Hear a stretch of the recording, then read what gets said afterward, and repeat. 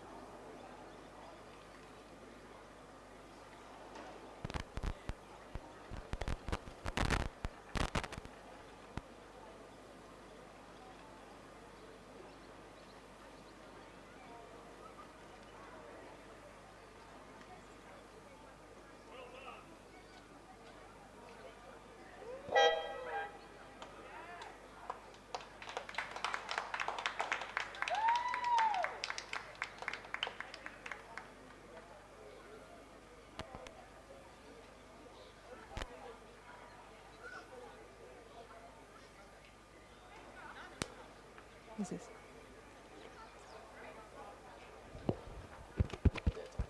Good morning and welcome to the Loreto Normanhurst Regatta. Commentating with me today we have Nick Pender, a 3-time underage world medalist. And next up we have the Schoolgirl Para-Single Recreational 500 with Pelin Ozen and Scarlett Sinclair.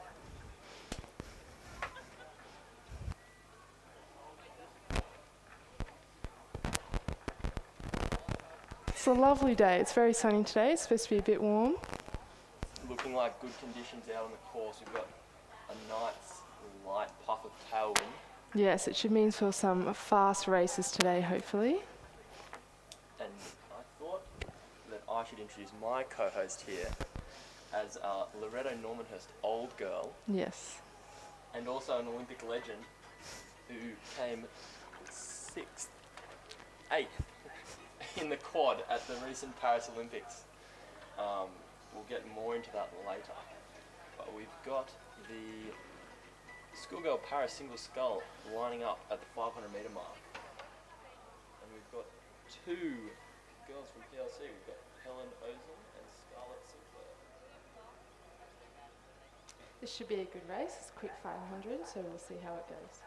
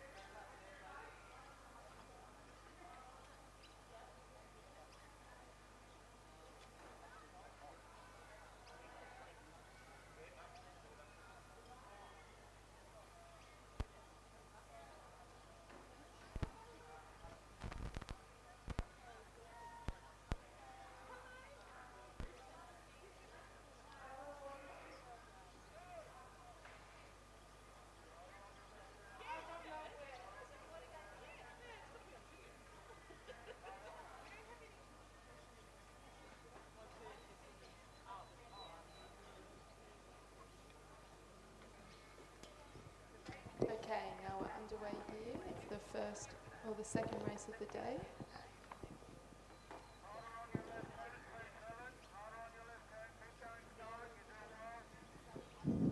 Yep.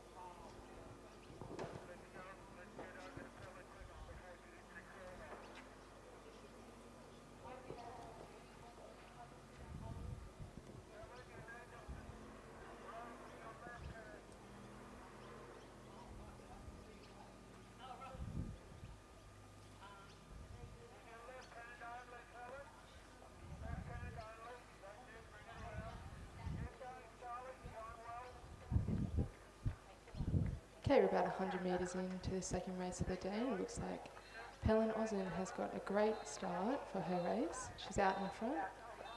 Not far behind is Scarlett Sinclair.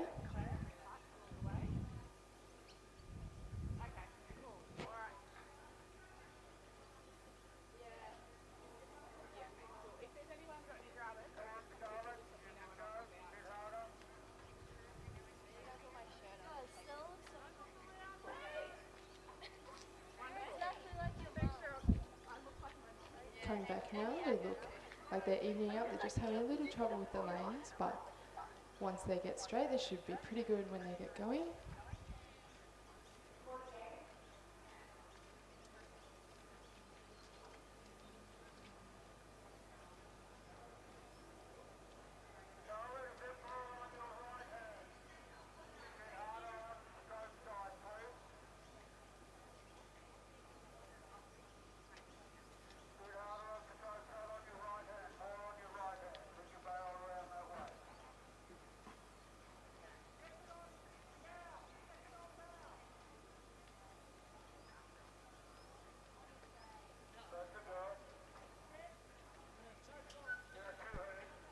As we come into the last 100 metres here, Scarlett looks like she's bringing the rate up and she's making a solid go for the line here. Still pretty close, about half a boat in between, but she's bringing the rate up now into the line. Yes, it looks like Scarlett has taken out a healthy lead here and should close this one out after some early steering issues, but she's brought it back nicely and she's sculling quite well. Got the rate up. Yeah, she's looking quite good, so getting some long strokes in there, getting the boat moving. She's looking pretty good to win this race here, but Helen Osmond's not too far behind, so it's a pretty good race for this morning.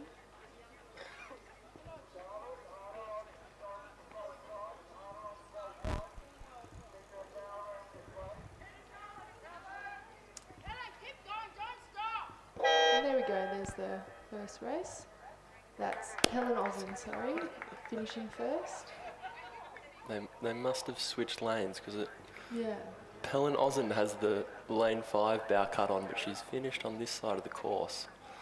So sorry for that mistake. Helen Osmond came first across the line, and Scarlett Sinclair will come across second as she approaches the line now. Now up next we've got the Schoolgirl 4. Yes, this should be quite a good race. There's a good few crews in here.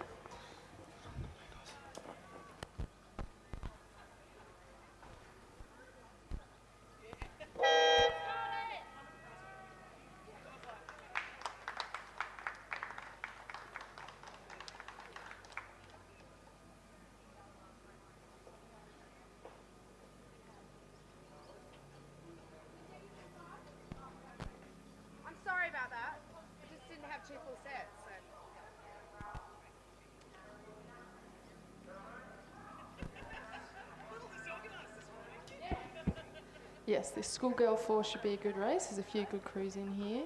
We have had a withdrawal from Queenwood too, but it should be a good race. Have you had much experience in the Schoolboy 4s? What was that racing like, Pender?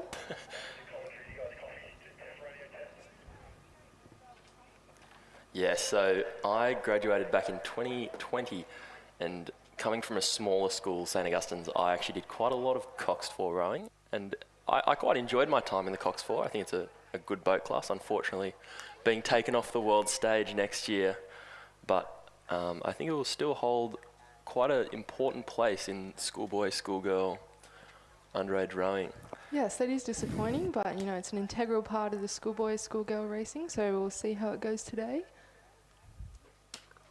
Now, Laura, I know you went to Normanhurst, but you were in the Yes. first 8, so probably not much coxswain rowing. No, I didn't do a lot of that at school. I did more quads and eights. Yes, well, it's interesting because now, obviously, after school, you've transitioned more into sculling rather than sweeping. So, Yes. how was that transition for you? Like, it's obviously something that you don't do a lot of at school. You don't do a lot of single sculling, especially at school. And so, how is it transitioning from going into from a school program in an 8 down into sculling in smaller boats such as the single, the double, the quad? Yeah, I think it was a bit of a hard transition. You know, you're pretty used to rowing with girls all around you to then quickly going into by yourself. I quite enjoyed it at the start, bit of alone time, bit time to work on myself, but I definitely still look back with fond memories and miss the schoolgirl camaraderie a bit and rowing with girls all the time and really building that friendship within the 8s. So you're now at the National Training Centre. Do you ever get to get out in the 8s, or is it all sculling for you these days? Well, I do get to go in the 8s once a year. I get to go out in the Queen's Cup State Team 8 once a year. It's a big highlight of my year. I find it very fun. A few of the scullers jump in there. We actually had a sculler stroking it last year, so it was pretty good. It was pretty fun. And it's, for those of you who don't know, the Queen's Cup is the New South Wales Open Women's 8, and we've had a bit of a tough run in New South Wales against the Victorians. Yes, we have. We've come away with second for the past 4 years, so it's stung a little bit, but we're looking pretty good this year. We might come away with the win, Yeah. which would be good for New South Wales. It'd be very good. Yeah. Do you think, is there many girls returning in that New South Wales 8?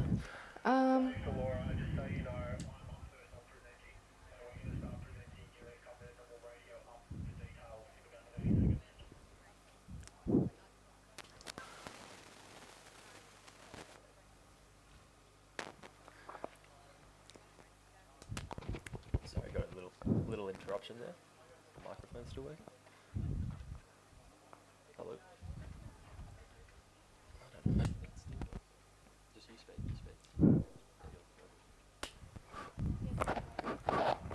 Just pull it closer. Yeah, sorry, we got a little interruption there, but talking about the Queen's Cup, the Victorian Women's 8 has won 8 of the last 11. Do you think that... Yep. Sorry. Do you think that New South Wales has got a good shot this year? Are we looking stronger than last year? Is Victoria... I know a lot of the Victorians that have been in there for a very long time are now leaving. We'll just have we're going to present our first medals of the day for the Schoolgirl Para Single. These are presented by David Brock, our head of sport at Loreto.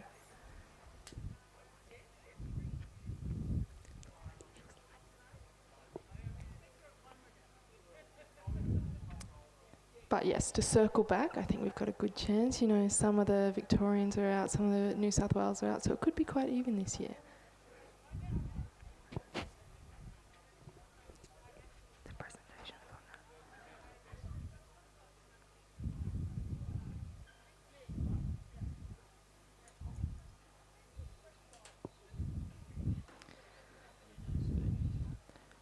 Okay, Sophia Lowe is coming down to the pontoon. We'll start the presentation by David Brock now.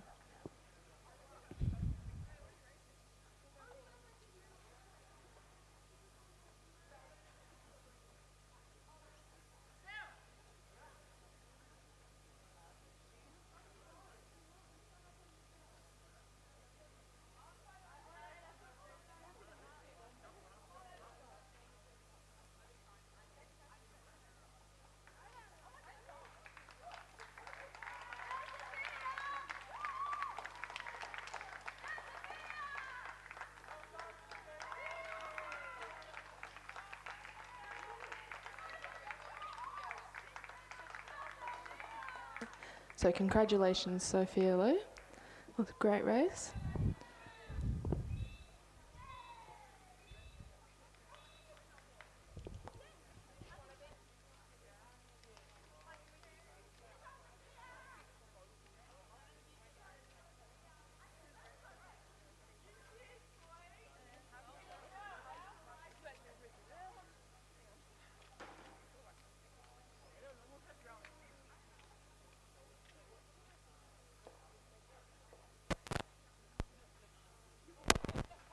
we also now have the presentation of the Schoolgirl Para Single Scull Recreational 500, and in first place is Pelin Ozen,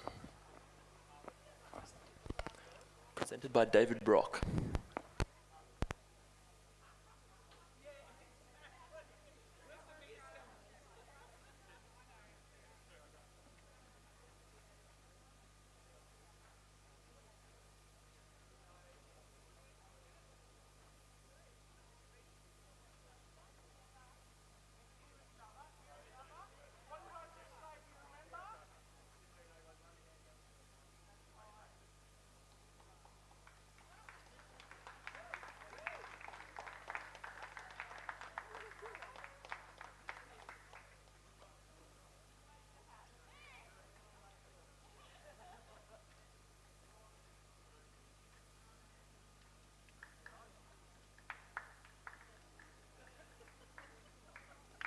So congratulations, Pelin Ozen from PLC Sydney, first place.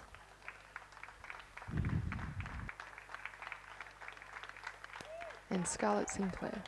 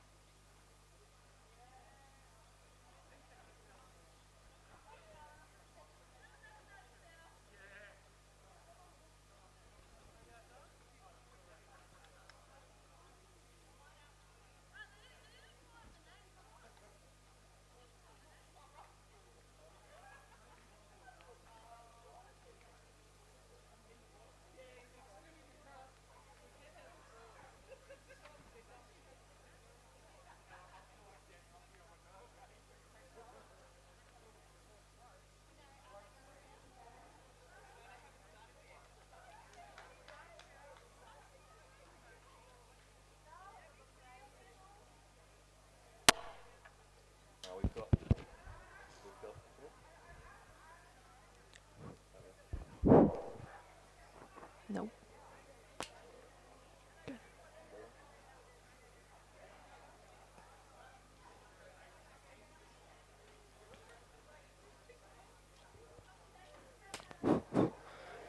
Okay, now we've got 5 minutes before our next race, so I thought that for those of you who don't know, the Loreto Normanhurst School is the longest running schoolgirl program in New South Wales, and it's celebrating 30 years next year. Yeah, it's a long time. It's good to have Loreto Normanhurst kind of open up the season for the schoolgirl racing as the longest standing school. I think it's a great tradition that we have here in New South Wales to kind of celebrate that history.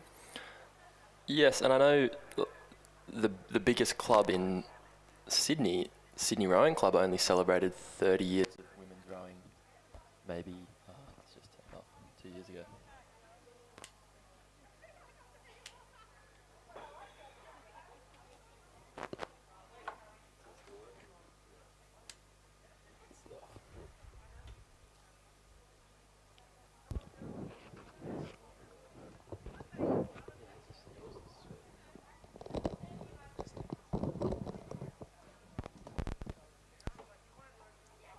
Sorry, that fun fact was that Sydney Rowing Club only celebrated 30 years a few years ago, so for Loreto to be almost rowing as long as, for women, as long as one of the most prestigious clubs in the country, I think it's a fantastic achievement, and it's fantastic for schoolgirl rowing that we're seeing it growing so quickly now. Yeah, it's grown phenomenally in the past 10 years or so, and it's great to see more girls getting into rowing. Yeah.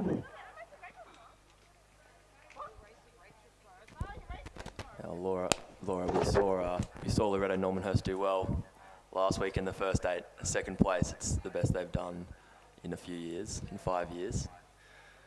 How are we looking today? Do you think we've got a shot today? I think, they had a really great start. We've definitely been doing some building. We've got a great new head coach, Aidan Smith, on board with us, who's definitely helping implement a stronger program for us and a real building block. It was a great start for us, and I think, the girls, they just got to go out there and do their best. And if they do that, I think they'll have a great result today. Yes, so it's fantastic to see actually that there's so many high caliber athletes. Is this still working? Yes. So many high caliber athletes coming back to coach. Yes. We've got obviously you coaching at Loreto Normanhurst, but first eight coach Hannah Kawap is also a Paralympian and a proud Loreto Normanhurst old girl. Yes, there's a few Olympians actually hanging around today. Annabelle McIntyre from the pair, bronze medal this year. She's coaching over at St Cass. So there's a few very talented athletes out here trying to give their knowledge to the next generation of rowers, which is really great to see. And giving back to schools and helping the younger generation build up. Yeah, for sure. And do you find that your knowledge and skills is as easily transferable as you thought? Because I know Yes. I coach too, and I find it very difficult to sometimes get across ideas that perhaps are easier in your own head. Yeah, sometimes when I first came back, I struggled with that a little bit.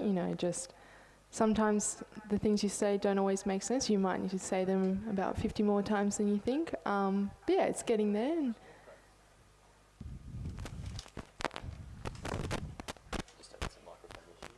just having some microphone issues. We'll be back in a sec. just having some microphone issues, but I think it seems to be working now. Yeah, and as the third race of the day, the Schoolgirl 4 lines up. They're just backing into the start at the moment. Got some strong schools in here: Loreto Normanhurst, Loreto Kirribilli, Tara, Queenwood and St Catherine's. All these schools were tussling last year in the last week in the first 8 race, so this should be a pretty good race here.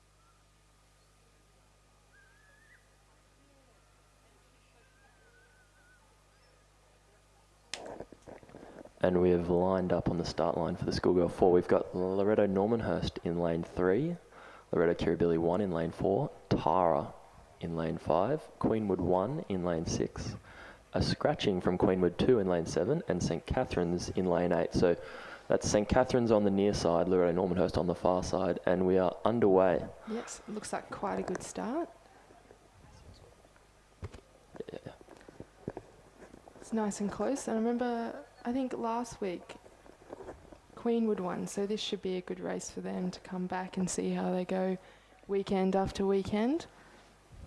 Yes, I know. Oh, Kinross was the winner last week in the Schoolgirl 4, but they're not here this week. No. So Queenwood, based on last week, would be favourites, but we know with school racing, anything can happen. Anything can happen. It's part of the challenge with school rowing is being consistent and yes, it is. Turning up every week and being able to perform week after week. And I think that's something that it takes a long time to develop. It does. It's not an easy thing to do. So as we get away here, looks like Kirribilli's out the front with the rest of this crews, so this should be a good race. They're looking quite good. They're nice and long, catches are in. And right alongside, out in front, is Queenwood, and Tara's just right alongside Loreto Kirribilli there. I think Queenwood looks quite strong here. They're rowing nice and long, nice and strong. Pretty good start for them, it's looking like.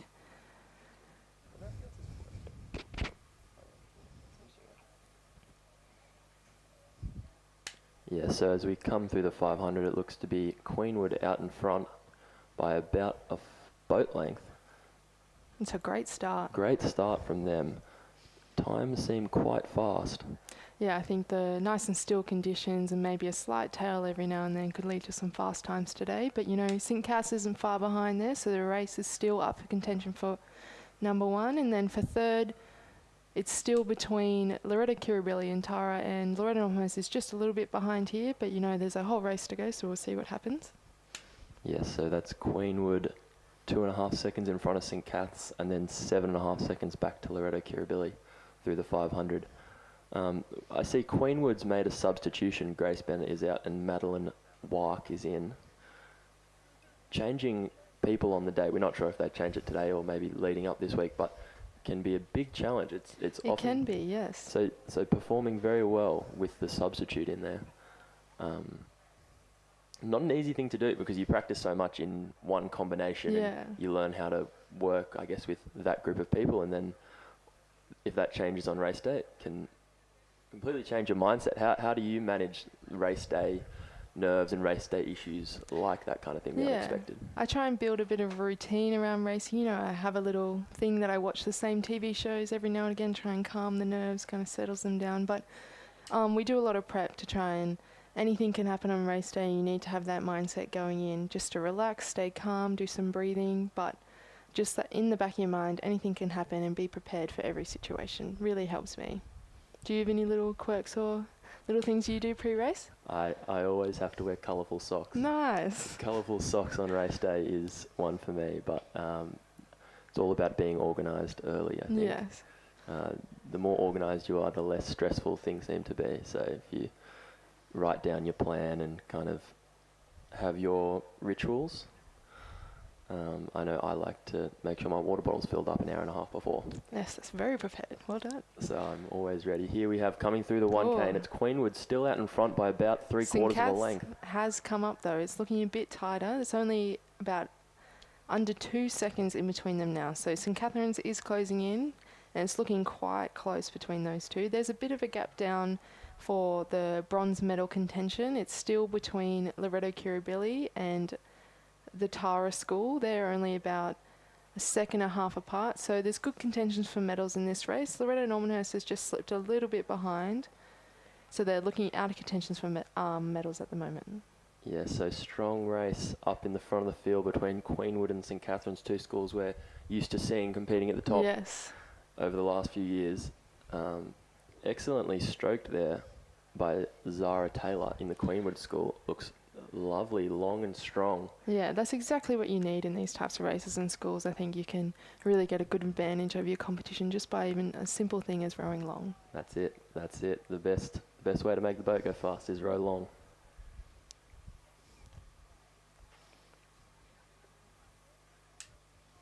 And run out, I think, so.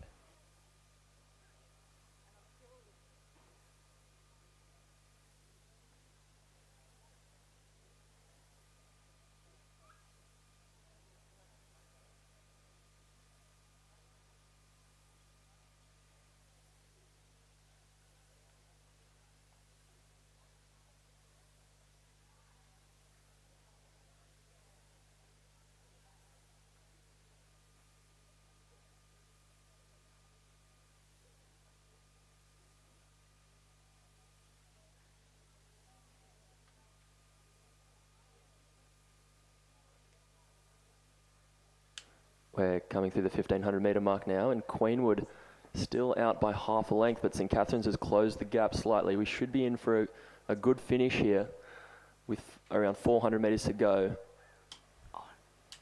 Yeah, this is looking like a pretty good race here. They're even closing up another 500ths of a second here, so they're really racing to the line. It's looking lovely out here today. It's so flat. This is quite rare to get such flat water, so it's a real treat for them today. Yes, it is, Laura. Beautiful conditions out there. It's meant to be quite warm though, I think, later, so it should be another challenge out there for them racing in the heat. I know it can be a little bit more taxing on the body racing in the heat. We've come now into the last 250 metres, and it looks like St. Catherine's is closing the gap on Queenwood. But I'll have to wait and see when they draw up closer who's out in front.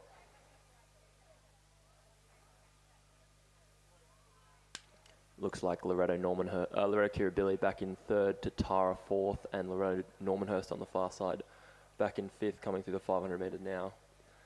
Kirribilli is raising their rate of striking, trying to bring it home strong over Tara there for third.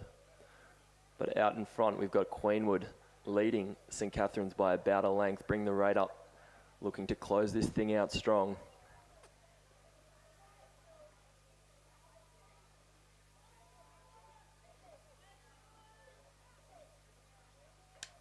And coming down to the line, looks to be Queenwood closing this thing out lovely. Long and strong rowing, nice and powerful to bring it through. Great race from them, led from the start. Strong rowing, strong rowing.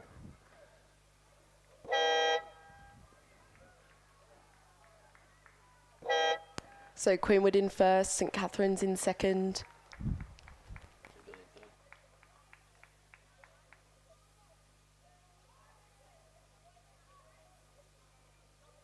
Kirribilli now coming into the last 100 metres there. They're looking strong, raising the rate of striking, clearing out over Tara. Should bring home the bronze medal here.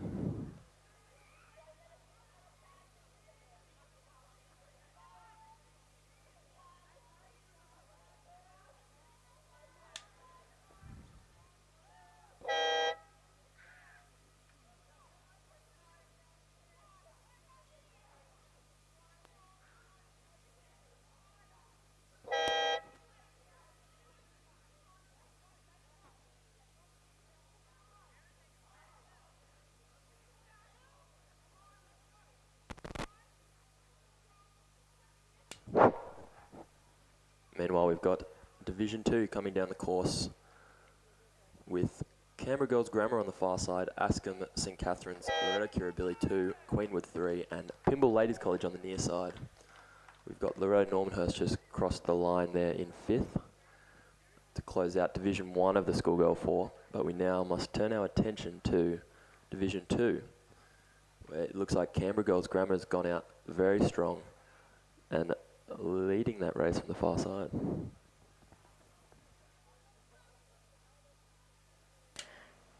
Looks like this race is going to be a close one, with Queenwood not even a second behind Canberra Girls Grammar. Yes, so you might have noticed a voice change up here in the booth. I've got Josie here with me from Loreto Normanhurst, another old girl. Fantastic to have so many old girls still involved in the program. Graduated last year and come back to give back to the program. Who are you coaching today?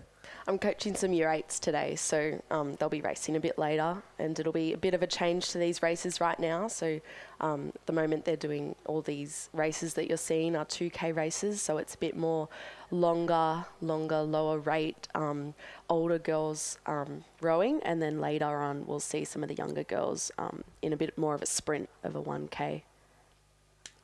And how have your girls been going? It's been pretty exciting. All the Year 8s from Normo got medals last weekend, which was pretty exciting for us, and they pulled much better times than we were expecting, so we were really happy with their performance last weekend, and let's hope that they back it up this weekend. Yes, now we switch our attention back to the Division 2 for a second, and we've got Canberra Girls Grammar still leading at the 1K, just under a second back to Queenwood 3. Then Ascombe 4.5 seconds back, St Catherine's in 4th, and Loreto Kirribilli in 5th. Looks like it's going to be a good finish here between Queenwood 3 and Canberra Girls Grammar. So, your Year 8 girls, what's the difference between what they're going to be racing in later and what we're seeing right now? So I think when the girls are younger and they're racing in a 1K race, it's much more sprinty, be a much higher rate than what the girls are racing now. It's double the length when they're doing a 2K. So right now we're seeing more long and strong rowing than what we'll see from the junior girls later when they're only doing a 1K. So yeah, it'll be much more higher rate, quick races than what we're seeing now. Yes, and we've just had Canberra Girls Grammar open up that lead in the third 500, now up by 2.5 seconds on Queenwood 3. It's 6 seconds back to St Catherine's, another 1.5 seconds back to Ascombe. Canberra Girls Grammar, it's I know in school level rowing, it's often very difficult to have a strong third 500. How important is it here for Canberra Girls Grammar? That third 500, difficult is it? Yeah, that's the hardest part of the race. The middle K is always really difficult in a 2K, so it's really important for them to get into that last 500 and then really bring it home from there. So it looks like it'll be a close race between Canberra Girls Grammar and Queenwood, but then also between third and fourth, so St Catherine's and Ascom. It'll be interesting to see what happens there. Yes, and now we're coming into the last 250 metres. Queenwood is lifting the rate of striking, trying to make a comeback on Canberra Girls Grammar out in front, and meanwhile the race for is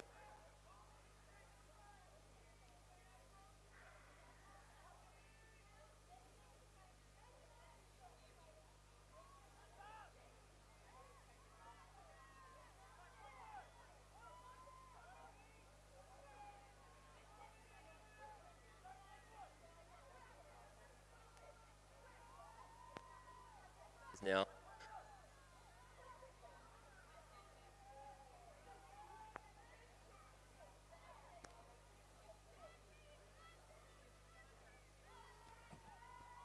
kill any speed, kill any run. And that is Canberra Grammar across the line in first, back to Queenwood in lane 7. Looks like it'll be St Catherine's in third. And then back to Ascom in fourth.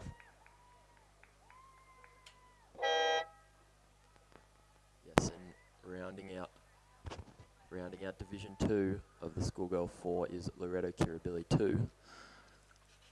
And racing is not slowing down. We're on to the Year 8 Double Scull Division 1, which now we're switching to 1K racing. So what can we expect here? No Loreto Normanhurst, but we've got still several strong schools: PLC Sydney, Pymble Ladies, North Sydney Girls, Tyra School, Ascom. 2 North Sydney Girls crews.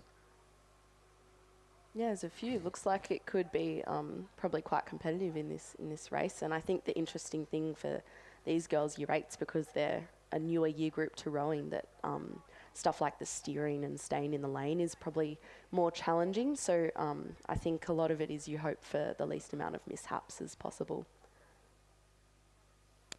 Yeah, so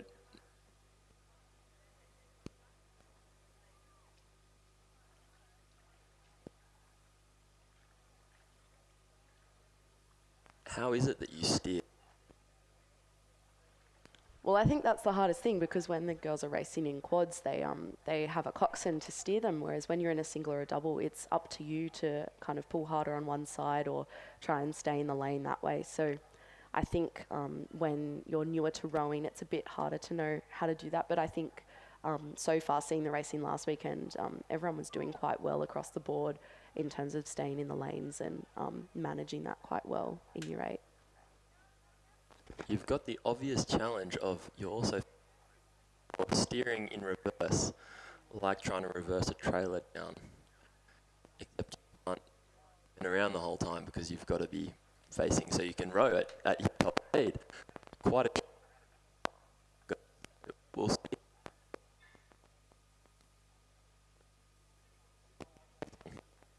I think another challenge is always resisting the temptation to see where other crews are in the race. That's always a struggle when you're kind of more new to racing. Coaching 101 is keep your head in the boat and follow the person in front of you. So another challenge for these young girls is staying in their own boat and making sure they focus on what they can do better rather than what everyone else is doing. Now we're lining up here at the 1,000 metre mark, and we've got Pymble Lady, Ascom in lane 3, Tara School in lane 4, North Sydney Girls lane 5, Sydney Girls 1 in lane 6, PLC Sydney in lane 7, and North Sydney Girls in lane 8. We had Canberra Girls Grammar Scratch in lane 9. Oh, and we've had a late Pymble Ladies scratching in lane 2, so there'll be 7 in this race. perhaps for those new to rowing, it's actually quite unusual to have an 8-lane buoyed course. And we're underway here. It looks like in the middle of the course there, Tara School getting off to a good start, followed closely by Ascombe on the far side and PLC Sydney on the close side, or North Sydney Girls on the close side. Looking like it's going to be a good race. High rates of striking, as you said, a high stroke rate, taking lots of strokes per minute.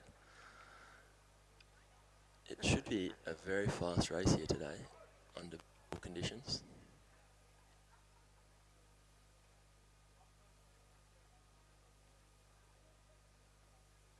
Looks like PLC Sydney's had a bit of a mishap, but they're getting back on the course, getting ready to row now.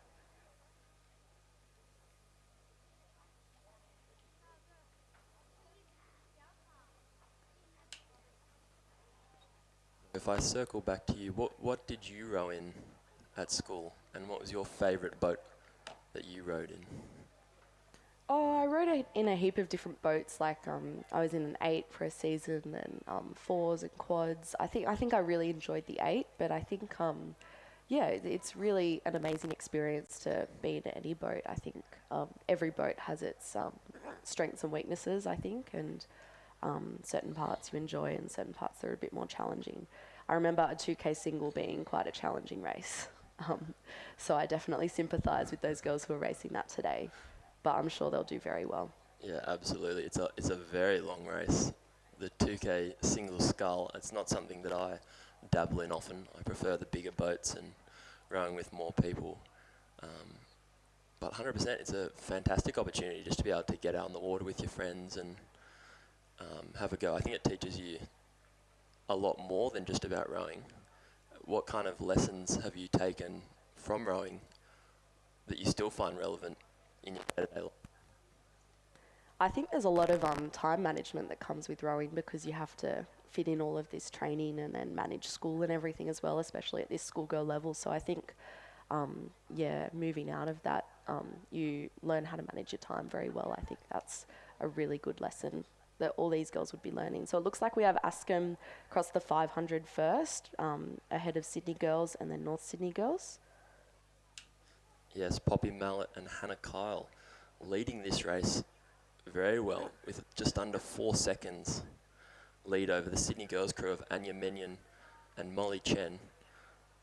But still quite tight margins, only 6 seconds between those top 3. And we know with this kind of racing, all it takes is one little mistake or one hit of the boys, and all of a sudden leads can change very quickly. Yeah, the girls have to stay very focused to maintain their lead here. But it looks like at this stage they're doing quite well.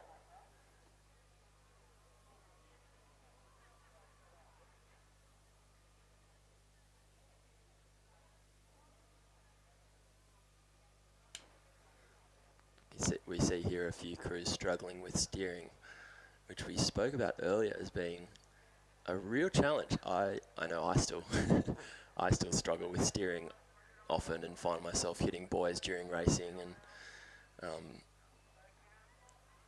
it's definitely more difficult than it looks. I know you're facing backwards, but you're also trying to put out a maximal effort to race as fast as you can to hopefully win.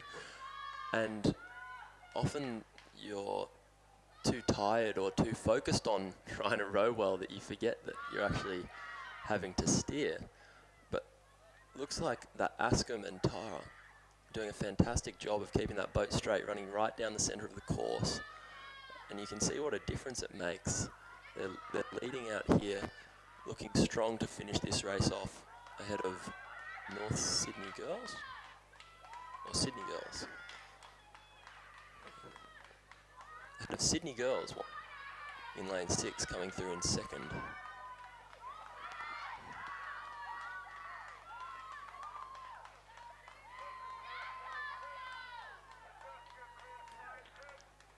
Looks like Ascombe's come first in this race, ahead of Sydney Girls. And then we have North Sydney Girls coming over the line in third. And another North Sydney Girls in fourth.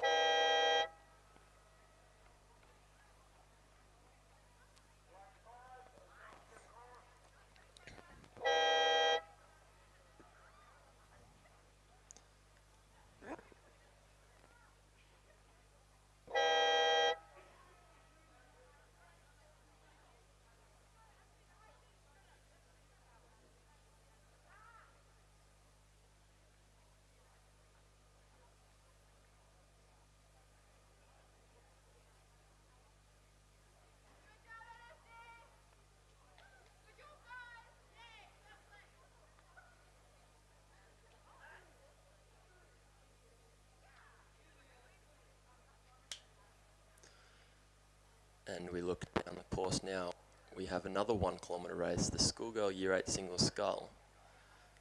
So again, another very challenging race. You're all out there by yourself. What do you think the girls would be saying to themselves right now while they line up? I think another hard thing in the doubles and singles is that there's no coxswain telling you what to do or giving words of encouragement as you row. So it's up to the girls to encourage themselves and motivate themselves, as well as the coaches on the side. You can very much hear that a lot more when you're in a single or double race in comparison to an 8 or quad. Yeah, that's often not considered. It's often very quiet out there when you don't have the bigger boats, your 8s and your 4s. You don't have coxswain. It can be very quiet out there, and I think it is something that you have to learn to calm you down. Oh, a false start in Division 2 of the Year 8 double scull.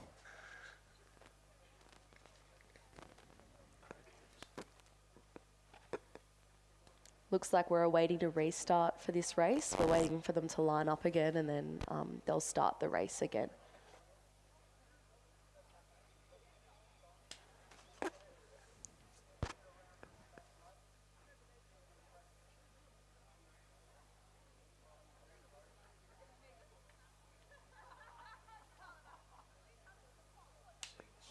So in this upcoming race, we've got Sydney Girls 2 in lane 4, Tara School 2 in lane 5, Tara School 3 in lane 6, Ascombe 2 in lane 7, and Tara School 4 in lane 8. Fantastic to see so many crews coming from Tara and Sydney Girls and Ascombe to smaller schoolgirl programs. To have that many Year 8s is very promising for the sport.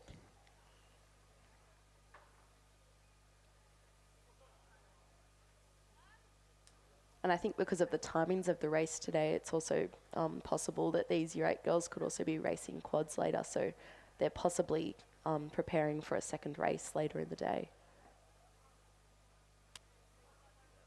Absolutely. It can be a big challenge for young girls, especially when it's hot like today, to do more than one race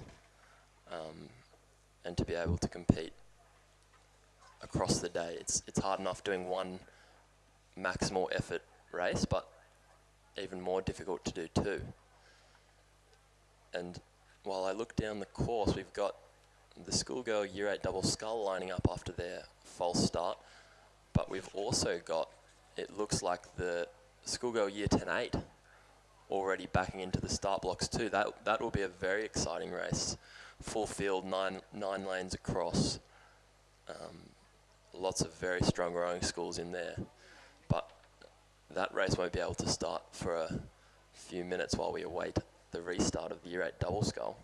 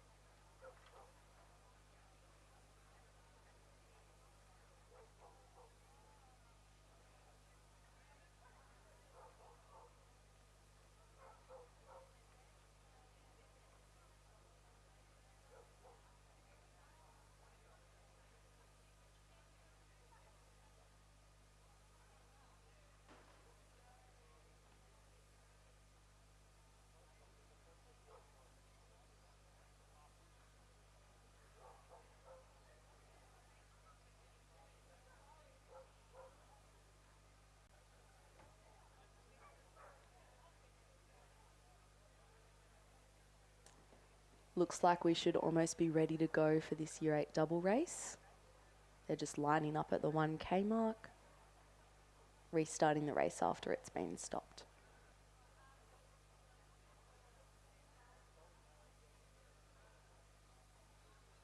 Yes, and this is a big challenge for the officials to try and get everyone lined up at the 1K when boats are just floating and looks like there's a breath of crosswind up at the start. Can be very challenging to get crews lined up level and even, and then get them started without anyone drifting across buoys or moving out in front.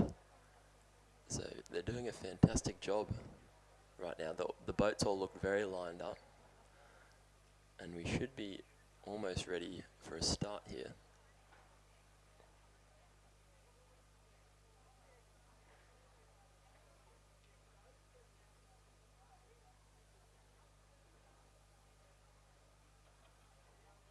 That is the benefit of 2K racing. You have a boat holder, our wonderful boat holder volunteers who are out there in the heat holding the boats at the 2K mark so that the girls can have a really nice even start.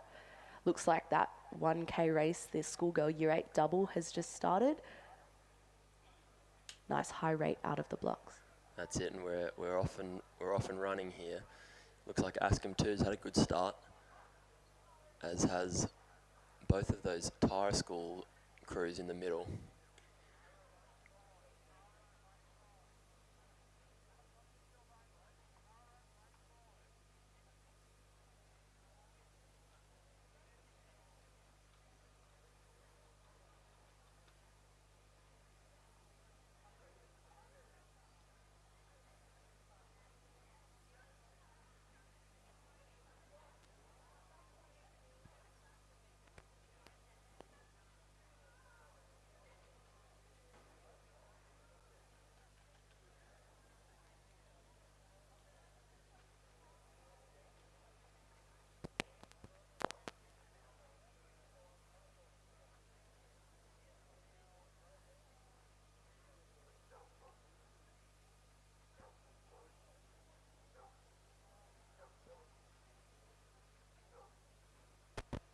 Looks like Askham's performing overall well in these small boat categories because I think even smaller programs for schoolgirl rowers, they can really focus on these small boats and really do well in them, which I think is what Askham does really well.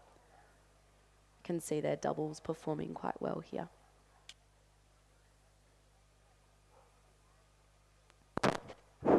Definitely an advantage of those smaller schools.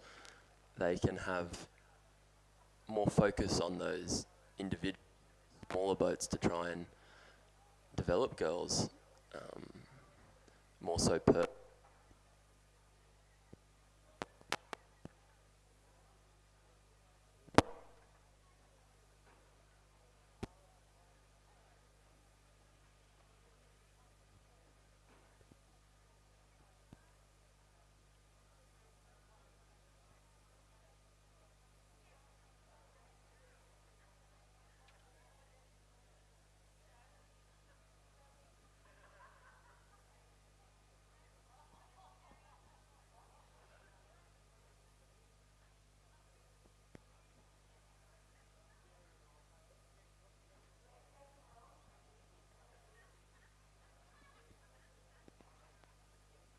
Yeah, it's been a bit windy out here the past week, but I think it seemed to clear up, which is really nice. Let's just hope the wind stays away for the rest of the day. We're seeing a bit more of a light breeze now than what we saw earlier this morning.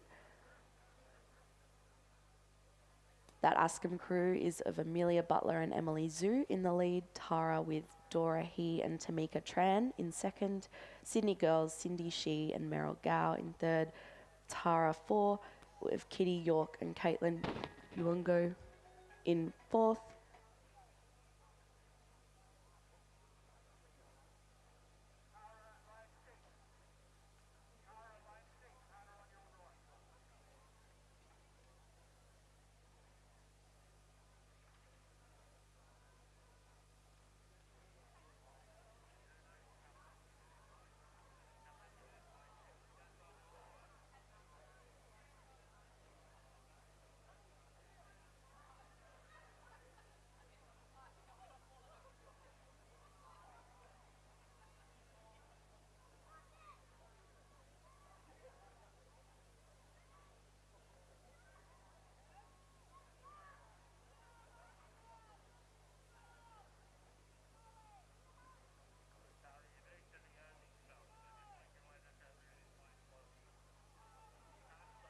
So it looks like that Ascom crew of Amelia Butler and Emily Zhu will close out the field for this race in first, in that last 100 metres now.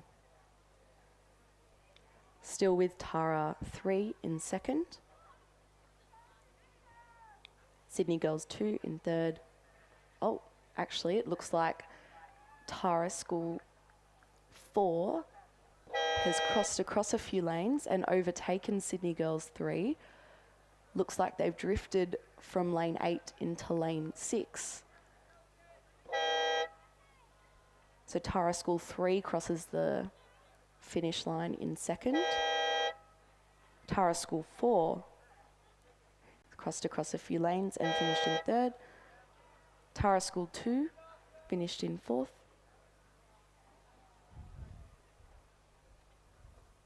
That might be Sydney Girls actually that finished in fourth.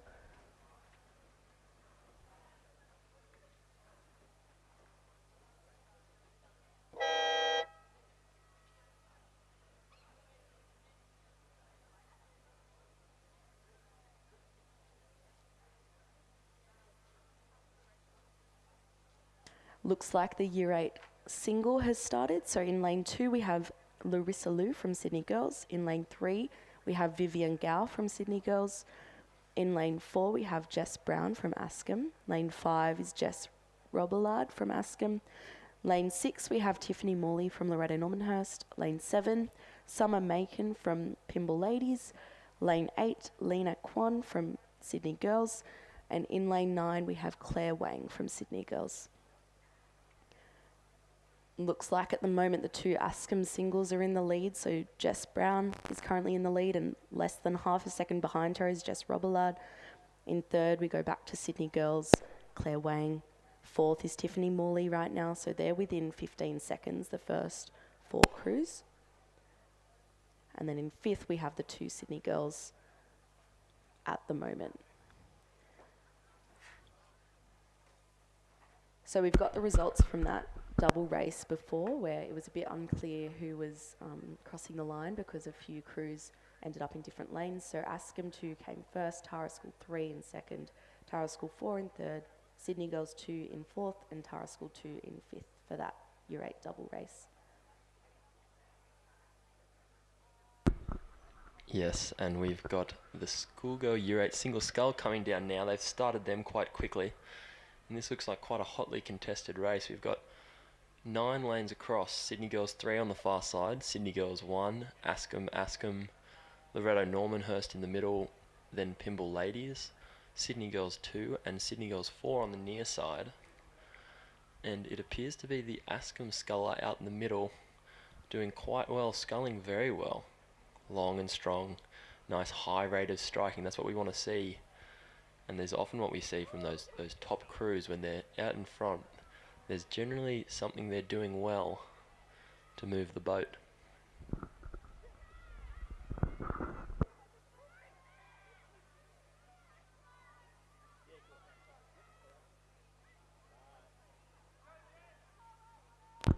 Strong tussle here from both the Ascom scullers coming into the last 100 metres. Looks to be a very tight race here. Very close between Jess Brown and Jess Robillard from Ascom. Looks to be Jess Robillard just holding a slight lead here into the last 50 metres, last few strokes. And she'll take it out as she clears out in the last 50 metres. A strong performance from her, sculling very nicely. Then we look back and we have Claire Wang coming in third on the near side from Sydney Girls over her other Sydney Girls probably training partners, Vivian Gao, Larissa Liu and Lena Kwan on the far side.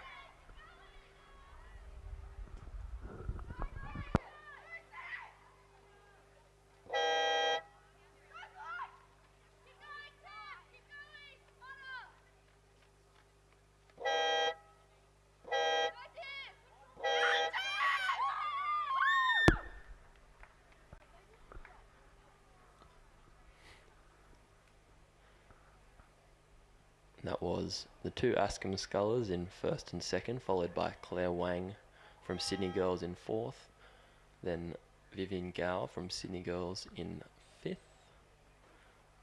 and Vivian Gao in fourth, Larissa Liu in fifth, then Tiffany Morley in lane 6 in sixth, and Lena Kwan in seventh, closing out the field.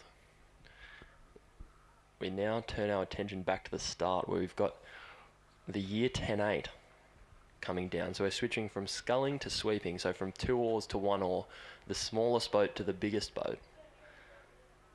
A lot more moving parts here, with obviously 9 people having to try and coordinate to move that boat down the course. We've got Queenwood on the far side, then Loreto Kirribilli 2 in lane 2, Loreto Normanhurst 1 in lane 3, Kirribilli 1 in lane 4, Pymble Ladies in lane 5, Queenwood in lane 6, St Catherine's in lane 7, Loreto Normanhurst 2 in lane 8, and Pymble Ladies 2 in lane 9. And we saw they're underway here, but we'll quickly speak about last week's results, because we saw a very fast Kinross Walleroy crew coming down in a blistering time of 7:09, winning that race by just over 20 seconds. They're not here today, so it should be a very exciting race. We had St Catherine's in second last week, Queenwood in third, Loreto Normanhurst in fourth, and then Queenwood in fifth, Canberra Grammar in sixth, Loreto Kirribilli in seventh and eighth. And so it's all to play for here, with Kinross Walleroy not turning up. It should be a very exciting race, and we've had a good start across the board. Everyone looks very clean and coming down into their rhythm now, about a minute into the race. And I think it's always good to see a competitive Year 10-8 division, because these girls in the next few years will be moving into the seniors and rowing into the first eights for their schools, so, which we always want to be a nice competitive race. So it's good to see a really good Year 10-8 division where it's quite competitive. That's it, and it's fantastic to see a lot of these schools having 2 8s, not just one, in this race.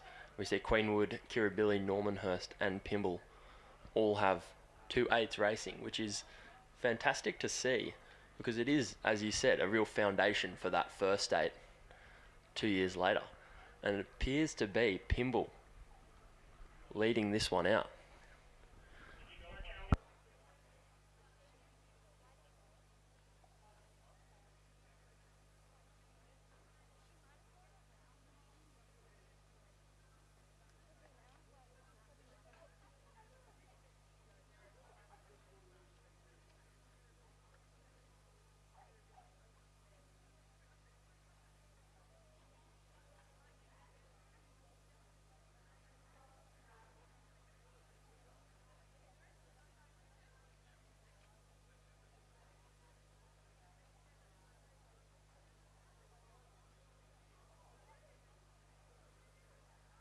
So we're moving into a medal presentation now of the Schoolgirl Year 8 Double Scull, Division 1.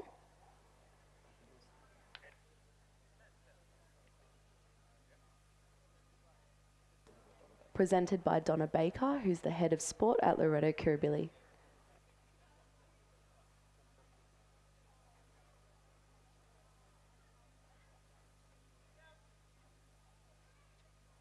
So this race was won by Askham, so the double of Poppy Mallet and Hannah Kyle.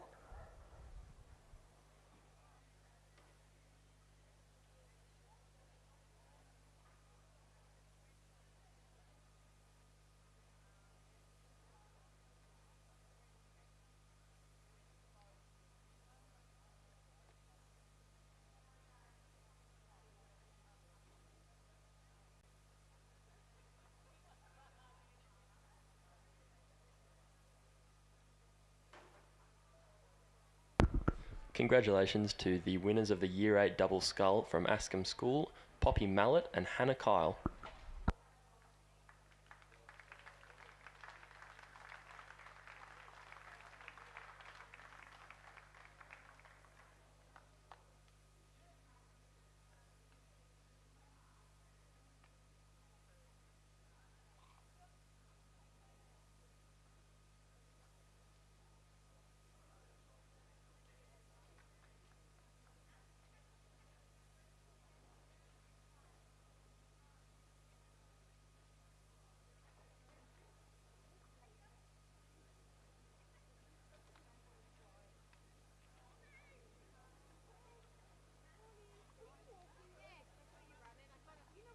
So back to this Schoolgirl Year 10-8 race, it looks like Pimble's developed quite a lead here over all the other crews in lane 5. 13 seconds ahead of the crew in second, Loreto Kirribilli in lane 4 at the 1,000-metre mark.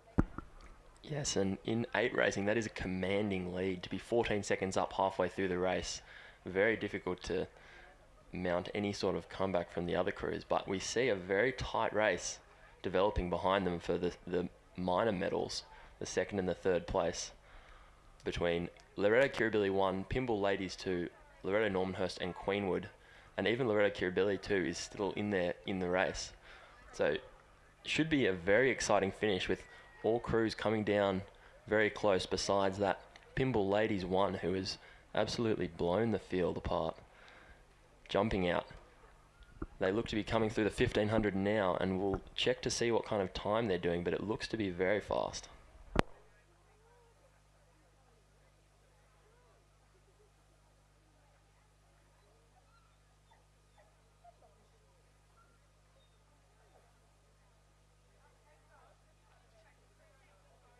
So Pimble Ladies 1 crosses the 1500 in 5 minutes 24 seconds. Still quite a lead over the other crews who haven't passed the 1500 mark yet.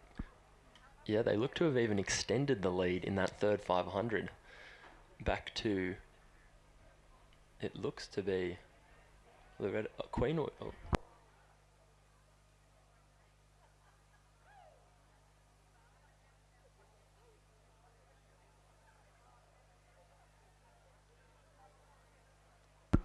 And that was a 20-second lead back to Kirribilli in second. A very, very commanding performance from Pimble here, and we saw a strong performance too in the Schoolgirl 8 last week. So it seems that they seem to be building a very strong program here, and it looks like they could have success in years to come with such a strong Year 10-8 coming through.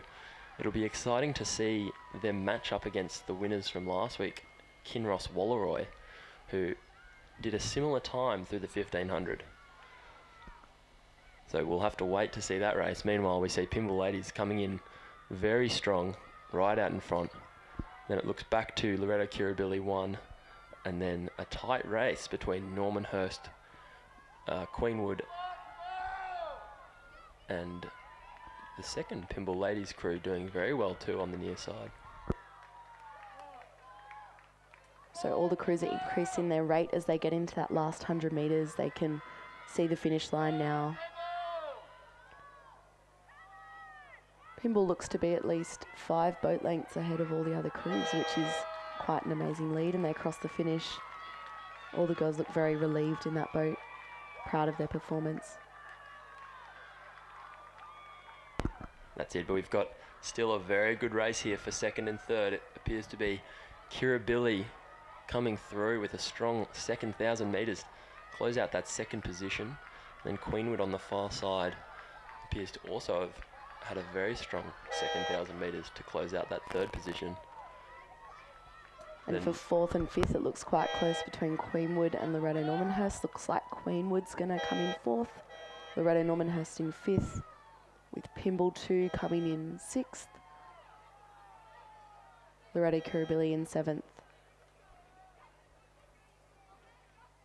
St Catherine's coming through the finish line eighth, and it'll be the second Loreto Normanhurst crew to round out that field in ninth. yes, and you can see down in the back lake, Pimble Ladies College celebrating their win as they should. Very strong performance there. Very happy with that.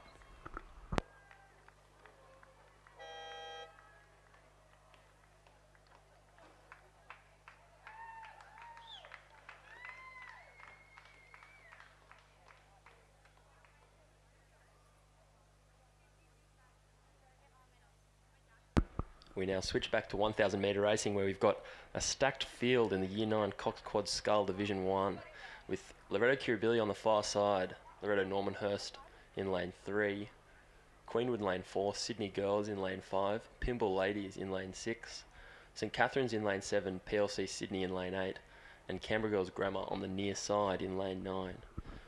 Switching from 2,000 to 1,000 metre racing can be quite the challenge. But we'll see how this unfolds here. It appears to be Pymble Ladies College leading them out, but nothing started yet. It's still tight, only a minute into the race. So we'll need to wait to the 500 metre markings to see who's really out in front. But it appears to be we've got a bit of a puff of crosswind here, making it challenging for those coxswains to keep the boats right down the course. But from up here in the finish tower, it appears to flatten out towards the finish, so should make for some good rowing in the second half of this race.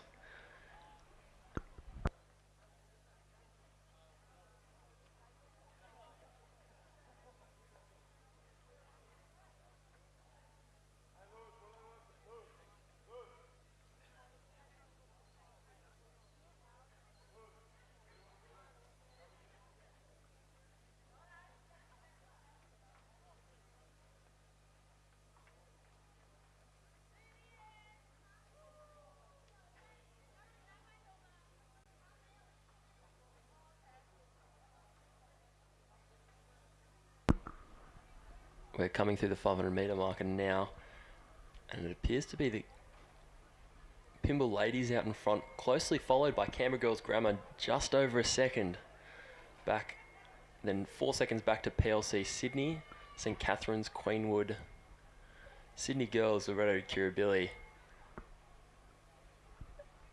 closing out the field there. It appears to be a race of two packs. We've got a pack on the far side tussling it out, and then the leaders on this side with Canberra Girls and PLC fighting out for that top spot. And it looks to be PLC opening up a bit of a lead now as they come into the last 250 metres, the last quarter of the race here.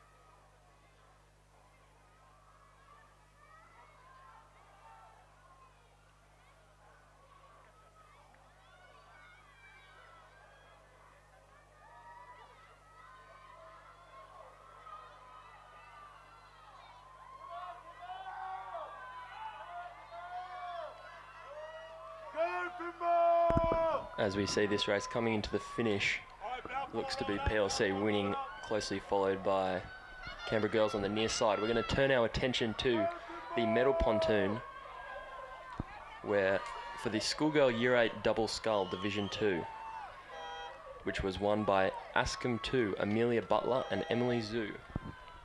Congratulations. Being presented by the Loreto Normanhurst sports captain.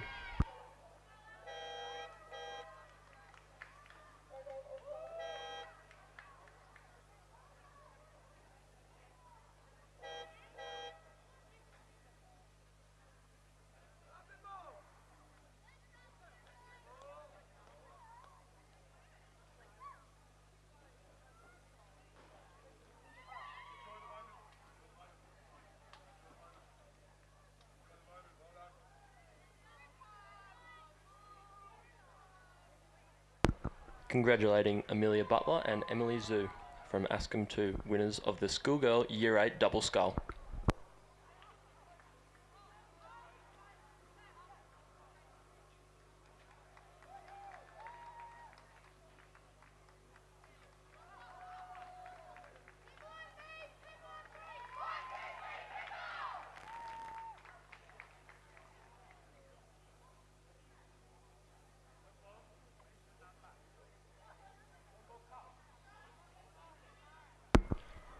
So that last race there, the Schoolgirl Year 9 Quad Scull, was won by Pymble Ladies in a time of 3:46, just over 3 seconds back to Canberra Girls Grammar in second, PLC Sydney in third, St Catherine's in fourth, Loreto Normanhurst in fifth, Queenwood in sixth, Kirribilli in seventh, and Sydney Girls rounding out that field. we now have the second division of Schoolgirl Year 9 Cox Quad Scull coming down the course, and they've been off to a clean start here.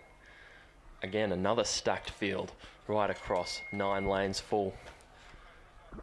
Should be a very good race here with similar schools. Tara on the far side, St Catherine's in lane 3, Queenwood in lane 4, Loreto Normanhurst 2 in lane 5, Loreto Kirribilli 2 in lane 6, Pymble Ladies in lane 7, Canberra Girls Grammar in lane 8, and PLC Sydney on the near side in lane 9. 9-lane racing, very exciting to have so many great schools and great schoolgirl quads here competing in 9-lane racing, which is quite unusual actually.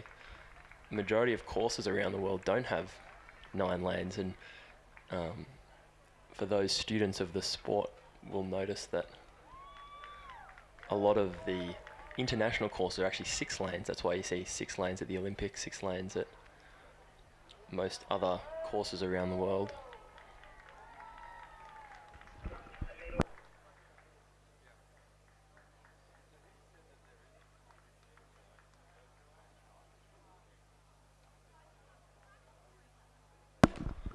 We now turn our attention to the medal pontoon, where Eliza Matthews will be presenting Pymble Ladies 1, who won the Year 10-8 in a very strong performance, congratulating Georgia Curtis, Olivia Norton, Amber Eisenhower, Erin O'Kane, Kelly Clifton, Zara Kinneber, Harriet Murphy, Leander McLaughlin, and the Cox, Emily Bartrup. Congratulations to the winners of the Schoolgirl Year 10-8, Pymble Ladies.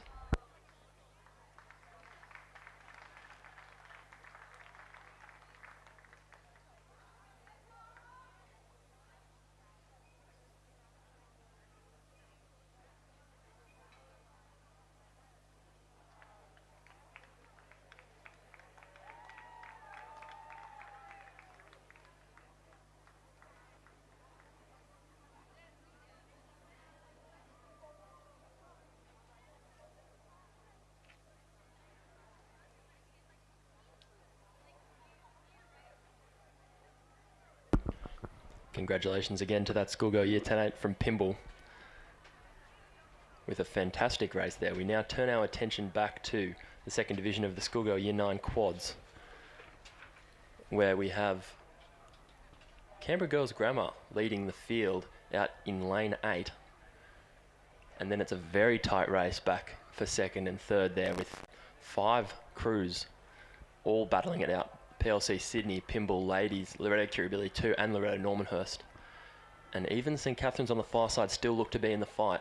Should be a very, very exciting finish here.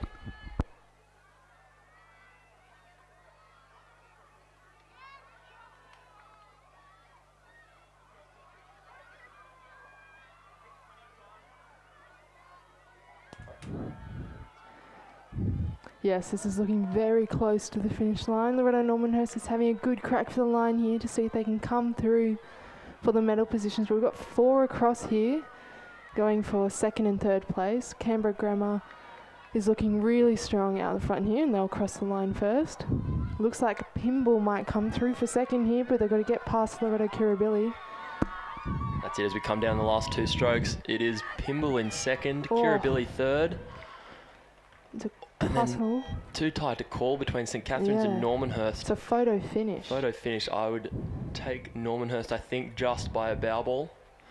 It's a very close finish. Very good racing today. PLC Sydney closing that out. Sorry, Queenwood in lane 4 closing that one out. PLC Sydney in 6th.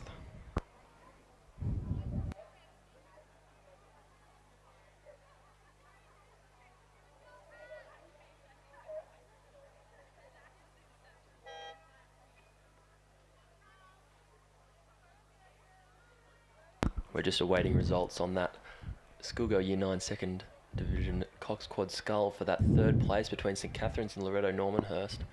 It is a photo finish. We'll let you know as soon as we find out the results for that. Meanwhile, if we look down the course, we've got another Schoolgirl Year 9 Cox Quad Scull race, contested by Loreto Kirribilli on the far side, PLC Sydney in lane 2, Canberra Girls in lane 3, Queenwood in lane 4, Sydney Girls in lane 5, Pymble Ladies in lane 6, Sydney Girls in lane 7, Loreto Normanhurst in lane 8, and St Catherine's in lane 9. This is looking like a pretty tight race as they come through the 1,000 here. We'll get their results as they come through, but at the moment it's looking pretty tight through the field here, especially on this side.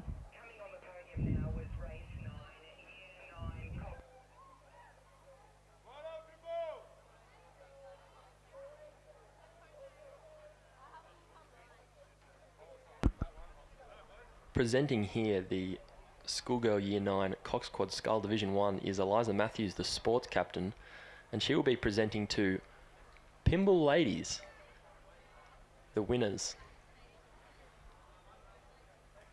with Madeline Gaydon.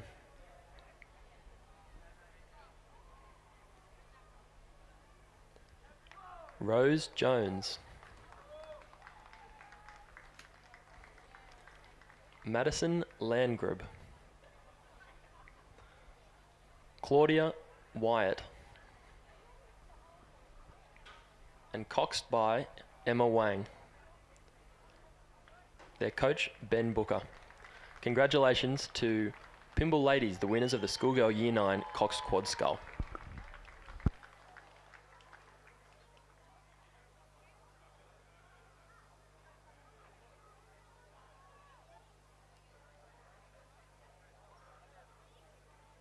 So we have this race approaching the last 250 and it's looking pretty close here. There's not much to call in between. There are some slight steering problems in the wind here, but it should be a good red hot crack for the line.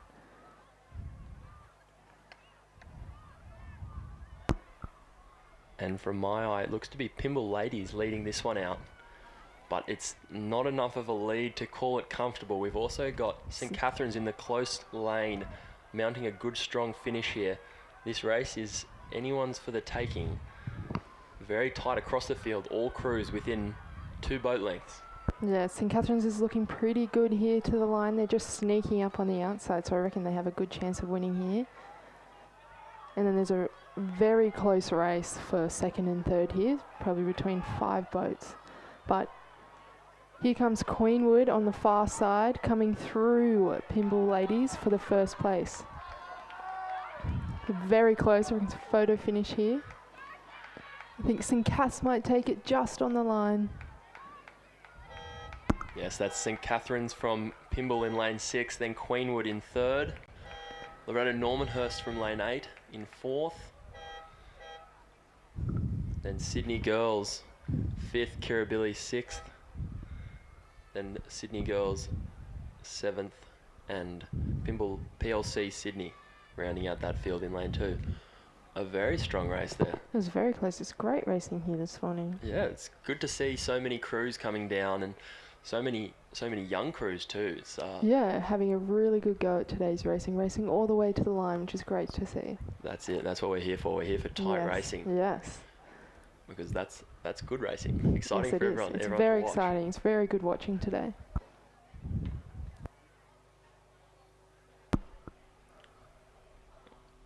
We have coming down the course next the Schoolgirl Year 9 Cox Quad Scull Division 4 with Loreto Normanhurst in lane 3, PLC Sydney in lane 4, a scratching in lane 5 from Canberra Grammar, so that lane will be empty. We've got North Sydney Girls in lane 6 and Pymble Ladies in lane 7 on the near side. 4-lane racing, so a few less crews than the last race. Still racing over 1,000 metres. We have a few more of those. But I know as someone who grew up rowing, it's very different, and I thought I would ask you, what are the biggest differences between racing 1,000 and 2,000 metres? Yeah, I really think of the 1,000 more as a sprint really than a really endurance race. It's quite a different, you've got to approach it really differently. You get out hard off the start and you don't really have time to settle before you've got to get up, back and going again. So for me, I really think of it as a real sprint to the line because you don't have much time to catch up or get a lead here. Where the 2,000, you've got a bit more time, assess your race plan, but yeah, this is a good sprint. Yeah, I know for me, I was always terrified going from 1K to 2K racing. It's a big jump. 1K seems hard, and then you have to double the distance and then go again, and it Yes. seems very challenging.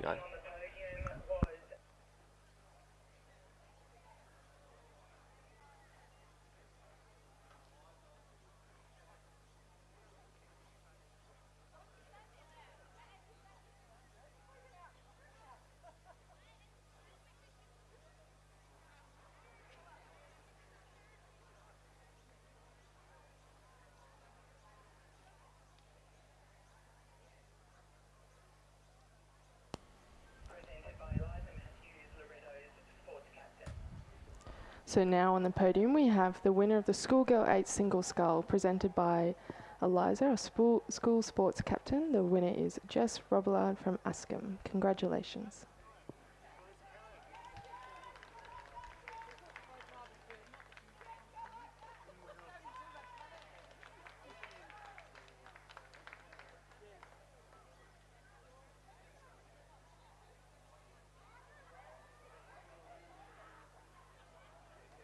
So as the next race approaches the last 250 here, it's looking like a good tussle between Loreto Normanhurst and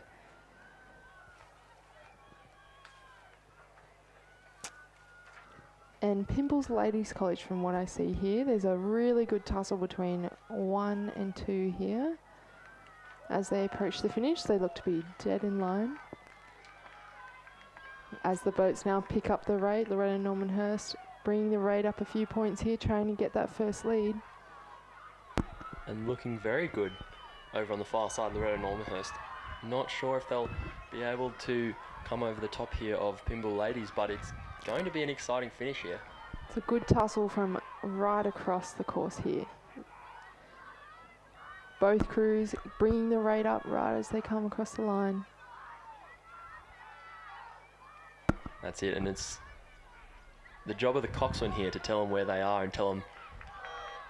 And There we Pimble takes the win. Loreto Normanhurst second. A nice close race there. That's it.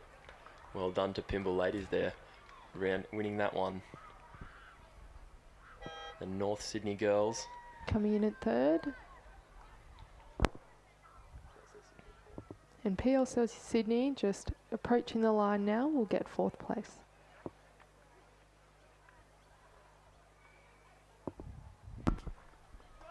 The racing is not slowing down. We've already got the next race coming down the course. The Schoolgirl Year 9 Coxcod Scull Division 5.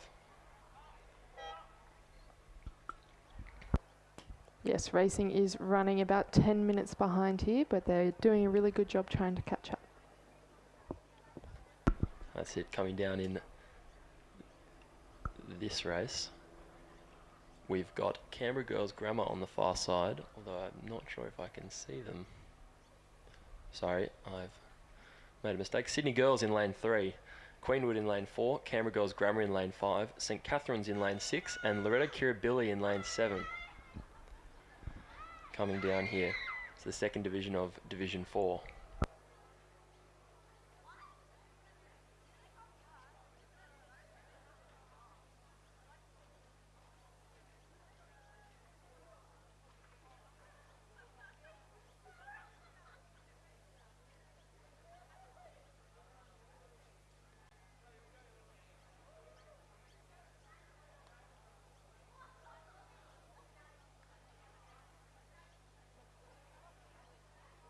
As we cross the halfway point, it appears to be Kirribilli on the close side, leading this one out by about half a length of clear water. It's a good lead for halfway here. 2 seconds over Queenwood.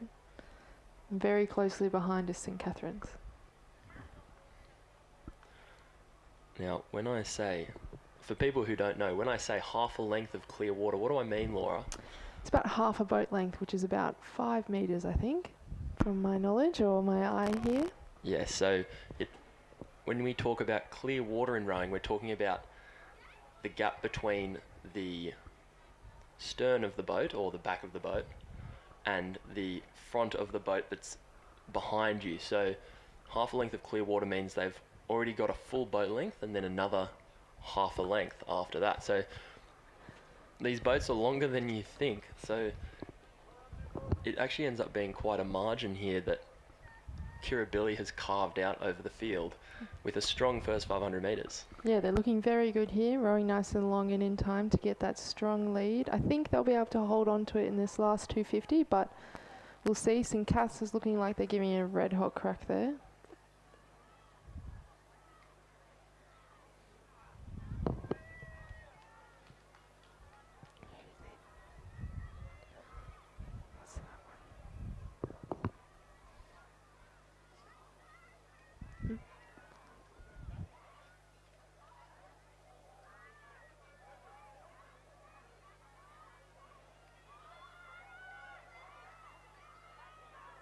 And as we approach the line here, Canberra Grammar School is giving Loreto Kirribilli a good run for their money as they come into the last 100 metres here. I think Kirribilli will be able to hold on to the lead, but Canberra Grammar will have to do something pretty special to catch up to them here.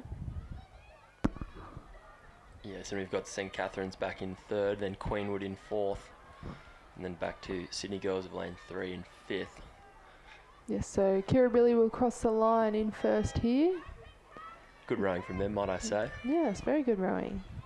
And Canberra Grammar will cross the line in second, St. Cass in third. Queenwood will take out fourth as they approach the line. Now, I thought it was maybe a good time to bring up a bit of Loreto Normanhurst history, because I know that you went to the Olympics, but there's also a few others Yes, there is. that have represented Australia in the last few years.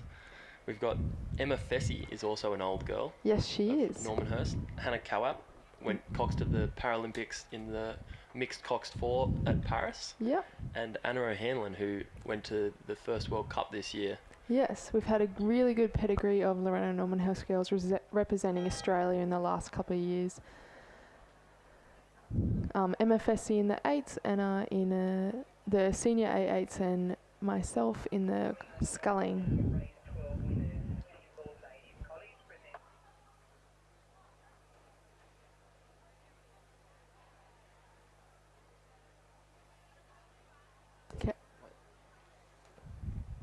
What race is this from? Which race?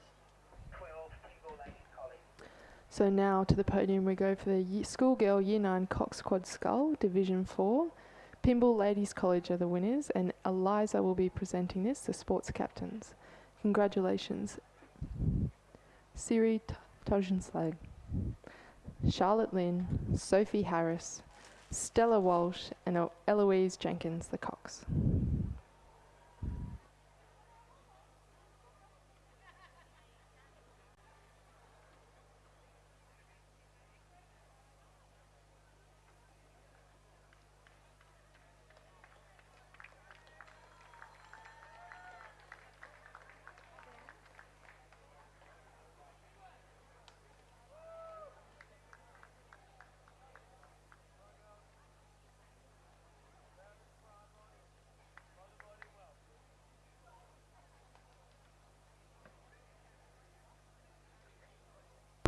Congratulations again to Pymble Ladies College there, winners of the Schoolgirl Year 9 Cox Quad Scull Division 4. We've seen some strong racing here from Pymble Ladies. They're strong Year 10-8. They've done very well in the Year 9 Cox Quad Sculls. Very strong program, seems to be only getting stronger.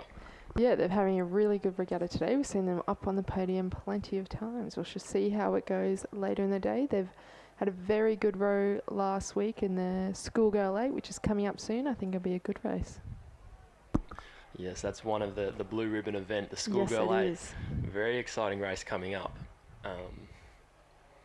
Obviously Normanhurst second last week. Yeah, it was a big week for them. You know, they've had a change in program, change in coaches, so it's really good to see that they're starting to come back after a few years off the podium. That's it, and I know the last time they won was 2015 under Dave Geely. Yes, that was quite a while ago. Yeah, so it could be 10 Before years. my time. Yeah, it could be 10 years. On the dot, which would be a very good way to start the season off. In their 30th year, 35th year. Yes. There you go. We've also got.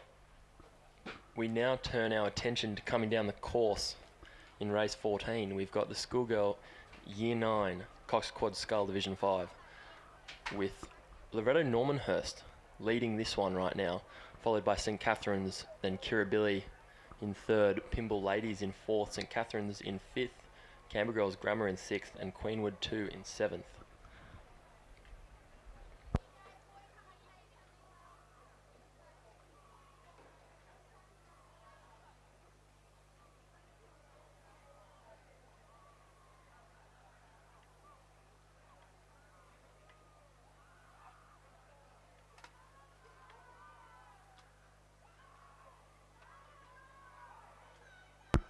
And it appears to be Normanhurst going on with their strong start and still leading this one down to the last 200 metres here. But St Catherine's on the close side seems to be trying to come back on them here. Oh, but a crab with 200 metres left. Going to make it very difficult here to come over the top. If they can recover, they should hold on to that silver place because they've worked hard for that lead over the rest of the field. But it's interesting, that's how quickly things can change. The race isn't over until the buzzer goes.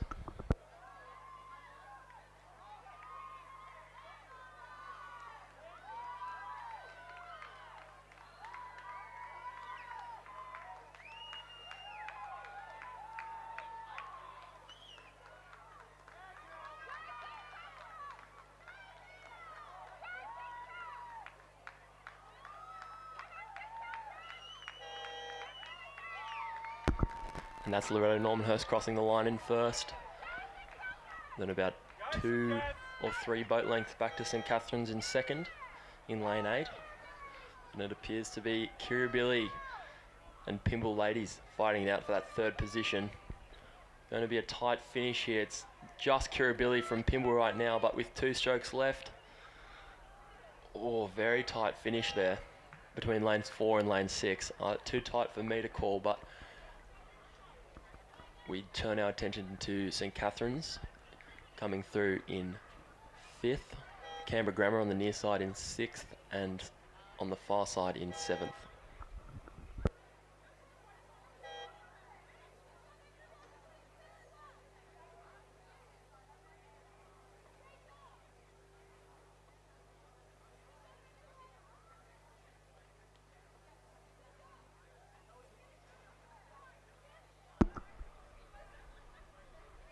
Closing out the field there, we have Queenwood 2 coming across the line now.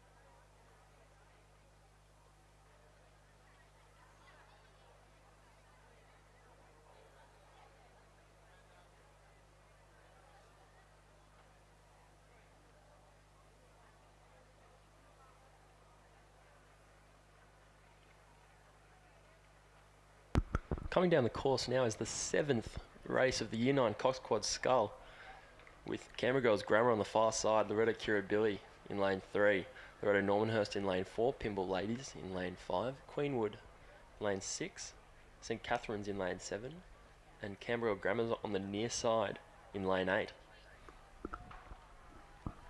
7 Year 9 Cox Quad Scull races. That means a lot of these schools are probably fielding 8 or 9 Cox Quad Sculls in Year 9, which is phenomenal for the sport. I know the last few years we've seen our senior athletes doing fantastically overseas, especially our women. Don't have to think back long to the Paris Olympics and just think of how strong the women performed there.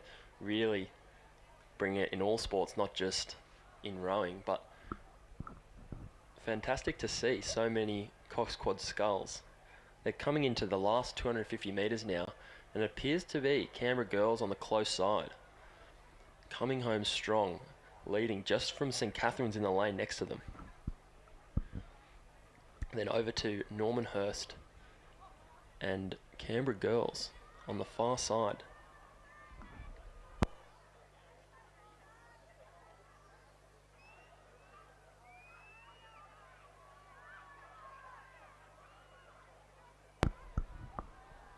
As we come into the closing stages of this race, we see Canberra girls going tight to the boys there.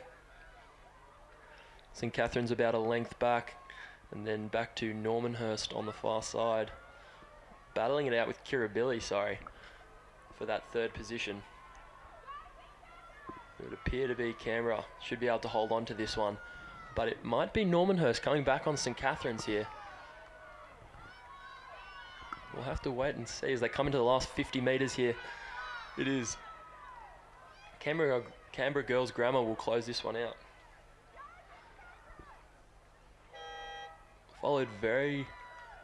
Followed closely by Normanhurst and St Cath crossing at the same time, and then just back by about half a length to Kirribilli in lane 3. Very close finish there. Very good racing from all crews in that race.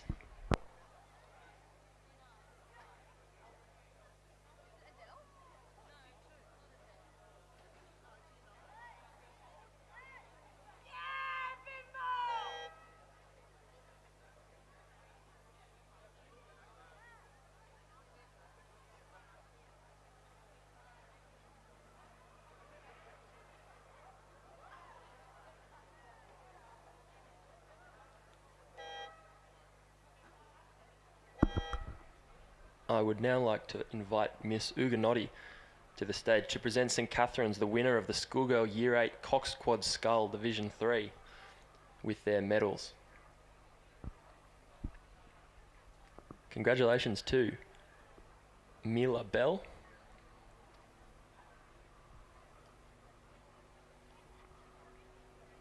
Beatrix Debel Hancock, Violet Brooks, Lucia Waters, and the coxswain Eve Bell. Congratulations to St Catherine's, winner of the Schoolgirl Year 8 Cox Quad Scull Division 3.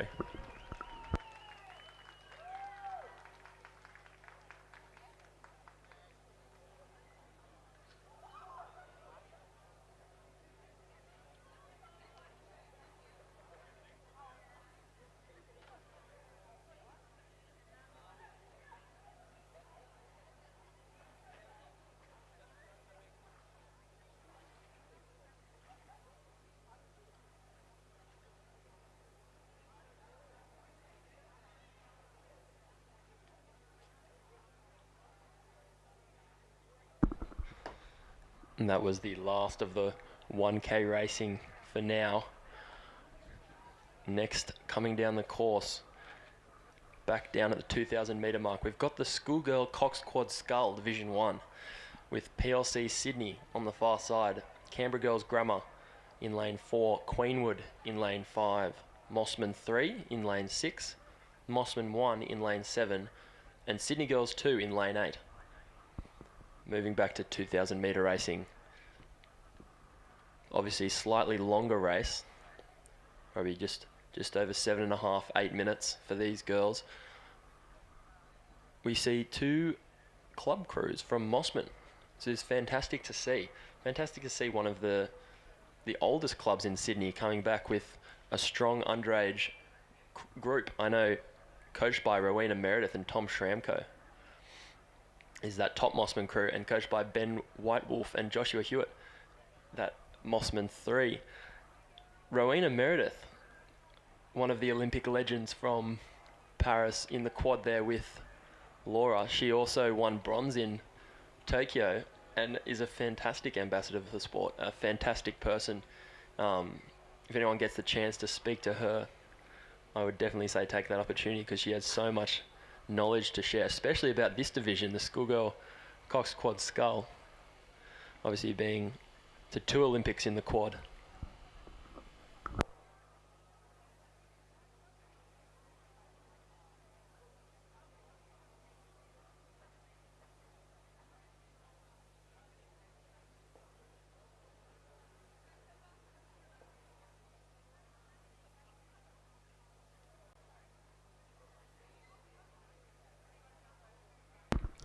Presenting now race 10, Marina Uganotti, the principal of Loreto Normanhurst, presents Canberra Girls Grammar the winners of the Schoolgirl Year 9 Cox Quad Scull Division 2 to Pepper Grenfell,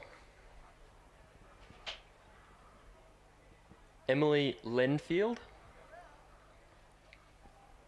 Lucy Dale, Audrey Blacker, and coxswain Memphis Linham.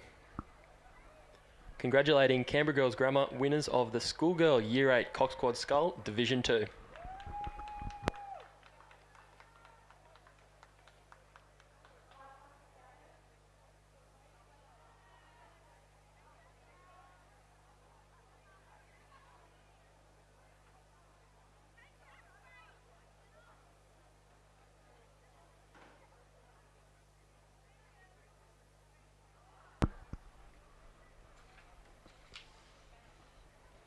Congratulations to Canberra Girls Grammar.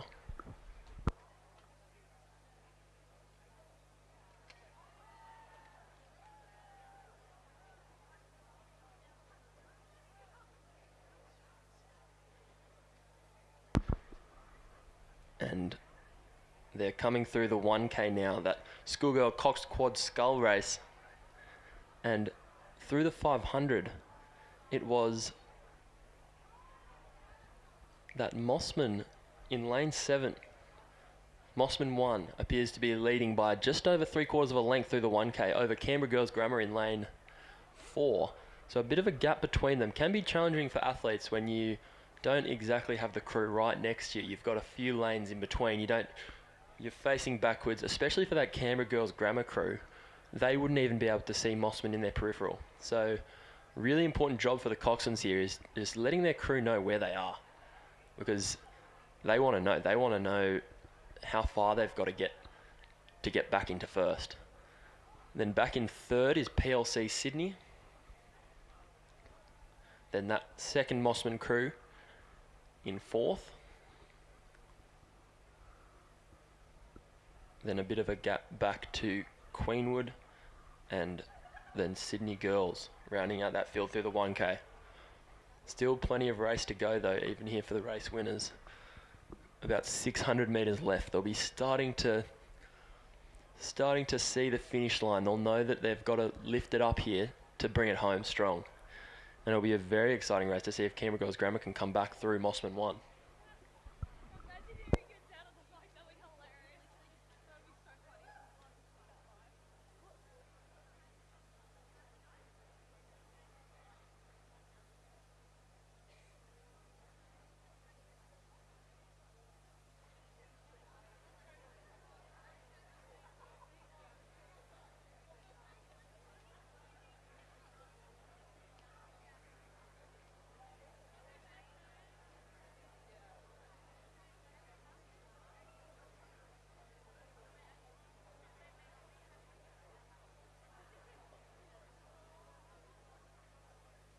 Here we go, coming to the last 500 metres. The margin hasn't changed, still just over 2 seconds between Mossman 1 leading Canberra Girls Grammar 2. Looking for a very exciting finish here. Canberra Girls Grammar got work to do, but crazier things have been done with 400 metres left. Mossman looking to fend off their lead. They've worked over the first 1,000 metres.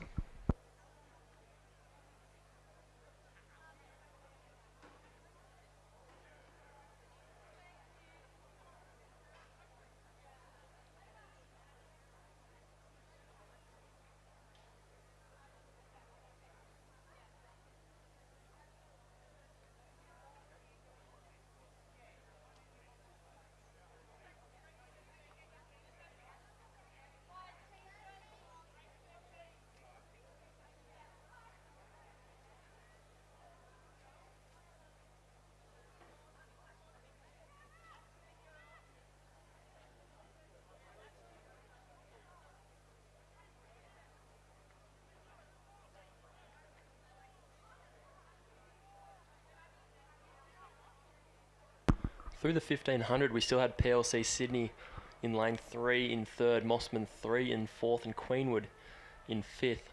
But we turn our attention here to the last 200 metres of the race, where it looks to be Mossman still leading just over Canberra Girls Grammar. Strong race from them, looking very good in this Schoolgirl Cox Quad division.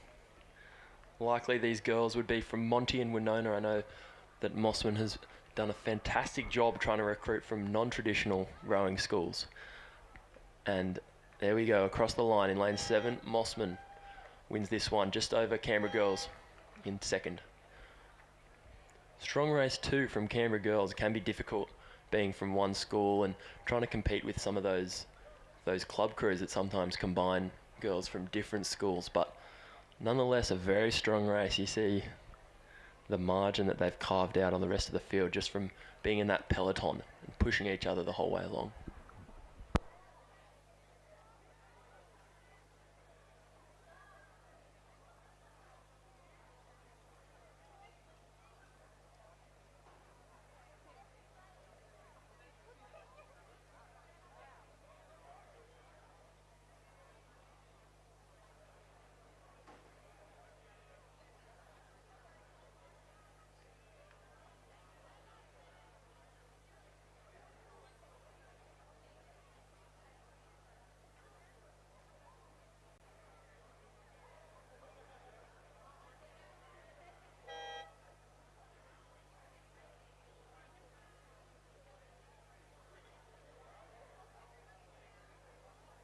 That was PLC Sydney in lane 3 in third, Mossman in lane 6 in fourth, then Queenwood coming through in lane 5 in fifth,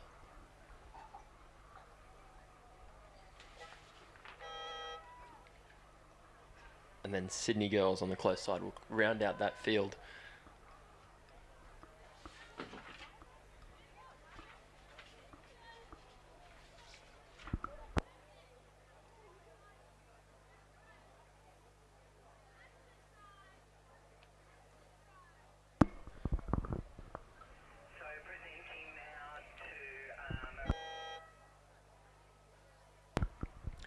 Presenting now race 13, the Schoolgirl Year 9 Cox Quad Scull Division 4. We have Miss Oganotti, the principal of Loreto Normanhurst, presenting Loreto Kirribilli with their medals. Congratulations to Claudia McCloskey, Camilla Squire, Eloise Roberts, Alyssa Dunn, and coxswain Arabella Johnston.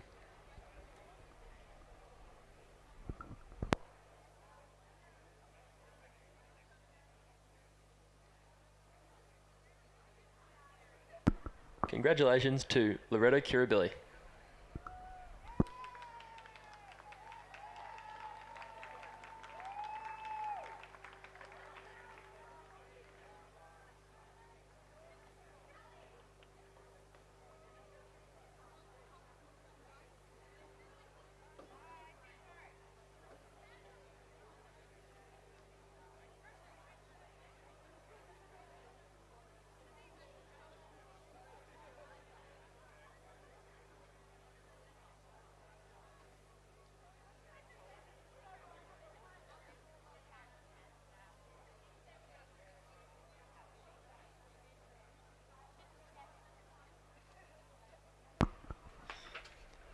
Meanwhile, we've had the second division of the Schoolgirl Cox Quad get underway and get a long way through this race. They're coming through the 1500, but through the 1000 metre it was Mossman 2 leading just over Canberra Girls Grammar 2, Sydney Girls, Canberra Girls Grammar 3, and Loreto Normanhurst back in 5th.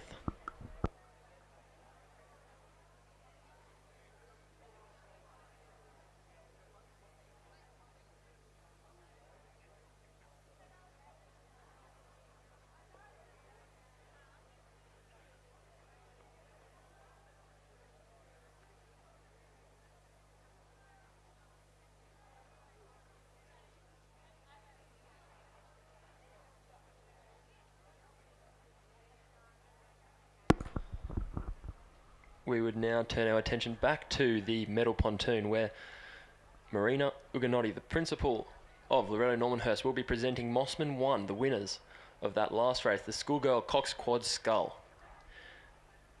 And presenting 2, Frida Kirkham, Lottie Reverstein. Eloise Stevens. Elise Coates. And coxswain Alexandra Pearson. Coaches Rowena Meredith and Tom Shremko. Congratulations to Mossman 1.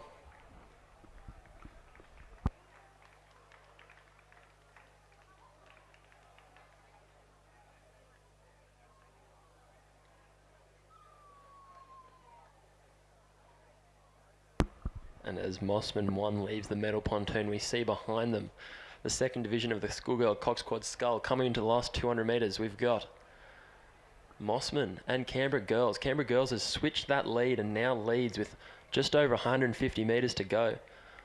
Then Mossman in lane 5, back in second. Followed there by the girls on the far side from Sydney Girls. And then back to Canberra Girls Grammar and Loreto Normanhurst tussling it out there for 4th place. But a very strong race there from Canberra Girls. It can be very difficult to flip a lead change like that from the 1,000 metre mark. So doing very well, very mentally tough from those girls. Sculling beautifully, all blades moving in synchrony. Then we see Mossman just over a length back in 2nd place. That Mossman crew there, coached by Ben White Wolf and Joshua Hewitt.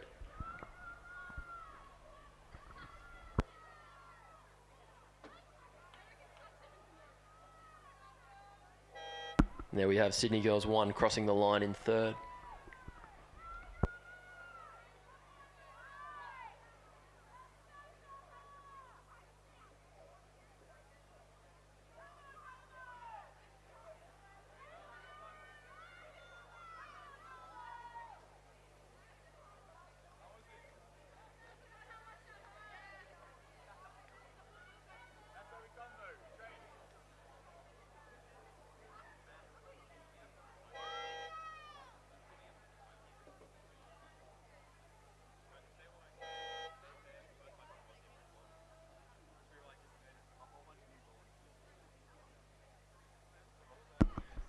And finishing off that race strong there, we've got Canberra Girls Grammar in 4th and Loreto Normanhurst in 5th. Good to see that there's still people sculling in year 12. It's an important part of rowing. I know I don't do enough sculling. Laura does enough sculling, but still very important and very transferable skills between the Cox Quad Scull and the 8. Which will be coming up right now. We've got the Schoolgirl second 8 coming down the course. As we speak, we've got St Catherine's on the far side. We've got Kirribilli in lane 5, St Catherine's in lane 6, and Loreto Kirribilli 2 in lane 7. In that first Loreto Kirribilli boat, it appears to have been a substitution. Annabelle Kovacs is in on 5 seat, an important seat of that boat. So we'll see how they go here against those 2 St Catherine's crews. One of those very strong schoolgirl programs who's been very dominant the last few years. But we should see some strong challenges today in that schoolgirl first 8 from Pimble, who put on a very strong performance last week, winning that race at all schools by about 6 seconds. But we'll get on to that next. We've still got the schoolgirl second 8 coming down. And for my eye, it appears to be a very tight race. Kirribilli perhaps just leading St Catherine's. On the far side, that lane 4 and 5 crew appear to be leading this race out as they come down to the 1,000 metre mark.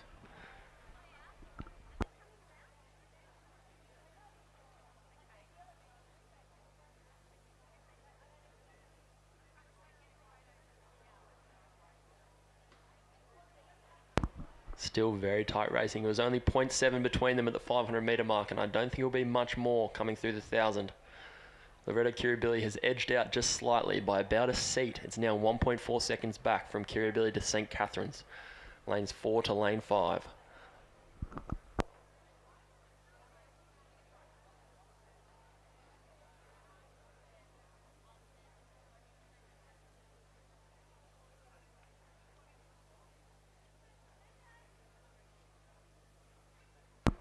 Then coming through the 1,000-metre mark now, we've got St Catherine's in lane 4 and Kirribilli in lane 7. Very tight racing between them.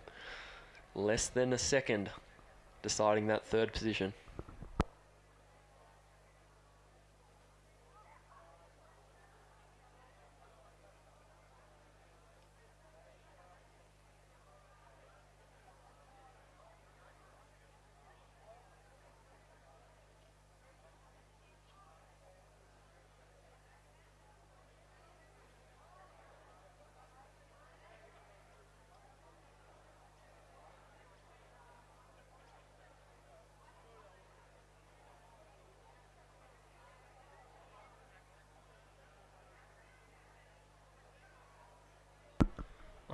I know at St Catherine's they've had a changeover of the head coach. Richard has left and Jared Watson is now heading that program and doing a fantastic job organising such a big program there that rose out of UTS Haberfield. Can be a challenge. I know they roll in the same body of water as Pymble, and seeing your competition today, every day, can be a challenge or it can be a blessing. It means you get a gauge of where they're at and how good they're looking. But you can also bring some nerves with seeing the other crew there every day. You know how hard they're training and you know how hard you're training. And coming through the 1500 now, that Schoolgirl second 8 is Kirribilli in first. St Catherine's 5 seconds back now in second. So Kirribilli having a strong third 500 metre. But we've also got coming down the course, we've got the Schoolgirl first 8 coming down the course, and we've got Pymble Ladies leading that one out by 2.5 seconds over Loreto Normanhurst in second. Just 2.5 seconds back, and then 3 seconds back to Queenwood, another 1.5 back to St Catherine's, and then tight with Kirribilli and that second Queenwood crew there. So an exciting race coming down behind this one. The blue ribbon event, that Schoolgirl first 8. We spoke about it earlier. Loreto Normanhurst hasn't won since 2015 under Dave Geely, but they've got Hannah Cowap as first 8 coach, and they've got a new director of rowing, Aidan Smith, who's also been helping out with the first 8 coach. And the rumour has it they've been doing very exciting things there. And I know personally they have some belief this year that they can challenge those top schools again. So we'll have to wait and see, but we've got a very exciting race coming down just behind this one.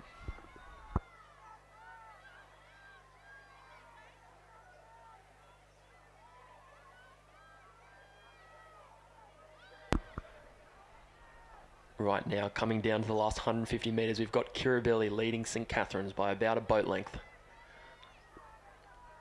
They'll close this one out after a very strong second 1,000 metres from them. And then it appears to be St Catherine's in second and third, and then Kirribilli back in fourth. But coming through the 1,000 metres mark now is that Schoolgirl first 8. We've got Pymble coming through in 3:27, a strong time. 3 seconds back to Loreto Normanhurst. 4 seconds back to Queenwood, tight with St Catherine's. Then Kirribilli and Queenwood closing out that field. It's slightly tighter than last week. Last week Pymble had a little bit more of a lead, so we'll see if Normanhurst can come back.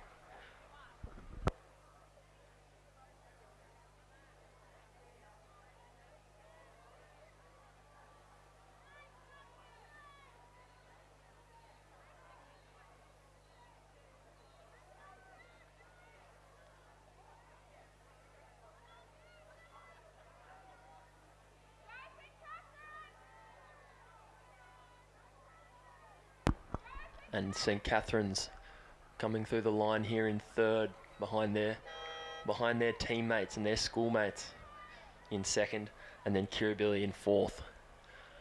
But blistering down the course, we've got that Schoolgirl first 8 coming in just behind these girls. It appears to be Pymble still holding on to that lead they've worked up for. Then back to Normanhurst in second. Normanhurst with Penny Collins on board, sister of Matt Collins, the winner of the Y-Fold 4 at Henley this year for Marlow Rowing Club. So some pedigree in that boat. I know Mac is now back in Australia. Heard he's doing well.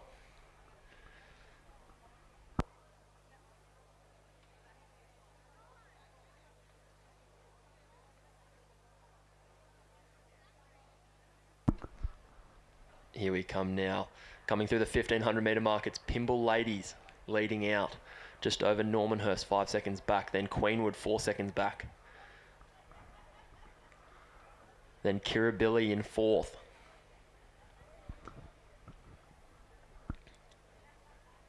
Queenwood in 5th. Not quite sure where St Catherine's is. Not sure if the results have got them here. They appear to be up in it. It's going to be a tight finish here. Normanhurst raising the rate, trying to mount a comeback on those Pymble girls, but they've carved out a lead. Very strong program. We saw how strong they were last week, winning by 6 seconds. We'll see if Normanhurst can close that margin.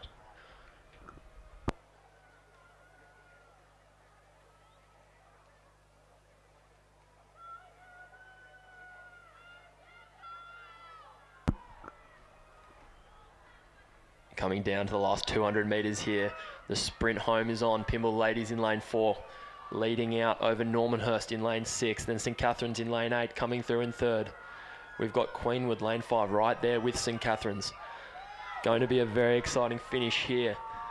It appears Pymble have done enough work and should be able to take this one home. Then Normanhurst appears about a length up on St Catherine's and Queenwood. Another strong row from them. Coming into the last 50 metres, we've got Pymble leading.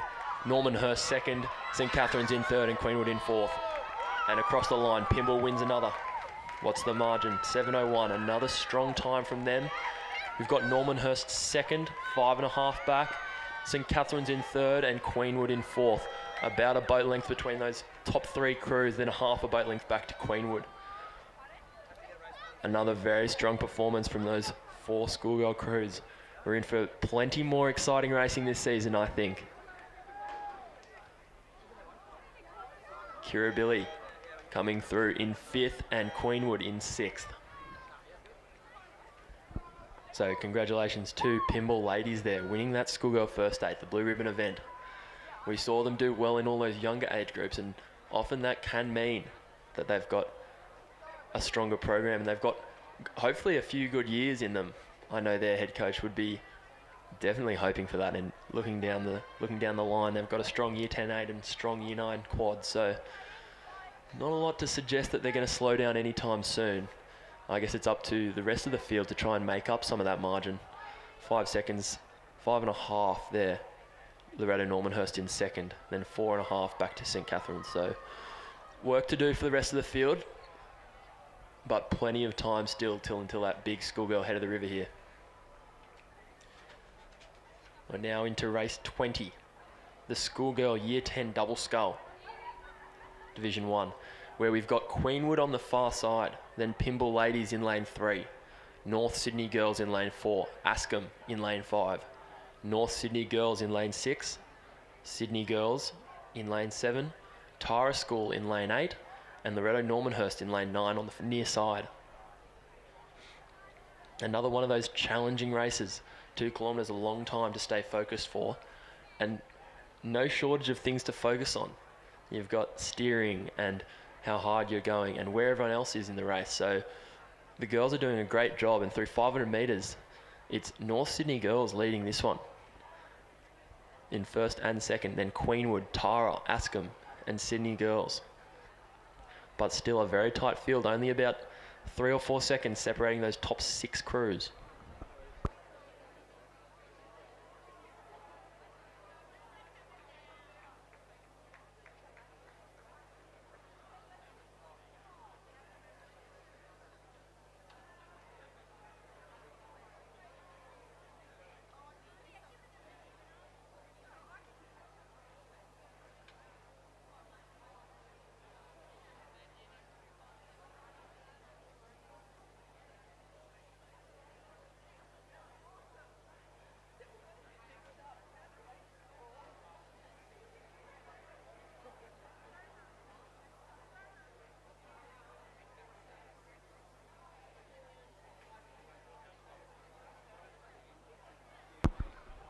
And now I'm looking down the course from up here in the finishing tower, and I can see there's a few patches, a few gusts of wind coming in now. It appears to be headwind, but still very light, gusting across the course.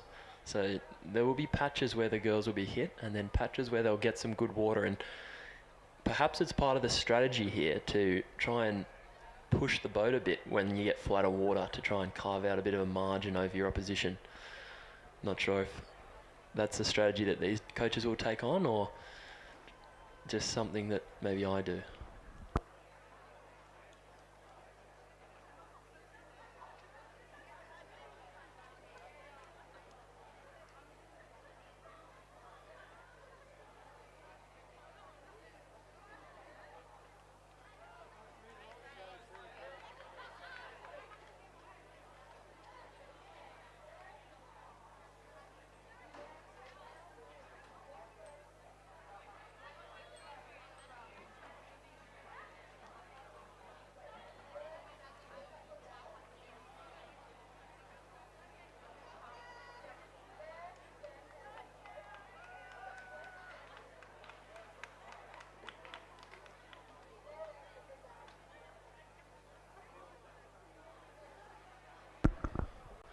So we've just come through the 1K in that Division 1 of the Schoolgirl Year 10 double scull, and it's North Sydney Girls leading Queenwood.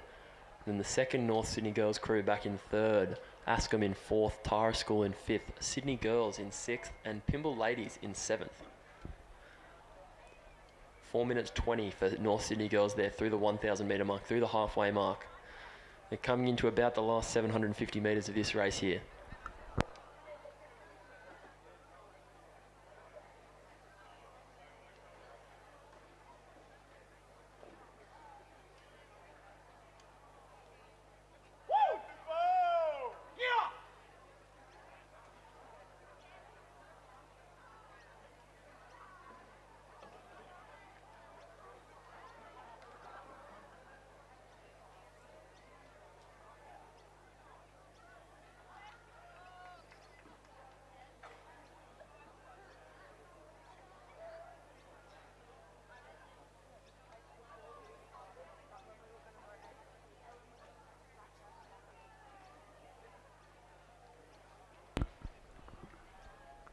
We still have that Schoolgirl Year 10 double scull coming down, but we're going to turn our attention back to the medal pontoon, where Marina Uganotti is going to be presenting the Schoolgirl First 8, race 19. The girls from Pymble Ladies College, winners of race 19. As they come to the medal pontoon, I'd like to invite them to jump up and receive their gold medals. Congratulations to Annabelle Shanahan,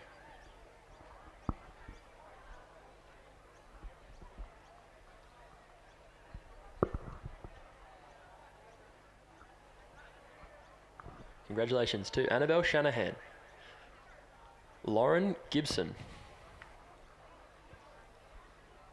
Isabella Stally, Summer Phillips, Scarlett Ollison,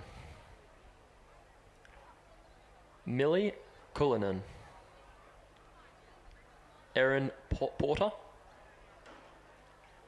Mika Niato, and coxswain Matilda Goddard. And congratulations to their coach, Harrison Randall.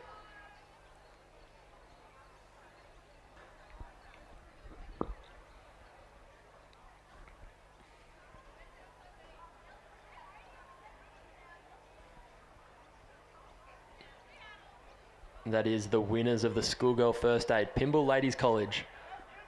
Congratulations.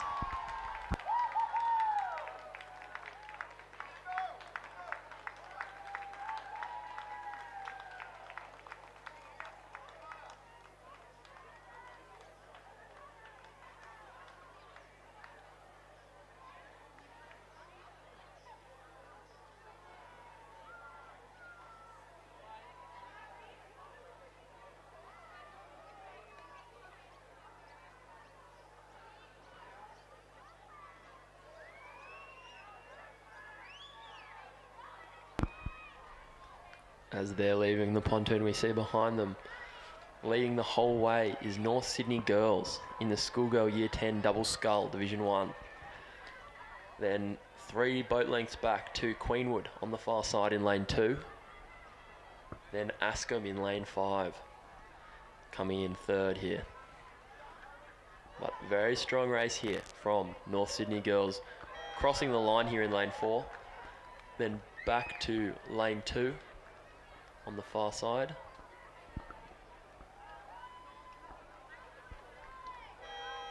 Then Ascombe in third in lane 5. North Sydney Girls second crew in fourth in lane 6. And then Tara coming through in lane 8 now, crossing the line in fifth.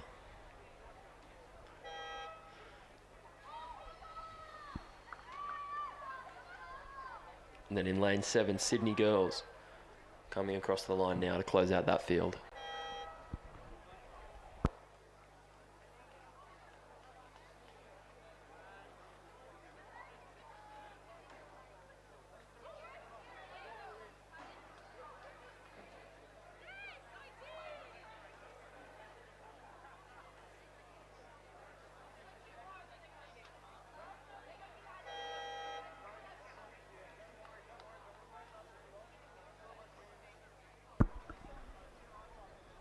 Now we've got the second division of that Schoolgirl Year 10 Double Scull coming down with Canberra Girls Grammar on the far side in lane 2. We've got North Sydney Girls in lane 3, Ascombe in lane 4, Tara School in lane 5, Sydney Girls 2 in lane 6, Mossman in lane 7, PLC Sydney in lane 8 and Tara School in lane 9.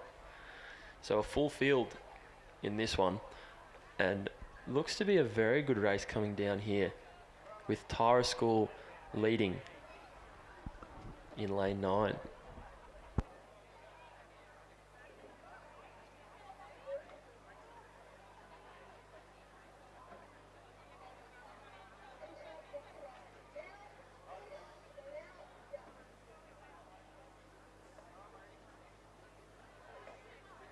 And they've come through the 1,000 metre mark and they're well on their way to the 1,500. It appears to be 5 boats across here in this next one.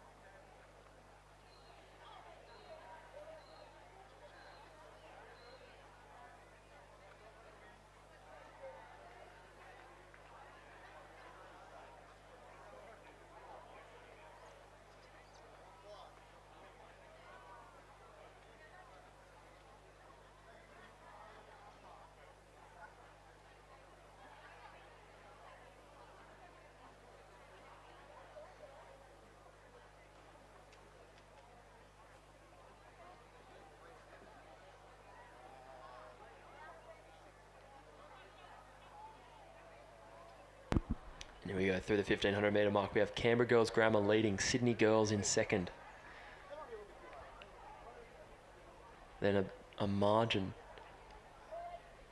back to lane 7 and lane 4, Mossman and Ascombe fighting it out for that third position here. Then closely followed by PLC Sydney in fifth.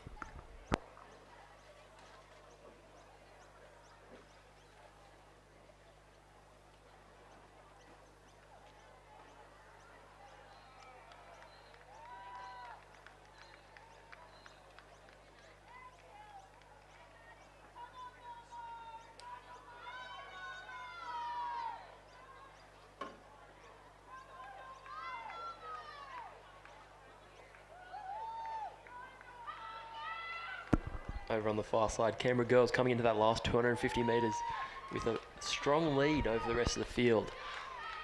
Looking good to close this second division of the Schoolgirl Year 10 Double Scull out here. We've then got North Sydney Girls.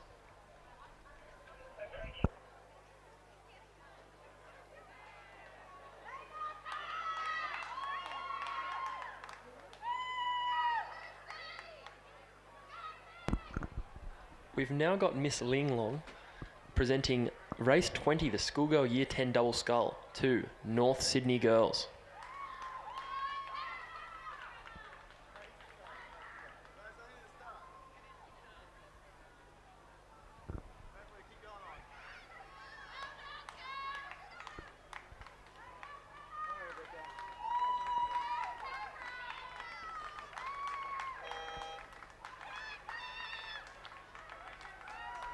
So congratulations to North Sydney Girls. Lugia Tang and Felicity Moy, coached by Philip Brown and Pamela Withnall. That is North Sydney Girls, the winners of the Schoolgirl Year 10 Double Scull Division 1. We now, looking back at the course, we see Canberra Girls Grammar winning that one over Sydney Girls in second in lane 6, then back to Ascombe in lane 4 for third, then Mossman for fourth in lane 7, then PLC Sydney coming through here, crossing the line now in lane 8.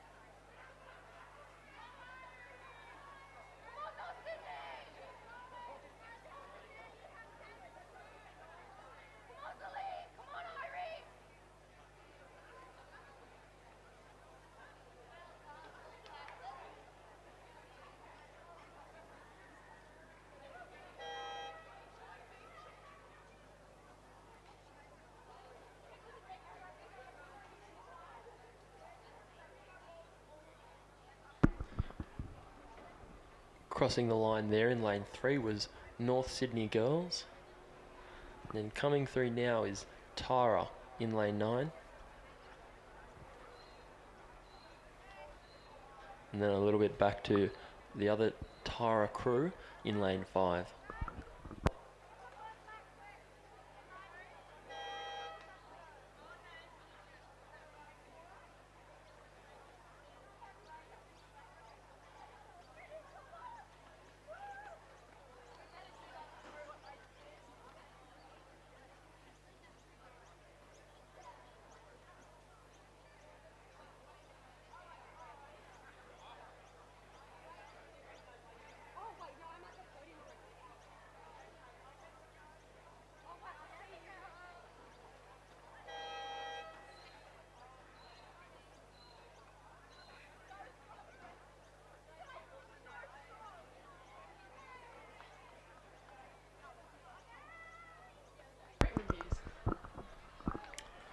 So we're now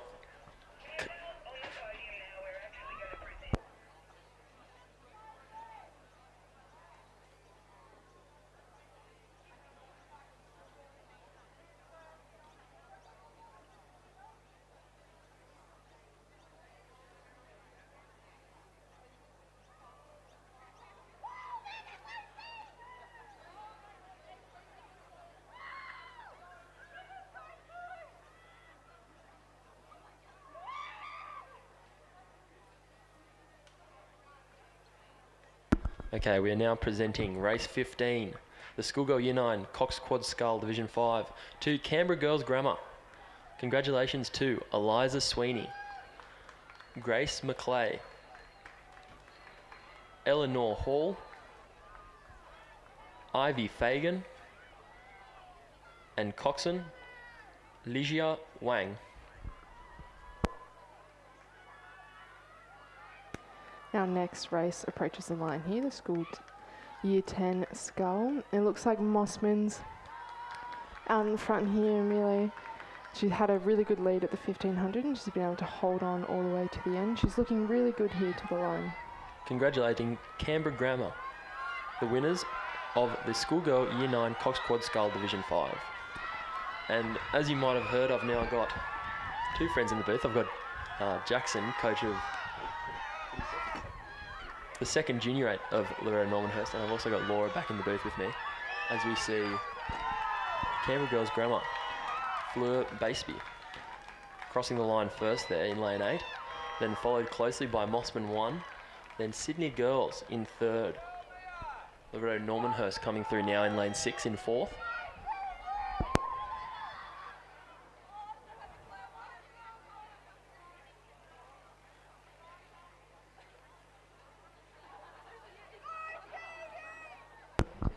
Then lane 2 from Pimble.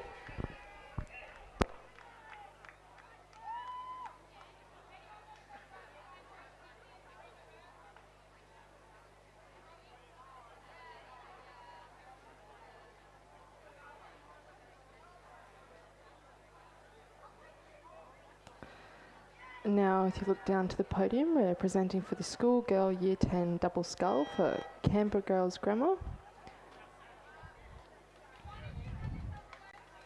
Congratulations to Meg Story and Lucy Kadaris. Congratulations, Canberra Girls Grammar.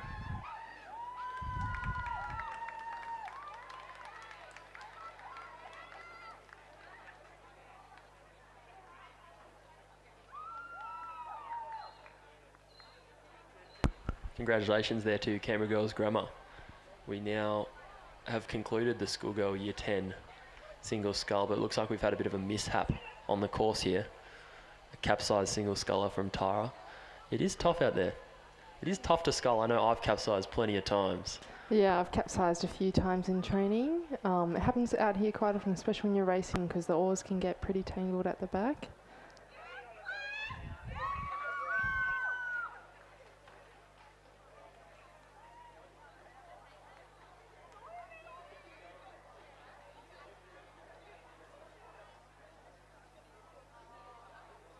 And now on the podium we have the presentation of the Schoolgirl Second 8 for Loreto Kirribilli, presented by Lynn Long, the assistant principal.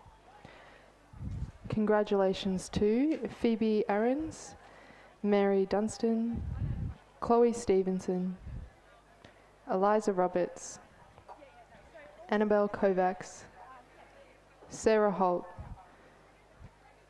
Georgia Moran, Amelia Charleston, and Lucy Karamaray.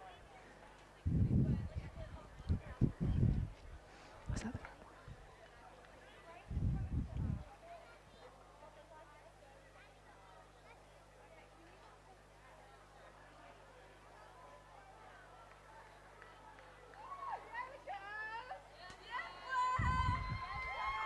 That's it. Congratulations to Loreto Kirribilli, winners of the Schoolgirl Second 8. And here we have the Mossman Sculler leading this one out very strong. Ava Baker leading that through that 1500 by 30 seconds over Canberra Girls Grammar. Got a very fast time coming along here. She could be going for a pretty good time in not very fast conditions today, but she's looking to have a nice, steady, confident race right to the line. That's it, but we've got a bit of a race heating up behind her for that third position between Loreto Normanhurst. It appears to be Sydney Girls on the close side, and PLC Sydney right next to, wedged in between two Normanhurst scullers. So we'll see how that comes out as they come to the last 200 metres of this race. Yeah, they're looking to wind up to the line here. They're moving through each other. It's still pretty close. It's too close to call.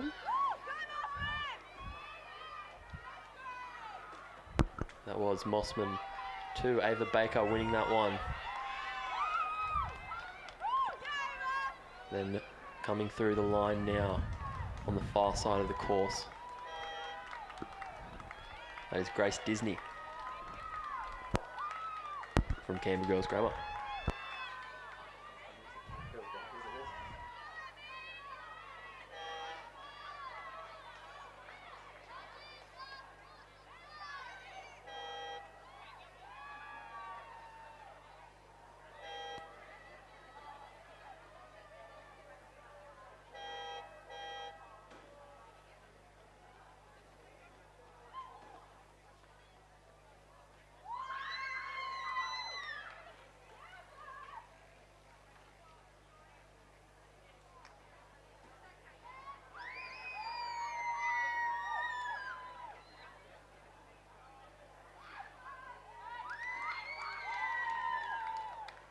As we turn our attention to the podium, we're presenting the Schoolgirl Year 10 Single Scull Division 1.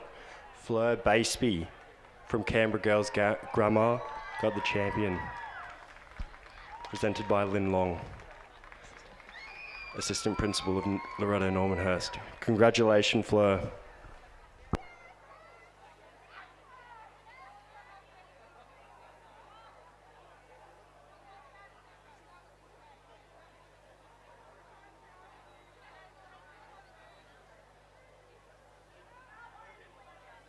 We've now got another Schoolgirl Year 10 single scull coming down.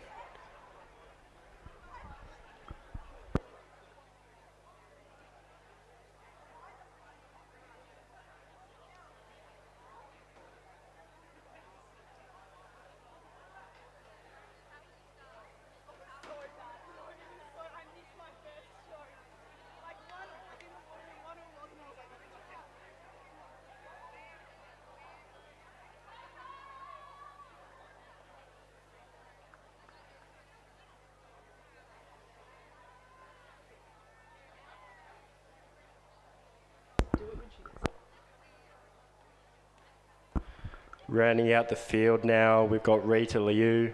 After a tough race, she's finishing nice and strong. Let's get round her as she crosses the line.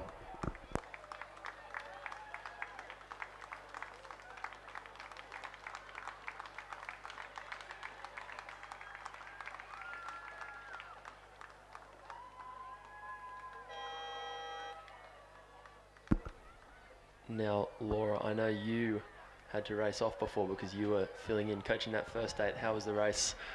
What did you think? I thought it was a great race. You know, it's getting better and better each week here. It was a Pimble got out nice and strong, but Normo also got out nice and strong. We were able to push away.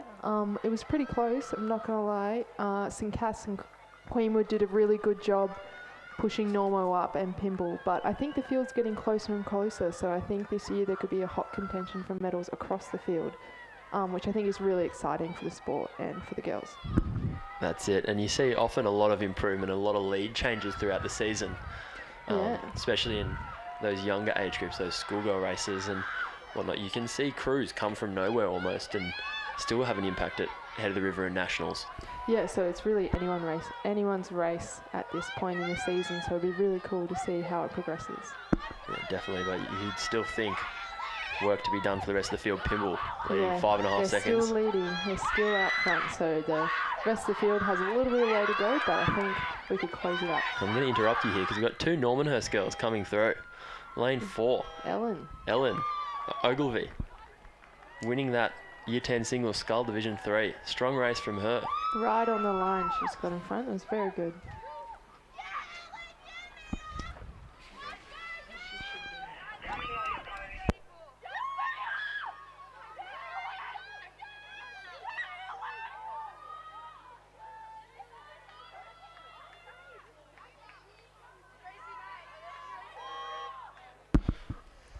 Okay, coming onto the podium now, we've got the Schoolgirl Year 10 Single Scull Division 2. We've got Ava Baker from Mossman, presented by Miss Lin Long, the Assistant Principal of Loreto Normanhurst.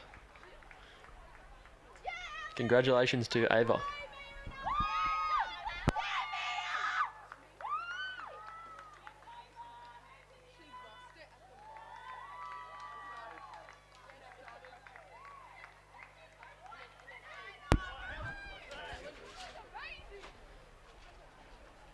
So, we've got the Schoolgirl Year 10 Single Sculls coming down, Laura.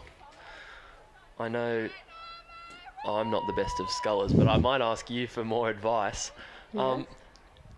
What do you think about when you're going into the race, leading up to it, and then when you're actually racing? Like, how do you keep the boat straight? How do you stay calm, not get nervous while you're racing? I always try and think I'm just trying to execute my race plan and stay internal in my boat. So not getting too external, worrying about what everyone else is doing. All I need to do on the day is my best and my race plan. And then I take a few deep breaths on the start line to try and calm myself down.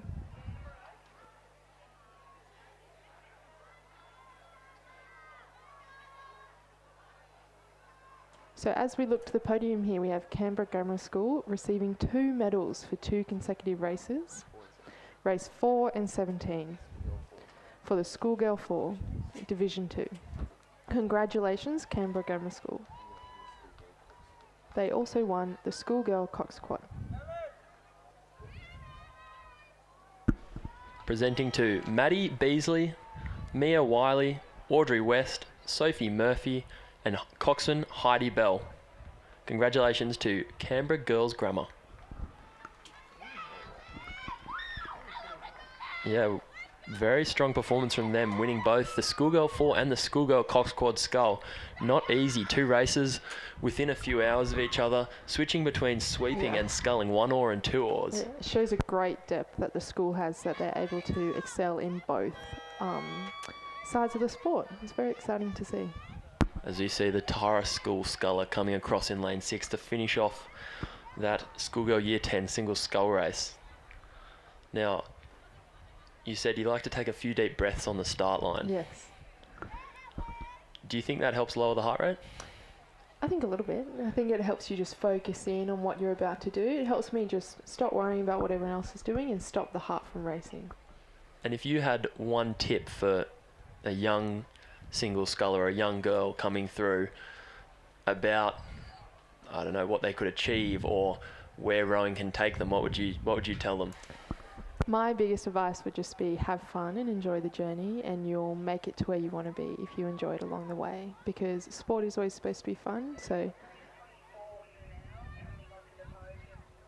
I know. And if we look to the podium now, we have the winner of the Schoolgirl Year 10 Single Scull Division 3, Ellen Ogilvie. Congratulations, Ellen, from Loreto, Normanhurst.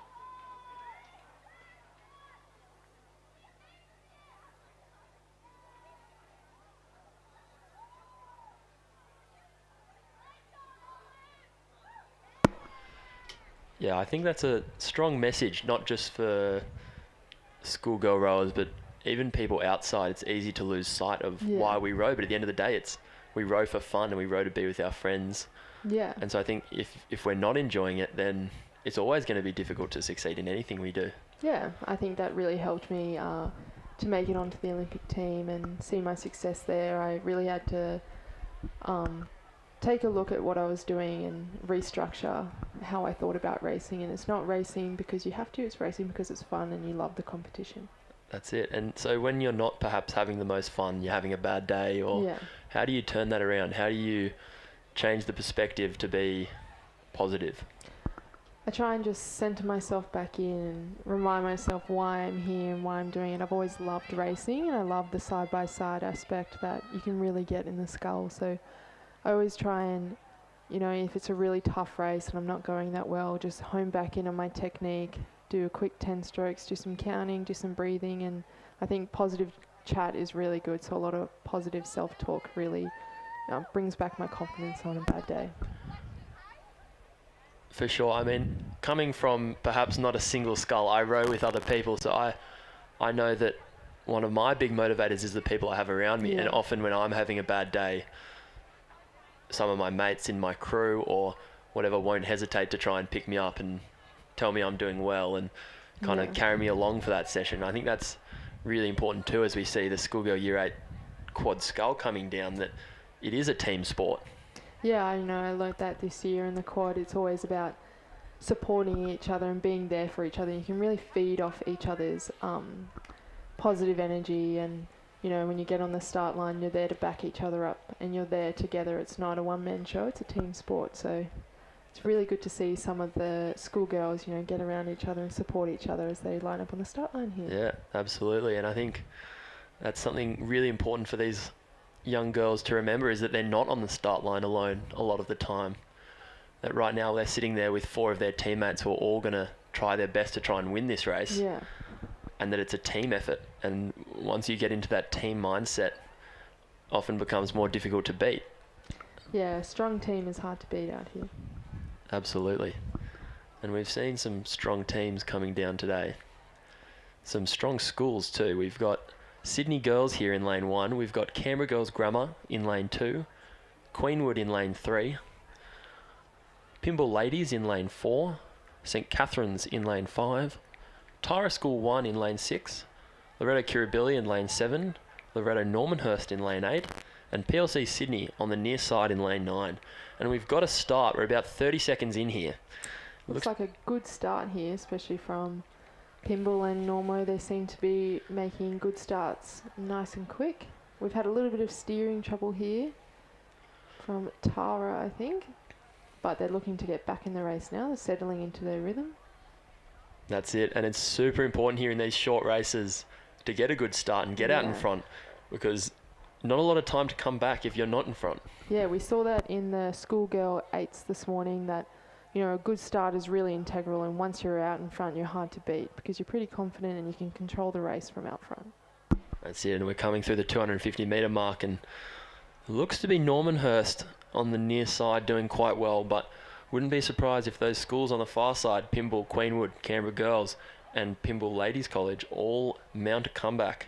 All very strong rowing schools and good history in this division.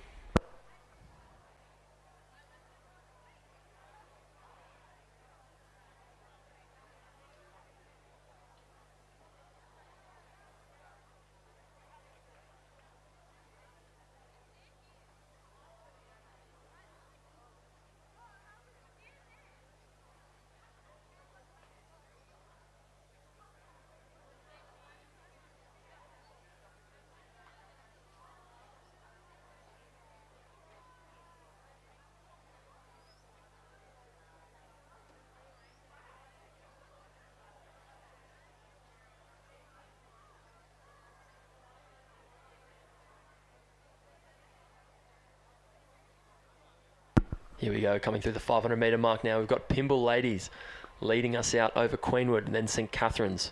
Normanhurst in 4th, but it's all still very tight, all to play for. 4.5 seconds between those top 4 crews, then back to Canberra Girls Grammar in 5th. Loreto Kirribilli in 6th. PLC Sydney in 7th and Tara School 1 in lane 8. It's still a very close race on our hands here, so we'll be able to get a better look as they come to the line, but it's looking pretty good for Pimble Ladies College and Queenwood here. They look to be stretching out the lead. That's it. It can be easy once you get into that peloton on the far side. Yeah, it can be. It can be, because you start getting pushed by those faster crews and you can often break away from the field. And we see that's kind of what is happening here on the far side. It's going to be hard for Normo on this side. They've got to really focus in, and the Coxers got to call them through the race as the real race for medals is happening on the other side, so they need to stay in touch here. I heard you mention a coxswain there. How important is a coxswain in this situation? I think especially in this situation here, especially for Normo and the other surrounding crews, a cox is integral to these parts of race. They need to be able to tell the crew where the other boats are, so they're nice and focused and focusing on their rowing, not looking out too much. So, I think it's this last bit of the race, it's a coxswain's race. That's it. The girls want to know where they are, but they're not allowed to look out of the boat. One of the key aspects of rowing, key rules is eyes in the boat. So keep it steady, keep it stable. Yeah, so it's looking really good for Pimble here. They're stretching out. They've brought the rate up, but St Catherine's is still there, pushing them along. But I think they might just get it on the line. They've got about a quarter of a boat length here and pushing out. Very tight race. Coming into the last 50 metres, we've got Pimble just leading out St Catherine's. Going to be in for a tight finish here. St Catherine's coming through with 2 strokes left. Here we go. It's going to be a photo finish here. I think St Catherine's might have gotten them there on the line. Yeah, I think they might. From here, it looked definitely that way. Normo having a good finish to try and push up into 3rds, but just slipped back into 4th at the end of the race there. That's it. Queenwood in 3rd. Loreto Normanhurst in lane 8 and 4th.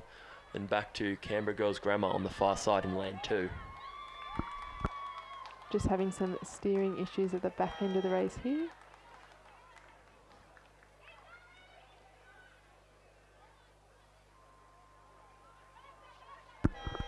Then coming through the line there is Kirribilli and Tara. And Pimble's Ladies College just crossing the line now.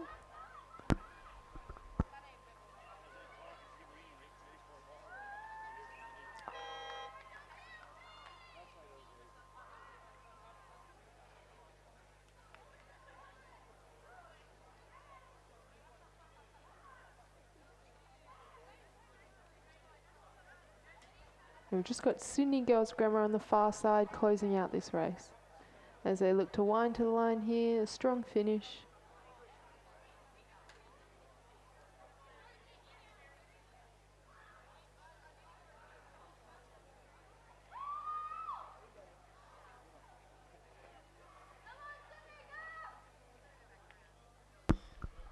Now, while we've got a gap while they line up the next race. Sorry, closing out this race in lane 1. That's Sydney Girls on the far side. I've got a question for Laura. What's your favourite memory from the Olympic Village? Oh, that's a tough one. I think I was always a big fan of rugby sevens growing up, and I actually got to walk past one of the girls I always looked up to, Iona from the USA. She's always been a great role model for me, so I actually got to meet her, which was really, really cool, and that's a real standout for me. And it's always great to meet one of your heroes and then be exactly who they thought they were and always live up to the expectation.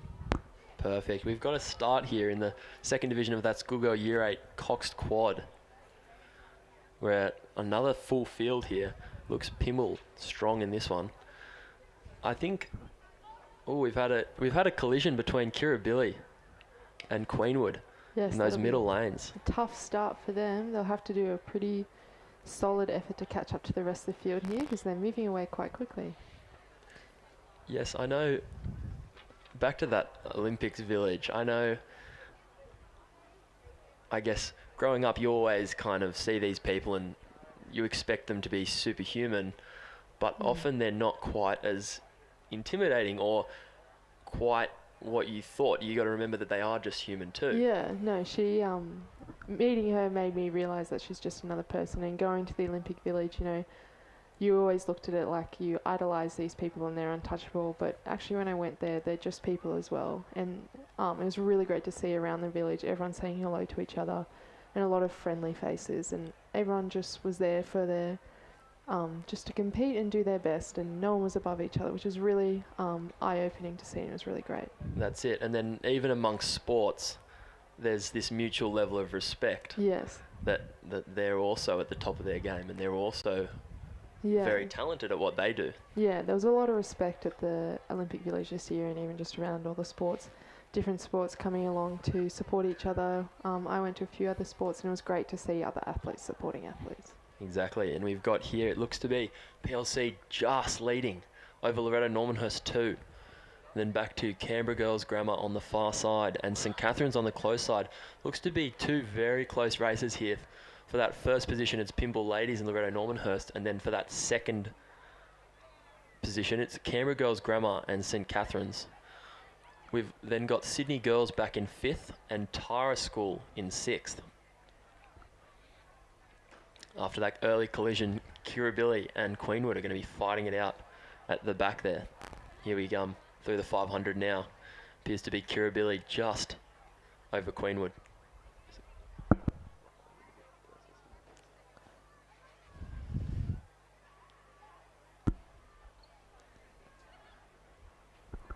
Oh, we've just had a slight crab from Loreto and Normanhurst, so they have to get back on track here to remain in the medal contentions. Yeah, so you say they've just caught a crab. What do you mean by a crab? For those of you out there that don't know. A crab is when the blade gets caught in the water and kind of catches a dirty stroke and gets stuck, and actually can stop the boat completely. So it can be quite tricky to come back from, but it does happen in all divisions. It's happened at senior levels recently. It can really shake up the competition when it happens, but you need to stay focused and stay calm and get back on track. Yeah, that's it. You lose the blade behind you, and it's like throwing a parachute out behind. Yes. The boat comes to a stop pretty quick, and it can be very hard to get the boat going again. Imagine it can be. It's like accelerating in a car. Once you're up at speed, it's easy to stay at speed, but going from a standstill can be difficult. But Loreto Normanhurst has done very well here. They might even be coming through Pymble here. Yes, they've had a great comeback from those dirty strokes, and they're looking to move up into the first place position here. If they hold on to it, doing a great wind to the finish. They're just moving together. Oh, and we've had a crab from Pymble Ladies College here just before the start. But if they get back on track, I think they can hold on to the silver position. That's it. Opens the door for St Catherine's and Canberra Girls on the far side to come through here. Yes, this could be quite close here. They can hold on. Normanhurst winning that one. And it just looks like St Catherine's going to come over the line here in front of Pymble Ladies College, but I think they've managed to hold on to third, which is quite impressive after a boat stopper. Rowing with 3 for the last 50 metres there. Well done to Pymble. It's very impressive. Does go to show, though, how important focus is. And here comes Sydney Girls and Tara to cross the line. And here comes across Loreto Kirribilli.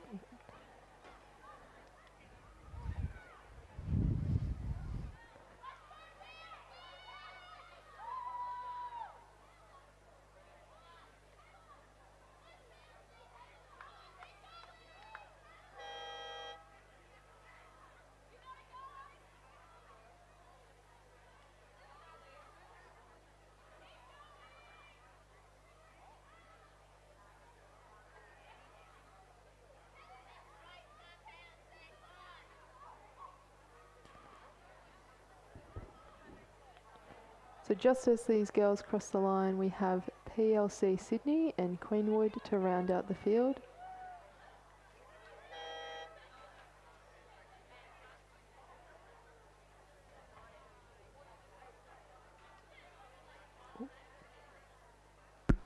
Queenwood coming across the line now. They're in lane 3, and we've already got the next race underway. Another division of the Schoolgirl Year 8, Coxed Quad Scull.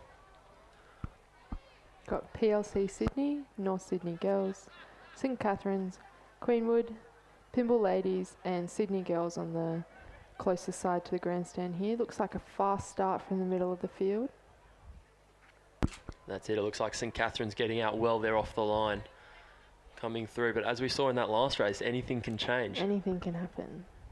Now, Penda, you've had a bit of international experience here. How do you handle on the start line just taking a deep breath, or even when something goes wrong in the race, what do you do to help regulate your nerves there? So I've been lucky enough to go to the World Champs in the 4, so I've always had people around me, and I always lean on them, and I always like to think I'd much rather be in this boat competing with these guys than competing against them. And that's something you develop through training and all those hard sessions that you do. You build that sort of trust. And so when things aren't going right or you're nervous, I often turn around and I always make sure to high-five the person behind me. And that's just like a show of trust and kind of saying, I've got your back through this. And I've always found just trusting those around me has calmed me down a lot and kind of made me maybe not so worried about the race, because I know that these guys around me are as good as anyone out here. Yeah, I think that's such a great thing to learn, to trust the people you're rowing with. It's really integral in this sport, especially in the crew boats. It can really help bring a crew together for success. That's it, and we've got St Catherine's coming through first, through that 500 metre, then Queenwood, Sydney Girls, North Sydney Girls, and then Pymble in 5th. And back to that aspect of trust, I think it's one of the beauties of this sport and one of the beauties of rowing is that you do so much training together that you do develop that trust. Yeah, I think trust is a real thing. You have to give it time. You can't rush it, but when it's there, it's one of the most important things, I think, in a crew boat. Yeah, absolutely. And I think it's something that I know I've taken into the rest of my life is building that trust and trusting those around me. And it's definitely something that I've taken from rowing. So yeah, I think there's a lot of good things you can take from rowing, but I would say trust is one of the most important ones, and learning to work together. Absolutely, absolutely. Teamwork makes the dream work. Yes, it does.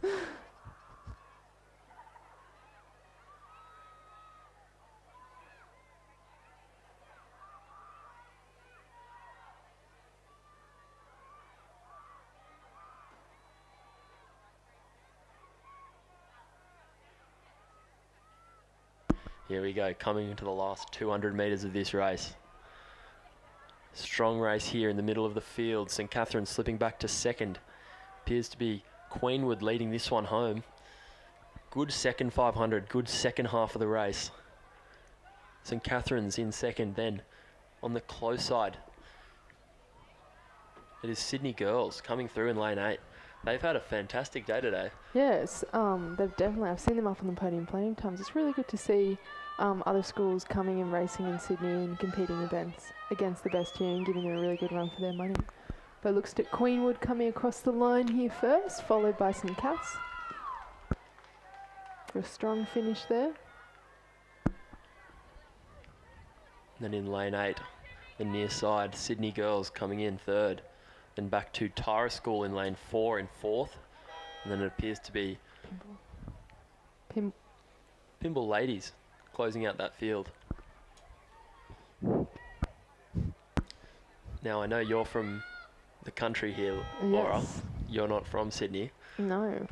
What sports did you play as a kid, and how did you get into rowing? Yes, so I'm from Narrabri, which is rural New South Wales, right up the top near the border. I think I played every sport under the sun. I played swimming, touch footy, softball, netball, rugby. I actually didn't get into rowing until I went away to boarding school. You know, going into boarding school to Loreto Normanhurst gave me that opportunity to try a different sport and really put me in place to end up where I am now. That's it. So was it always a goal to go to the Olympics, even when you were young? But I guess it probably wasn't for rowing. No, I think it was always a goal for me.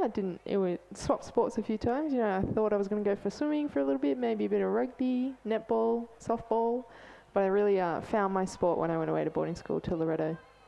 That's it. And did you fall in love straight away? Did you know it was rowing, or did you still have your doubts when you started? You know, I definitely wasn't the best when I first started. I had a pretty solid erg, but I couldn't really go straight in the single scull, so I really had to take my time and learn. And it took a little bit, but I think near the end of school, I was like, oh, I think I can go somewhere with this. Yeah, exactly. I know we've got PLC crossing the line here and closing out that third division of the Schoolgirl Year 8 Cox Quad Scull.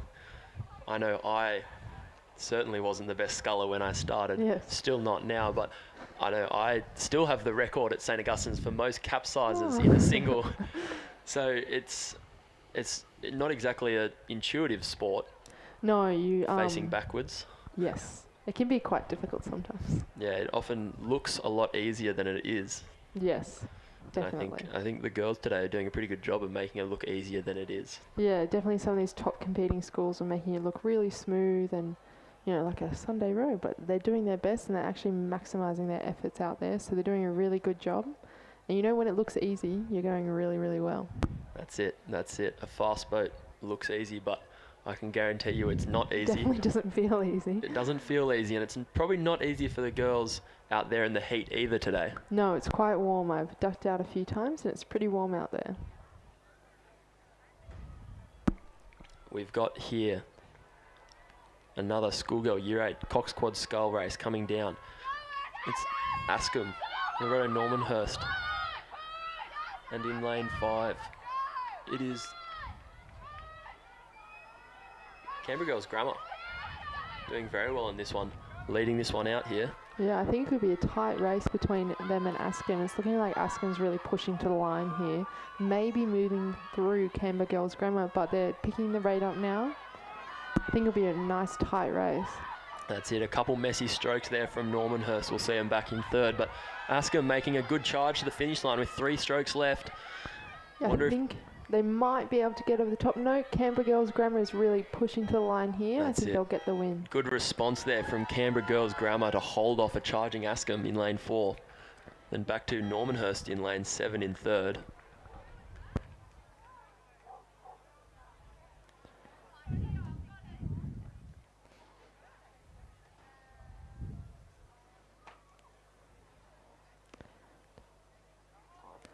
And just coming up in the last 100 metres or so, we have Tara doing a strong finish to the line, winding it up as they get nice and close to round out the field here in fourth.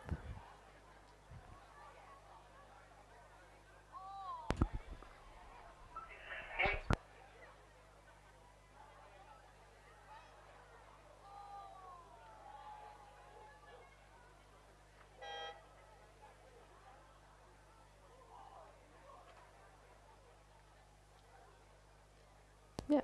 As we cast our eyes to the pontoon here, we have the presentation for race 25, the Schoolgirl Year 8 Cox Quad Division 1. We have St Catherine's here. Congratulations to Pippa Dodwell, Eddie Hare, Isabella Wadham, Alice Burgess, and Estelle Glass. Congratulations, girls. This is presented by Miss Long from Loreto Normanhurst.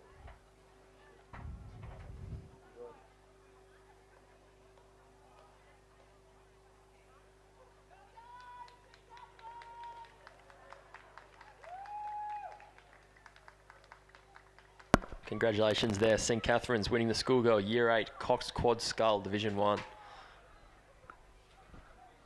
Now Laura, back to you. So we've spoken to you about your rowing at school, and then how did you transition to join a club? I know you row at UTS Haberfield. Yes. I actually got approached in school by the club. They came out and watched me row a couple of times and asked me if I wanted to do a little bit of extra over the winter. So I did the Schoolgirl program there in my winter when I was taking a break from the Schoolgirl rowing. So that's how I got into it. And then they really welcomed me at that club. I really found my place there in a really good community, and they really helped me transition into making teams and eventually making the Olympic team. Yeah, that's it. And so what about if you aren't fortunate enough to get approached, and you want to keep rowing after school, Yes. How do you go about that? I think if you're not approached, all these clubs are very approachable in Sydney. They are always looking for more people to join, so you can always approach the clubs. There's plenty of clubs in Sydney to go looking for depending where you live and what you want, but the clubs are always welcoming to more people to come along. 100%, and I think it's such a wonderful opportunity to be able to continue sport after school. Yeah, it's such a privilege. And it's something that a lot of people lose touch with. I know a lot of my friends that don't compete anymore have lost touch completely with that side, even though they were fantastic athletes at school. Yeah, I know a lot of good athletes from my year as well, and I was the only one, other than Hannah, my Cox, to continue rowing after school, just because people move overseas and stuff. But it's great that to see some people continuing, it really develops the sport in Australia. That's it, and we've got the Schoolgirl Year 8 Cox Quad Scull Division 4 coming down, where we've got St Catherine's leading over Queenwood, then Canberra Girls Grammar back in 3rd, Loreto Kirribilli in 4th, North Sydney Girls in 5th, and Sydney Girls in 6th. Yeah, St Catherine's has got a pretty good lead here. It's close to Queenwood, but they've seemed to push out even further. That's it, we're coming into the last 250 metres now. Last quarter of a race. It's pretty tough. Important stuff though. Yeah, you need to stay clean and stay focused because there's a lot going on and you're pretty fatigued. So it's, I think, one of the hardest points in the race to try and stay focused and not catch those dirty strokes that we've seen today because it can cost a medal. That's it, and it's often decision time. You're Yes. hurting, it's decision time. Do you want to try and push harder, Yeah. or are you going to settle for where you're coming? And it's a tough decision to make when you're hurting. Yeah, it's a really tough point in the race. You need to be really mentally strong here and really, especially in those crew boats, like you said, lean on your teammates and really move together and push together to be able to cross the line and be successful. That's it, and we see Canberra Girls Grammar doing a fantastic job of this as they come through over on the far side in that green and white boat. A few messy strokes here, but it looks like it should be still a good finish. Yeah, they're just coming back now after a little mishap, but they're looking strong. That's it. It's Canberra Girls Grammar. Queenwood's coming up now after taking advantage of those dirty strokes. They're looking pretty good, rowing nice and tall. That's very integral in this part of the race. I think they're going to move through grammar school here. That's it. Very strong finish here from Queenwood to get over the top of Canberra Girls Grammar. Yeah, it's just like we were talking before. This last part of the race, anything can happen. Exactly. Queenwood winning there by just over a length to Canberra Girls Grammar in lane 3. Then we look back. It's looking like St Cass, but also again, anything can happen in that last bit. St Catherine's appears to have caught a crab, slowing the boat down. Tara might have an opportunity here. They could push up. Oh, some more dirty strokes. This could be right to the line.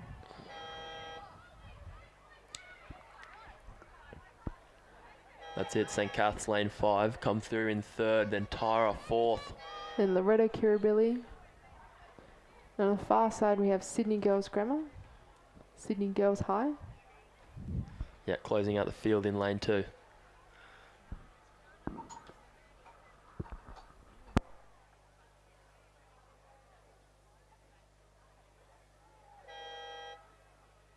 Here we go, and we've got the next race, Division 5, the Schoolgirl Year 8 Cox Quad Scull coming down now. We've got Sydney Girls on the far side in lane 2, then Loreto Kirribilli in lane 3, Queenwood in lane 4, Canberra Girls Grammar in lane 5, Queenwood in lane 6, Canberra Girls Grammar in lane 7, and then Queenwood in lane 8.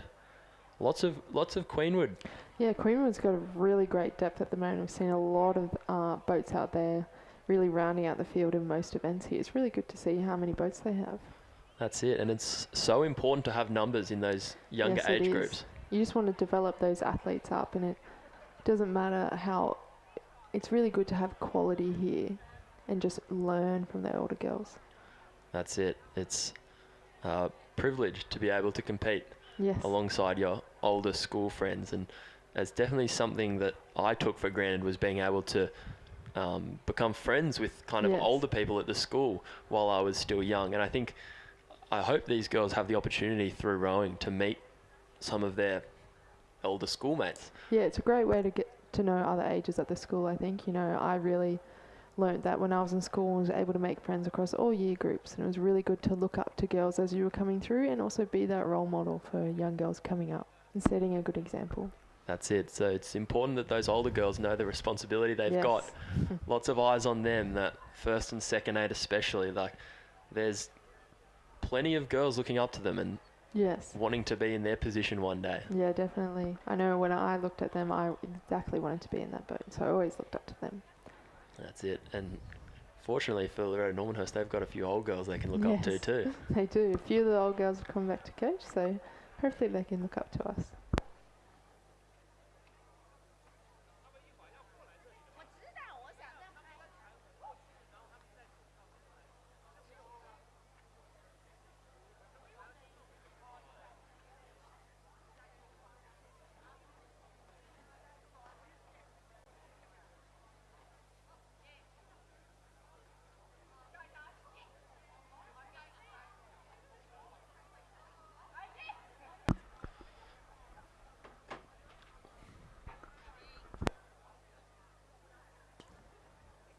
And we've got race 30 coming down now. Coming through the 500, it's Queenwood leading over Canberra Girls Grammar.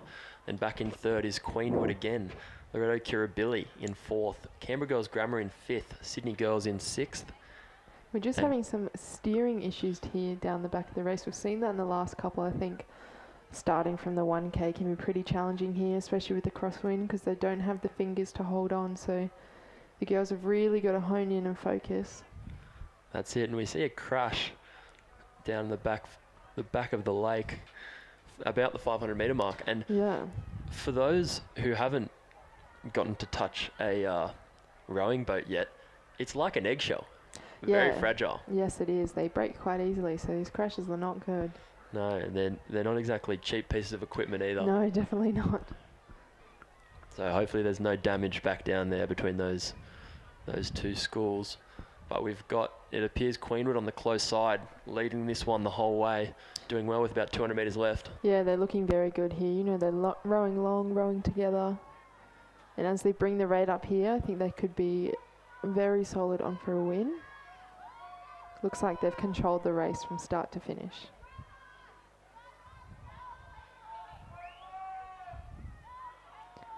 Loreto Kirribilli on the far side is coming up in second now. They're looking pretty good, winding to the line here, working together, but I don't think anyone's going to be able to come up to this Queenwood crew here.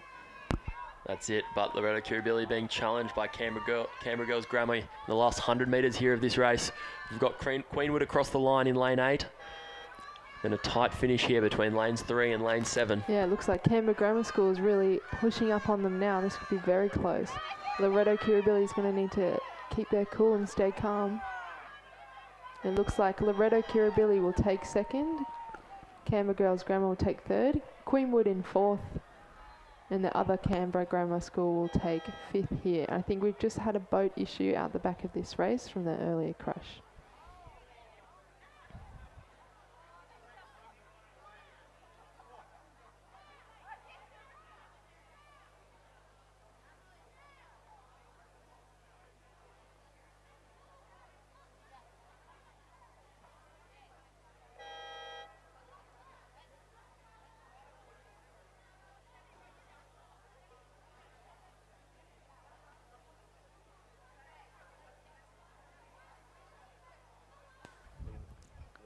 So as we look down to the pontoon here, we have the presentation medals for race 14, presented by Miss Long and Miss Ugonotti.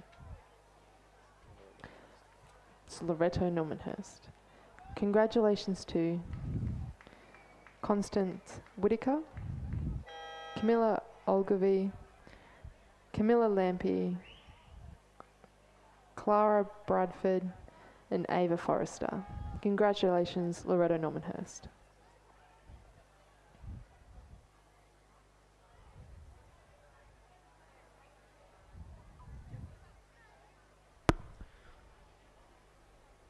Yes, congratulating the winners of race 14, the Schoolgirl Year 8 Cox Quad Scull Division 5 from Loreto Normanhurst.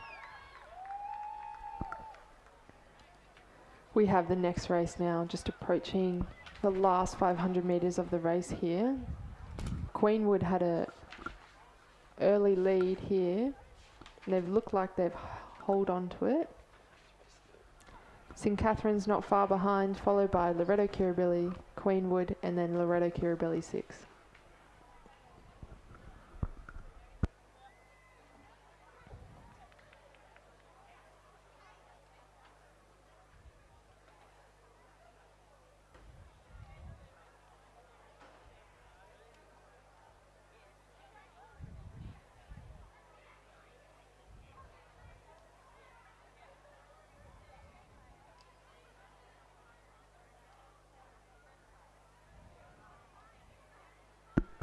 Here we go, coming to the last 200 metres, we've got Queenwood leading out over St Catherine's.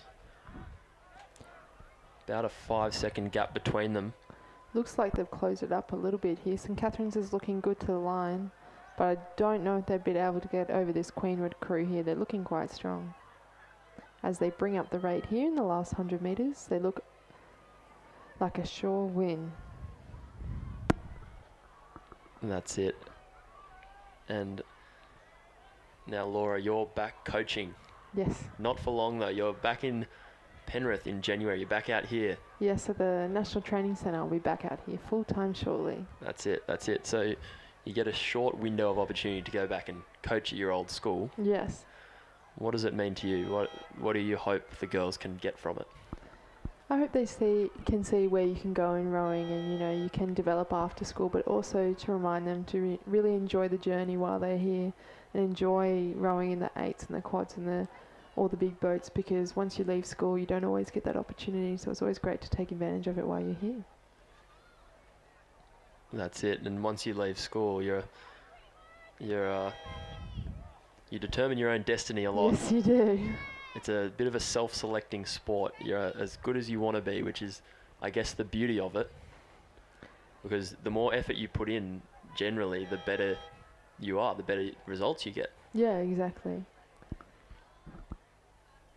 Definitely a strong message for the young kids.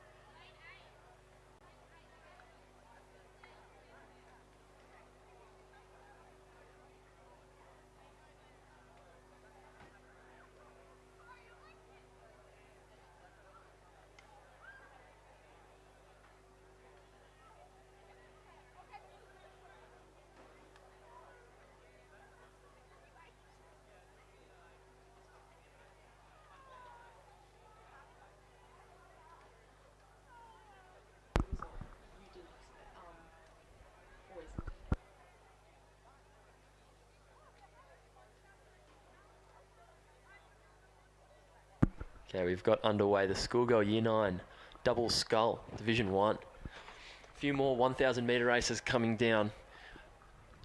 In this one, we've got Tara School on the far side, then Pymble Ladies in lane 3, Sydney Girls in lane 4, Loreto Normanhurst in lane 5, then North Sydney Girls in lane 6, Loreto Normanhurst in lane 7, PLC Sydney in lane 8, and North Sydney Girls in lane 9. Yes, this looking like a great race so far. Nice and flat. Everyone's basically in a line at this moment, moving out together, so it's hard to call. That's it, coming through the 250 metre mark. It's hard for us to call. Looks tight. On the screen here, looks like Loreto Normanhurst has got a good start there. Charging out, taking the early lead, I think. That's it, leading this one out from the start. Very important in the short 1,000 metre racing to lead from the start. Yeah, it definitely gives you a good advantage over your competitors here. Bit of confidence boost as you go through the race. That's it now. Laura, I've got a question for you. Following the Olympics, it's not exactly how you expected it to go. No, yes, we didn't come away with the place we wanted, but you know, it's always about making sure you make the most of it. That's it. So I'm sure it's still a fantastic experience nonetheless, your first Olympics. How do you deal with disappointment perhaps, or when things don't go as you expect? Yes, I always think you can always learn more from your not so good results than your successes, and I think I learned a lot from that regatta, and you know, also learning to enjoy it. Just because you didn't win doesn't mean it can't be a good experience and you can't take good things away from it. Like, I always look back with fond memories of that regatta, and the one thing I think I did well was really take it all in while I was there, and we had a pretty tough season going in, but we all leaned on each other and I think could take positives away even though it wasn't the result we wanted. So it's always about enjoying the journey along the way and, you know, always learning something from those disappointments. 100%. And we've got here PLC Sydney lead through the 500, then back to Sydney Girls. Then both the Loreto Normanhurst crews close there in 3rd and 4th. Then North Sydney Girls back in 5th. Tyra School 1 in 6th. North Sydney Girls in 7th. And Pymble Ladies closing out that field there. Yeah, I think looking back, it's definitely something you need to be able to enjoy. And I always like saying, when I roll up to the start line, whether we win or lose, this is a success. Yeah, it's always a success getting on the start line in the first place. It always takes such a amount of energy to get there. And if you look down to the podium now, we have Loreto Normanhurst on the podium for race 26. Congratulations to Loreto Normanhurst. That's the Schoolgirl Year 8 Cox Quad Scull Division 2. Loreto Normanhurst of Kate Dean, Isabella Lander, Annie Shepherd, Charlotte Horton-Smith, and coxswain Claire Cabul.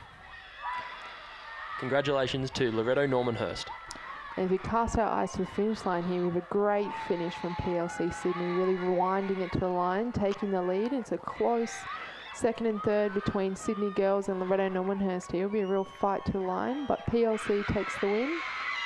It's really close. I can't quite call it yet, but Loreto Normanhurst has a slight 2-foot lead as they cross the line for 2nd. Sydney Girls 3rd. Loreto Normanhurst will come across the line in 4th.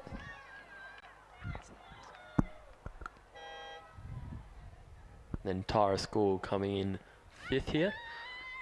A tight finish there between Sydney Girls and Loreto Normanhurst for that 2nd spot. Loreto Normanhurst just holding them off. Yeah, it was great to see some really good racing here today. Some close finishes, a few photo finishes even, which is really, really good to see.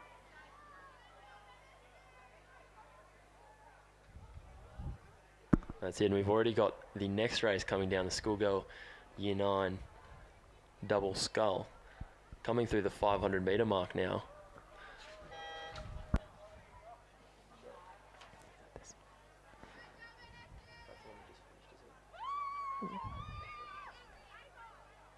And as we go through the 500 metre mark, Loreto Normanhurst of Lara Dwyer and Lucy Meek are out in front. They've got only half a second lead over Sydney Girls 2, then PLC Sydney 2, Loreto Normanhurst, PLC Sydney 3, Tara School 3, Loreto Normanhurst, and Loreto Normanhurst again to round out the field. Just having some slight steering issues out here in front. Loreto Normanhurst is going to want to correct this to try and hold on to their lead. That's it, and while It looks like those buoys are nice and soft. They're actually hard plastic. So if you hit them with your oar, it can be very hard to hold on to. It can be very disruptive to your rhythm, and it can be quite a shock when you hit them when you're not expecting it there. But they look like they're doing a good job to get back straight, back into the race here. Moving well together as they approach the line. But yes, those buoys can be quite a shock to hit if you're not expecting it. That's it.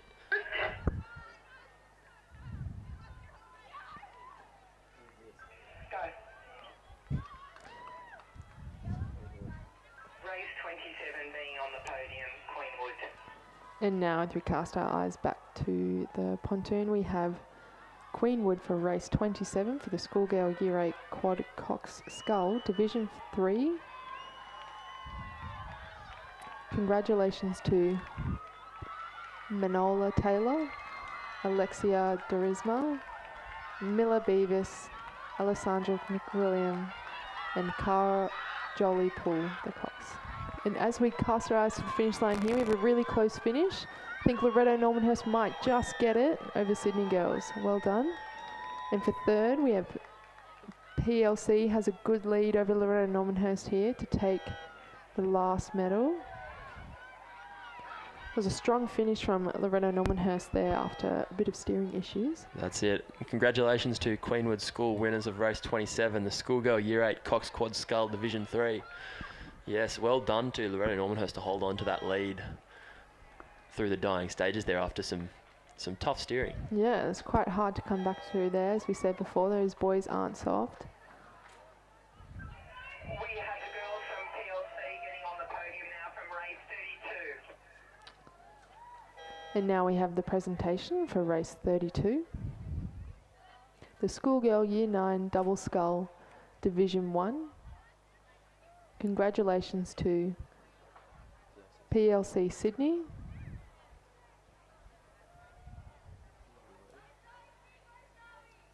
congratulations to Zoe Lee and Sophie Moore.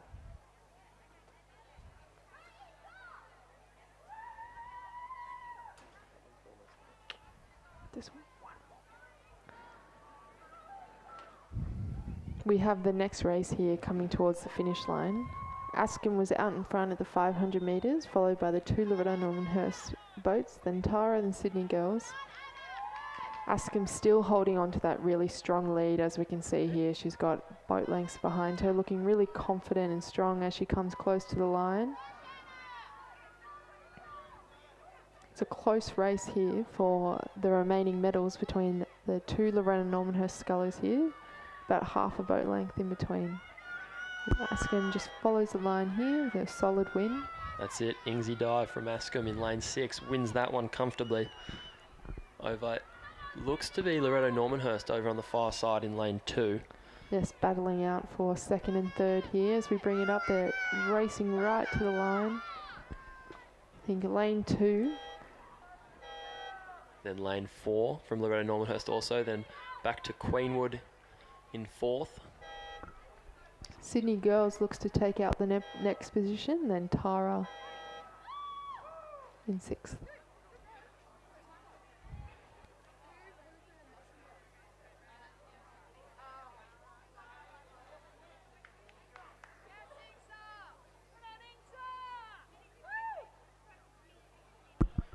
Two more races coming down to close out our morning of racing before our lunch break.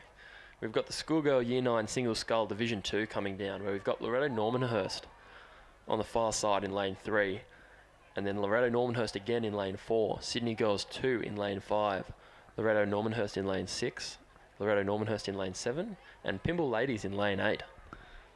A lot of Loreto Normanhurst taking full advantage of this regatta. Yeah, I think they're really taking advantage of being able to practice their small boats here. You know, they use them for their trialling, so it's always good to get out there and practice more race experience. That's it, and you can't beat racing as No, a form you of can't. training. I think it's the best one out there. That's it. More racing is only going to make you better. Yes.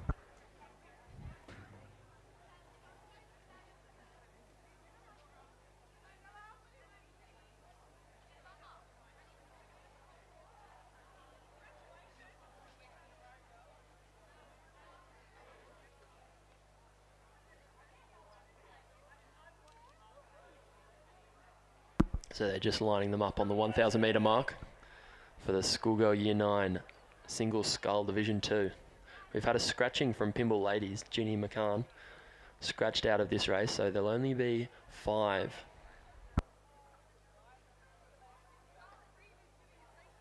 The winners, Loreto, Normanhurst, Lucy and Lara. And now, as we look at the podium, we have race 33 here.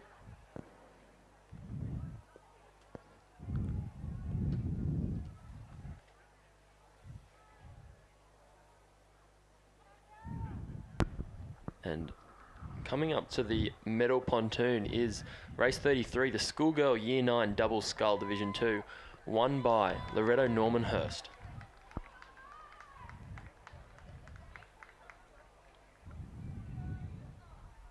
This will be presented by their principal, Miss Uganotti.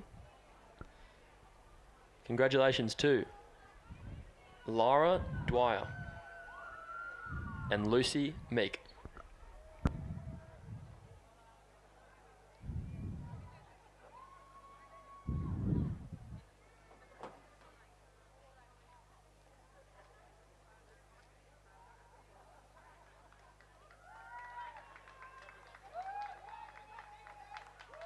Congratulations to Loreto Normanhurst, winners of the Schoolgirl Year 9 Double Scull Division 2.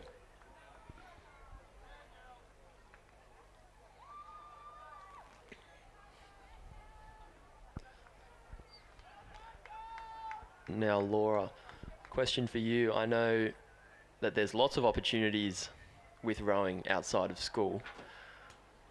What are some of the opportunities that you've remembered and that you cherish that rowing has given you, perhaps not so much rowing, so not competing at the Olympics, obviously a fantastic memory, but Yeah, I outside think of rowing? one of the big things is being able to travel the world. You know, I've been to a lot of places that I didn't think I would always go. I've been to Serbia, actually. I got to go to Switzerland, Italy, Poland. You know, I've been able to travel all around the world with rowing. It's a really great experience and one of those positives that you don't always think is there, but it's a really nice one to be able to go around the world and see how they compete over there and the different cultures you can experience. That's it, perks of the job. You get to travel the world. Yes, it's quite nice. We've got the Schoolgirl Year 9 Single Scull Division 2 coming down now. About 40 seconds in, so almost coming through the 250 metre mark now. In this one, we have Loreto Normanhurst on the far side in lane 3. Loreto Normanhurst also in lane 4. Sydney Girls in lane 5. Loreto Normanhurst in 6 and 7. And a scratching from Pimble Ladies College in lane 8. So 4 Normo girls and 1 Sydney Girls. Yes, this would be quite a fun race in between the Normanhurst girls here with the Sydney girls here. It's always fun to race your teammates and change it up a little bit, I think. Absolutely, a bit of friendly rivalry here. Yes.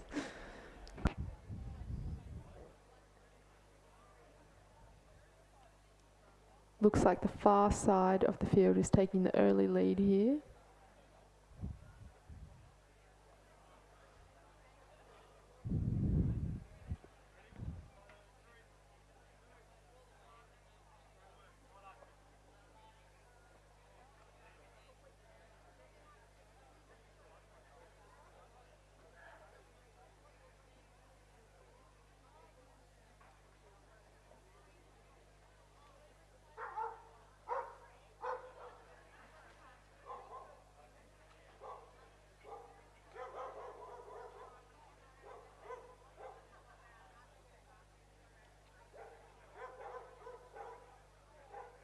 And they just come through the 500 here. We have Ruby Mullins taking out first so far, followed by Ruby Matthews, both Loreto Normanhurst here. She's got a solid lead of 6 seconds, so it's looking good for her to take out the win.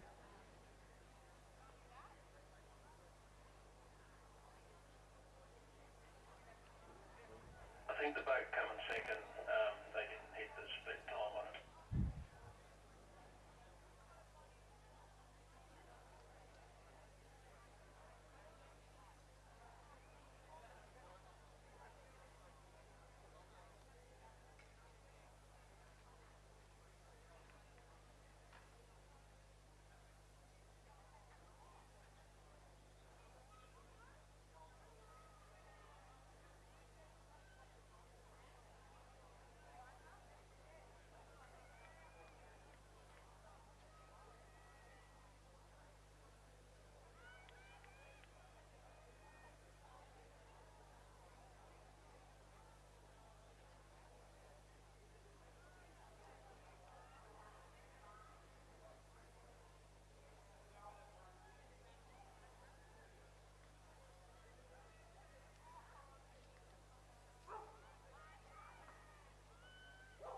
Here we go, and we see on the far side, it appears to be Alexandra Hare raising the rate of striking. She's coming home strong here, looking for that win over a fellow teammate on the near side. In lane 6, we've got Ruby Mullins in second. This is looking like quite a good race here out in front. They're both looking pretty strong here, both bringing up the rate, rowing long right to the line. I think the far side might just take it, but it's looking pretty close here. That's it, and it's probably a situation they've been in before, being training partners. Yes. They've probably been here before, and I'm sure they'll be here again. Yes, I'm sure they will be. It's a very close finish. And that's lane 3, Alexandra Hare taking it out over Ruby Mullins in lane 6. Strong racing. Normanhurst 1 and 2. And 3, it looks like it as we approach the line here.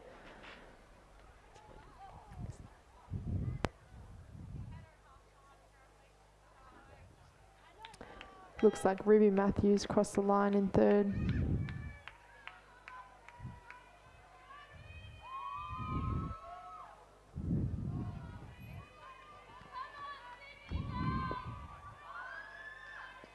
And as the rest of the field approaches the last 100 metres here, they're taking up the rate, looking strong, looking for a big finish here.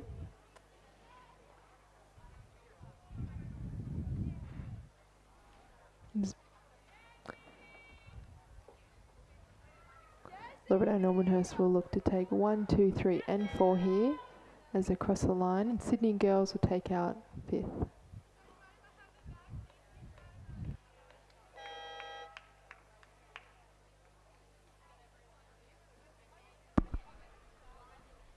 We've got our last race of the morning coming down now, the Schoolgirl Year 9 Single Scull Division 3, with Loreto Normanhurst in lane 3, Loreto Normanhurst in lane 4, Sydney Girls 3 in lane 5, Loreto Normanhurst in lane 6, Loreto Normanhurst in lane 7, and Sydney Girls in lane 8.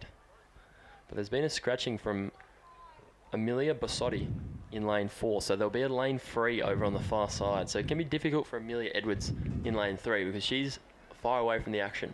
Yeah, she's going to really need to stick to her race plan, but also keep an eye on the competition here because she doesn't have someone to push off right next to her here. So it could be a challenging race for her, but so far it's looking pretty good. I think she's got the early lead.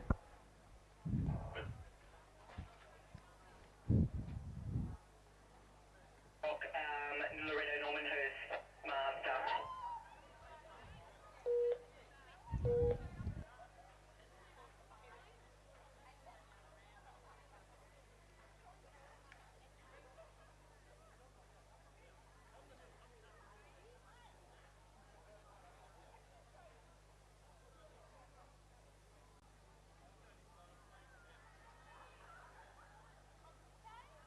And as we cast our eyes down to the pontoon here, we have race 29 here, presented by David Brock, the head of sport. Presented to Queenwood here. Congratulations, Queenwood.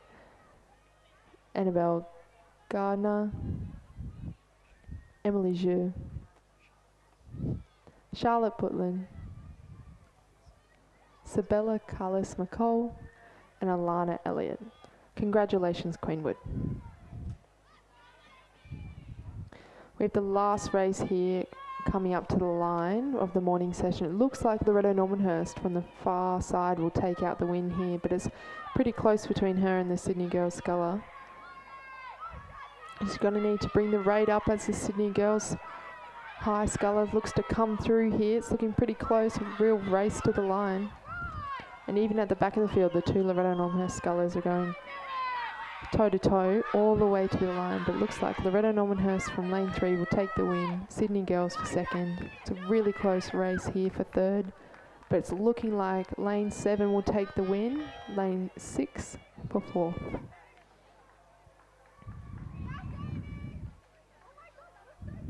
Yes, and congratulations again to that Schoolgirl Year 8 Cox Quad Scull Division 4 from Queenwood.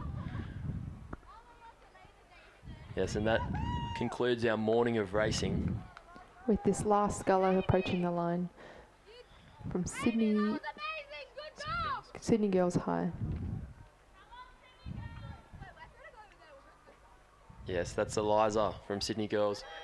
Closing out our morning of racing. Some fantastic races there.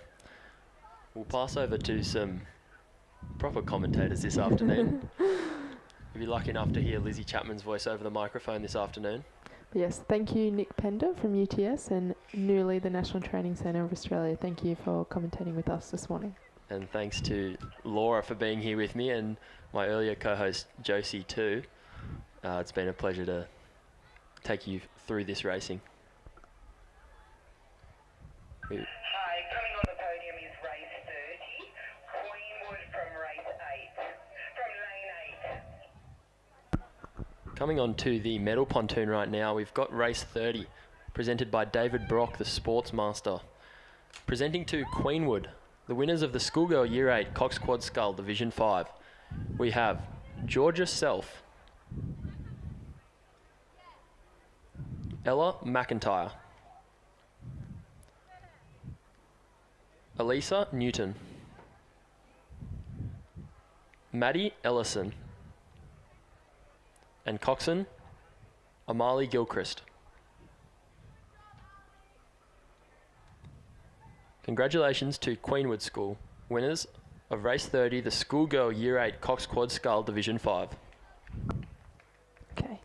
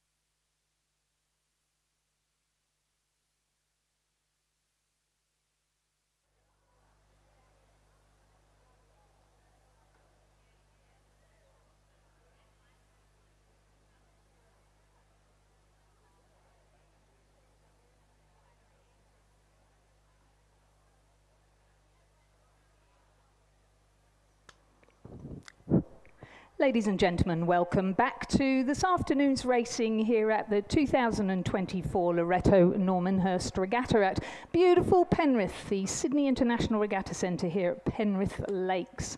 I'm Lizzie Chapman and I'm joined here in the commentary box by our very own representative of Loreto Normanhurst.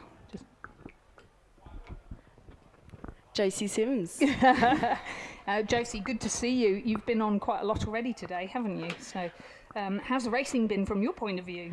Yeah, it's been good. I think all the crews are having to manage the heat, but yes, yeah, it's a bit of a challenge for them. Quite early in the race. Yeah, it's been hot from early in the day, so I think yeah, everyone's trying to recover and come back and do second races.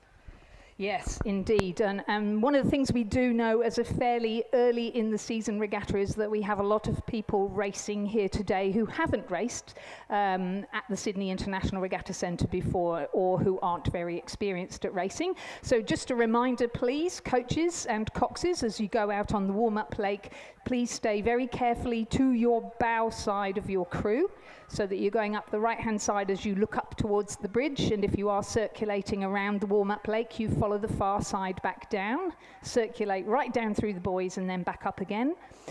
Please make your way through the bridge when it's time for you to come and do your race, and no practice starts once you're actually on the course. Get your way up to the start and let's have some good safe racing this afternoon like we had this morning. We're kicking off this afternoon's racing with the Schoolgirl Year 10 Coxed Quad Sculls. We're going to start with Division 1. The race is already underway, and in lane 1 we have PLC Sydney, in 2 Sydney Girls High, in 3 St Catherine's, in 4 Queenwood, in 5 Canberra Girls Grammar School, in 6 Loreto Normanhurst, in 7 Tara School 1, in 8 Mossman Rowing Club 1, and in 9 a second Loreto Normanhurst crew. In the lead at the moment is the crew in lane is the Canberra Girls Grammar crew. They, at the 1,000-metre mark, have just pushed through into the lead, and in their crew is Fleur Baisby in the bow seat, Meg Story at 2, Grace Disney at 3, Lucy Cordaris at stroke, and Isabella Collins in the cox's seat. Queenwood in lane 4 next to them are sitting in second place, Bridget Thompson, Tessa Calvley, Charlotte McWilliam and Claudia Gassman, coxed by Alice Holm. And Sydney Girls High are sitting in third with Alison Rayo, Camille Zankel, Saskia Alexander, Mia Williams and their cox Jenny Zhu. Mossman 1, a great squad there, coached by Ben Whitewolf and Josh Hewitt, Emily Kemper-Massey, Amelia Darcy, Ava Baker and Isabel Armstrong, coxed by Abby Wrightson, are currently sitting in fourth. But as we know, anything can change in the second half of a race. This is a 2,000-metre race because they are in year 10, so the race distances change as you go through the school years. On your big screen, or on your little screen, if you're looking at the live stream, you can see that they're just coming up to the 1,250-metre mark. Looks like it's quite a close race between Sydney Girls, Mossman, PLC and Tara at the 1,000-metre mark. We'll have to see who can pull through into the lead out of them to come into third place. So PLC Sydney currently sitting in third position. That's the crew of Grace Moody, Kiara Ewing, Carla Rustica and Jessica Burrows, coxed by Marinda Connor-Tully. They're in lane 1, which is the lane on the far side of the course from the grandstand and from you spectating in the tents.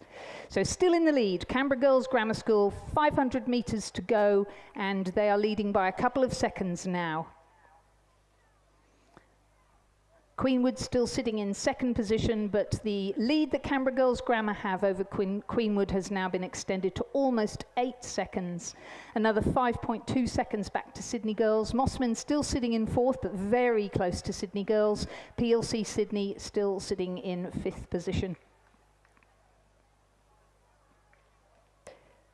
And then it's back to Tara School, the crew of Nicole G, Isabel Dulimov, Kelly Lee and Rita Liu, coxed by Charlotte Goy, coached by Orlando Denton.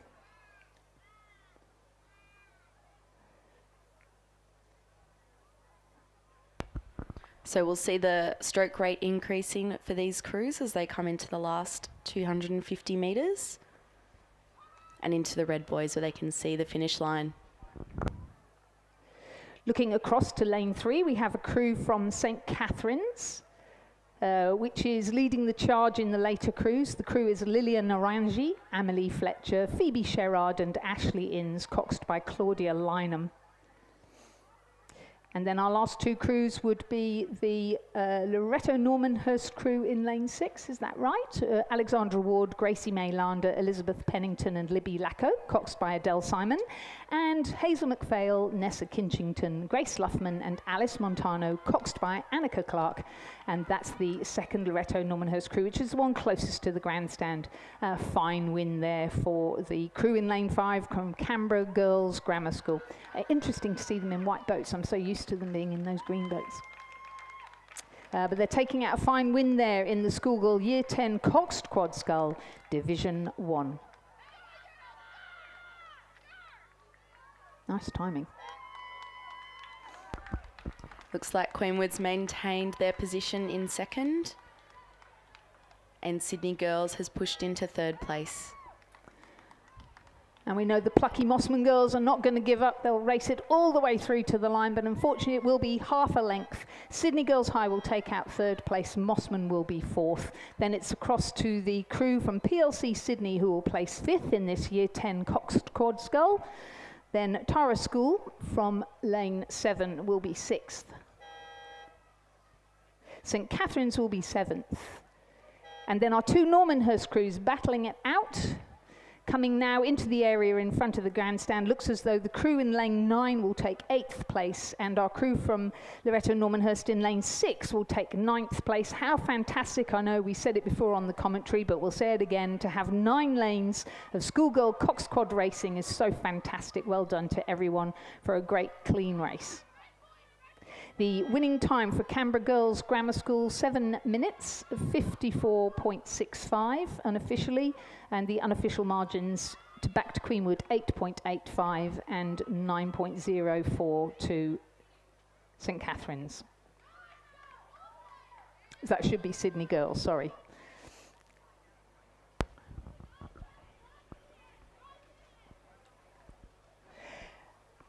And we're on to race number 38, our second race after lunch, which is Division 2 of the Schoolgirl Year 10 Coxed Quad Sculls. In lane 2, Canberra Girls Grammar School. In lane 3, PLC Sydney. In lane 4, Tara School 2. In lane 5, Queenwood. In lane 6, Sydney Girls. And in lane 8, North Sydney Girls.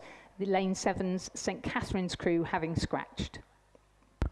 Looks like Canberra Girls Grammar is in the lead of that race at the 1,000-metre mark, and then 12 seconds behind is Queenwood. So same again. Canberra Girls Grammar and Queenwood leading the charge, but a big gap this time.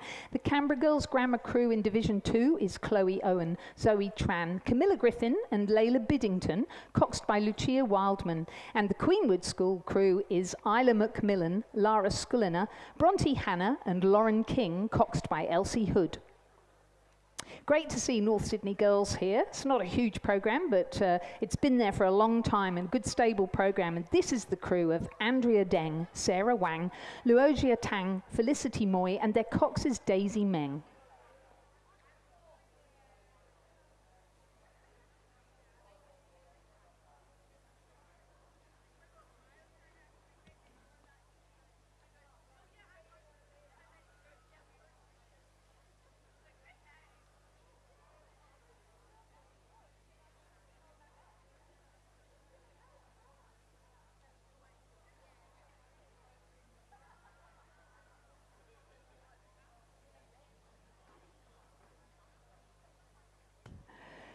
So yeah, we've got a beautiful sunny afternoon here in Penrith on this Saturday, the 23rd of November. The temperature is 31 degrees, so it's already a little higher than originally forecast.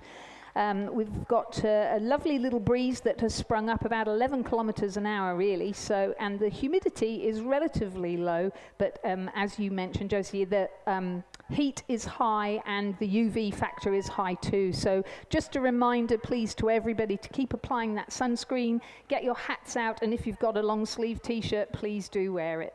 Keep yourself sun safe. So back at the 1500 metre mark, Canberra Girls Grammar have now extended their 12-second lead to almost 23 seconds over Queenwood School, and North Sydney Girls remain in third position.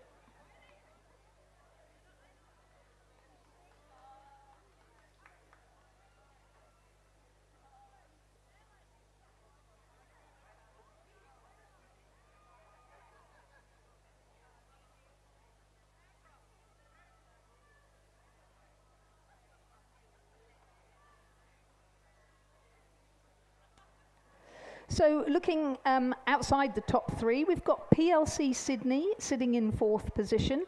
That is the crew of Clara La, Willow Swift, Isabel Wadland and Vicky Russell, coxed by Kelaine Navarro Flood. Sydney Girls High is in fifth position. Dana Ewan, Emily Devlin, Alice Gayo and Ashlyn Considine, coxed by Maya Reid.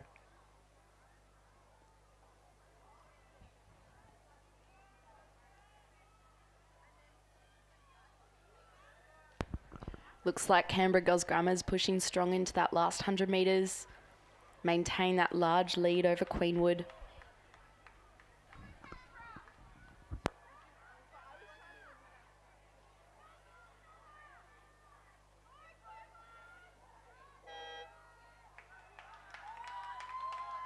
So the unofficial time for Canberra Girls Grammar is 7:59.66.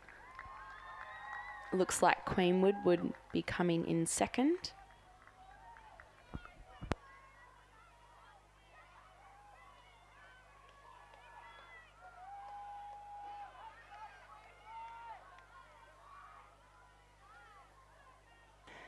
And then I think the crew that we haven't mentioned is the crew from Tara, the crew of Caitlin Liliev, Piper Walker, Sydney McCartney and Victoria Eaton. They're Cox, Tamika Tran. They are there, I think, probably just inexperienced. At year 10, I certainly know at the Ascom program where I coach, we've got new girls who will be coming into the year 10 rowing who just started rowing. So we welcome them to the family community. It's great to see them, and we need to give them a couple of regattas to just figure out what's going on. In the meantime, this Division 2 Year 10 Coxed Quad Scull race, a massive win there for Canberra Girls Grammar School over Queenwood. Third place was Sydney Girls.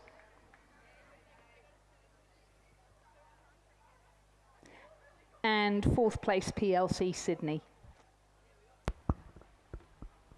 I think what you were saying, Lizzie, it's also really hard for these girls because they're transitioning into 2K racing from 1K racing and shorter distances, and it's a very different race for them, so it'll take a little bit of time for them to adjust to that new distance, but I think the field today has shown that they're doing a really good job of that so far.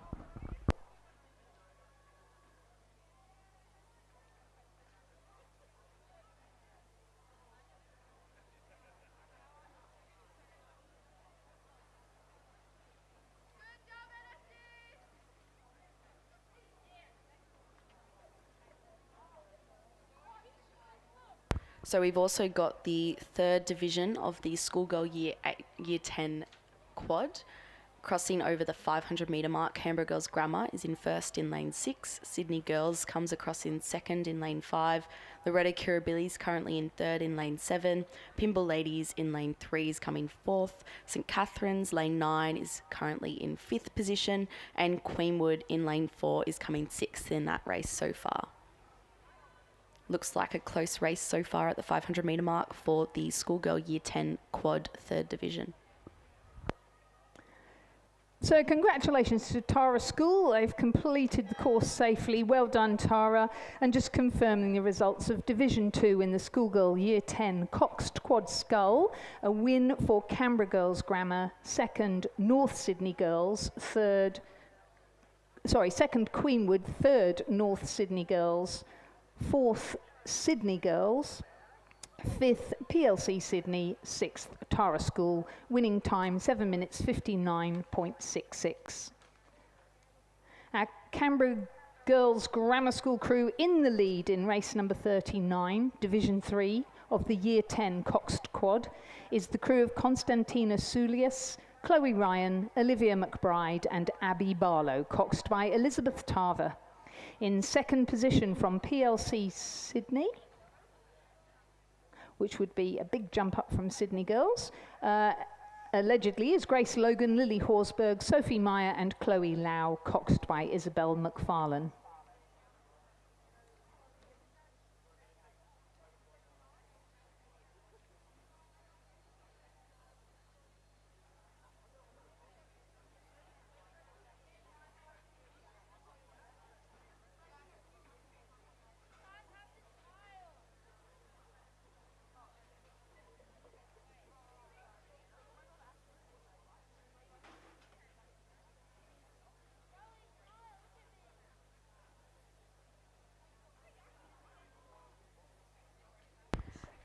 So it looks like at the 1,000-metre mark, Canberra Girls Grammar is still leading the field in the Year 10 3rd Division quad, followed by Sydney Girls in lane 5 and Loreto Kirribilli in lane 7, coming in 3rd currently.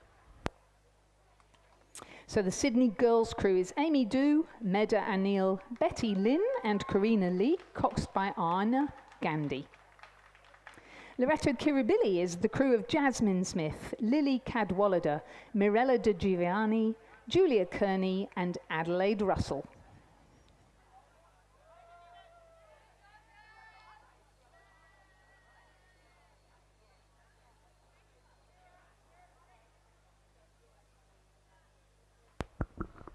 Looks like it's developing into a close race between lane 5 and lane 6. Canberra Girls Grammar was in the lead at the 1,000-metre mark, ahead of Sydney Girls in lane 5, but 1 second separating the two crews at the 1,000-metre mark.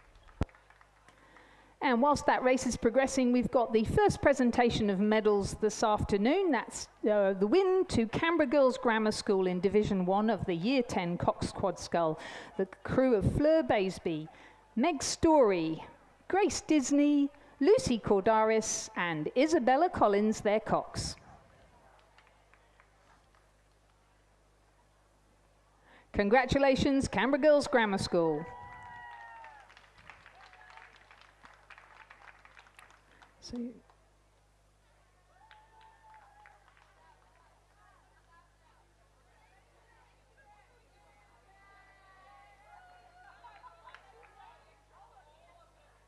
this is looking a lot closer than previous races, isn't it? Division 3.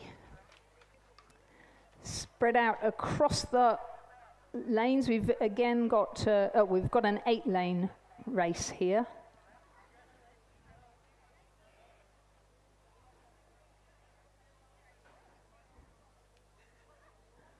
Sydney Girls High have really challenged Canberra Girls Grammar School the whole way down the course, and it looks as though they've just managed to sneak their bows in front. That's Amy Dew, Meda Anil, Betty Lynn and Karina Lee, Anna Gandhi, their cox.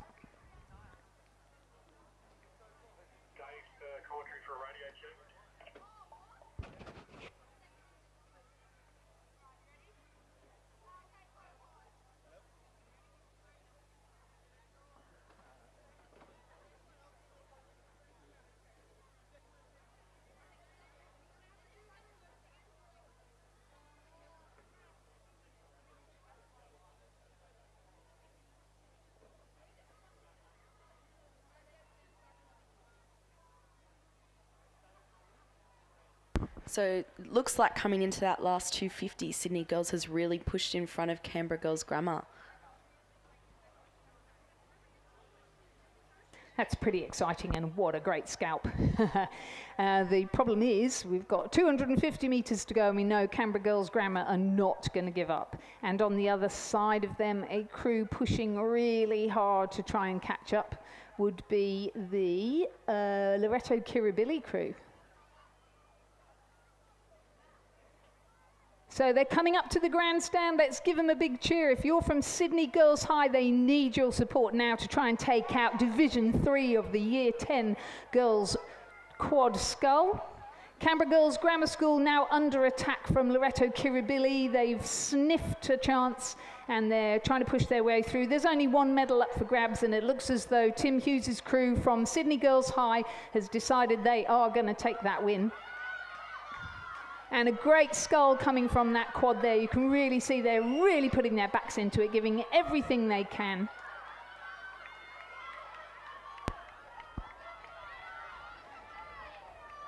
And we can see all the crews increasing the rate, really giving the race their all as they move into that last 100 metres. Oh, fantastic lift from Loreto and Kirribilli there. Can they take out second place? They might have left that lift just a little too late. The victory goes to Sydney Girls High. They're delighted with their win. Under attack, but holding their form. Canberra Girls Grammar maintain second place. Loreto Kirribilli just missing out, but will take an honourable third and looking good for the regatta tomorrow, hosted by their very own school.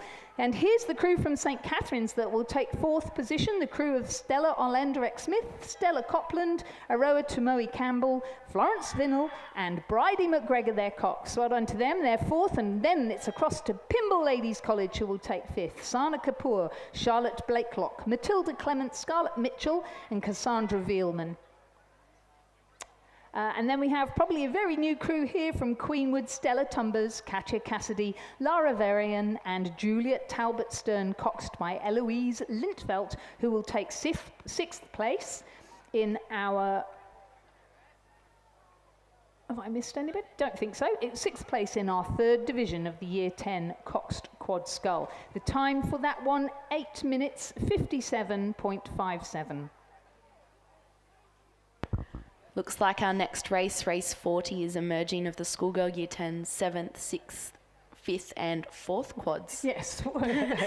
Quite a mouthful. And look, Canberra Girls Grammar, St Catherine's. Canberra Girls Grammar, St Catherine's. Canberra Girls Grammar, St Catherine's and Askham.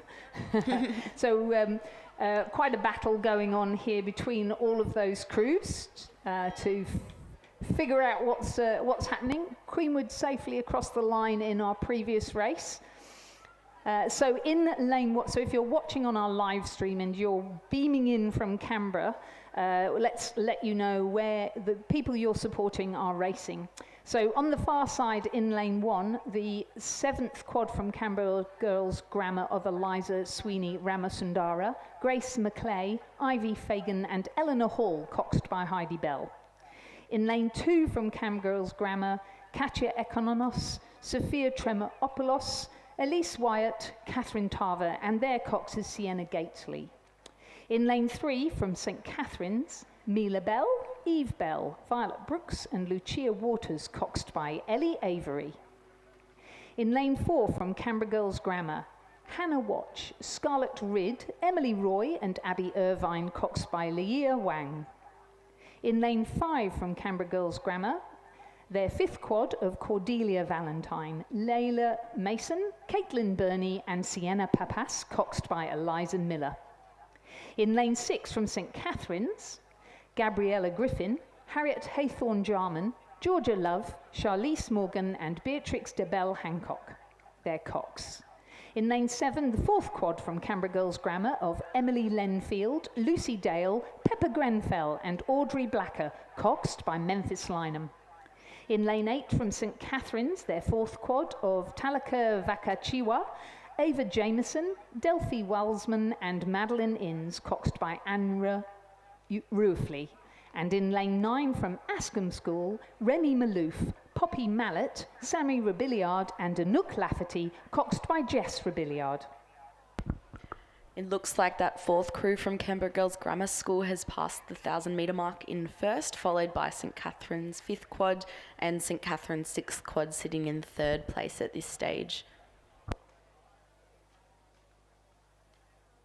It looks like that Canberra Girls Grammar 4th quad has opened up a bit of a lead in front of the rest of the field of 8.78 seconds.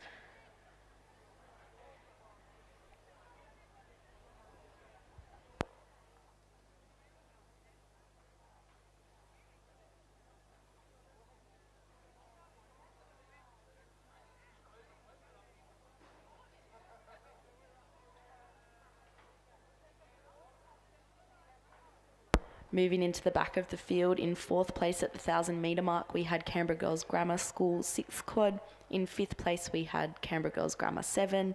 In 6th place, we had Askham. And in 7th place was Canberra Girls Grammar 5. And I can confirm, we've been told that there is a scratching in this race, and that was the crew in lane 8 from St Catherine's that was going to be stroked by Madeline Inns. So that should leave us with 8 crews. I can only see 7.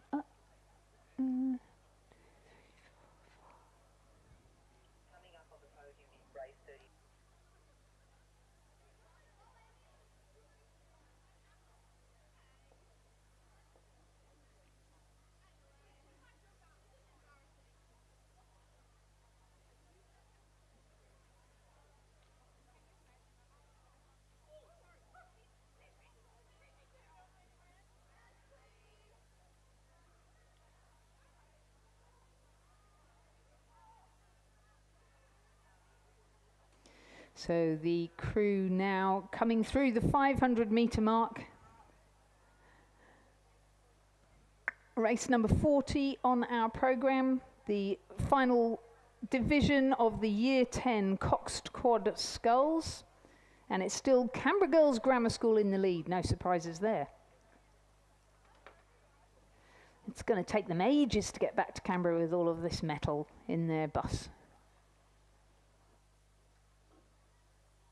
And it looks like another race that started is the Schoolgirl Double Division 1.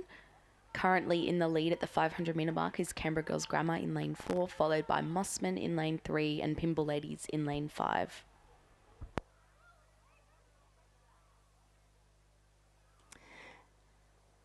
So whilst Canberra Grammar School bear down onto the final 250 metres, we'll move our attention to the medal dais where we have Sydney Girls High collecting their winnings from the 3rd division of the Year 10 Coxed Quad Scull. Amy Dew, Meda Anil, Betty Lynn, Karina Lee, and their cox, Anna Gandhi. Congratulations, Sydney Girls High. And those medals have been presented by Beth Nan, the Dean of Extracurricular at Loreto Normanhurst.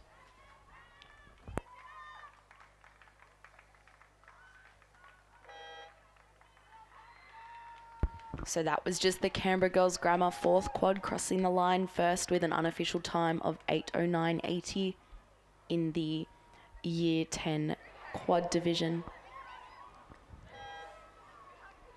with a St Catherine's crew, the 5th quad, in 2nd place.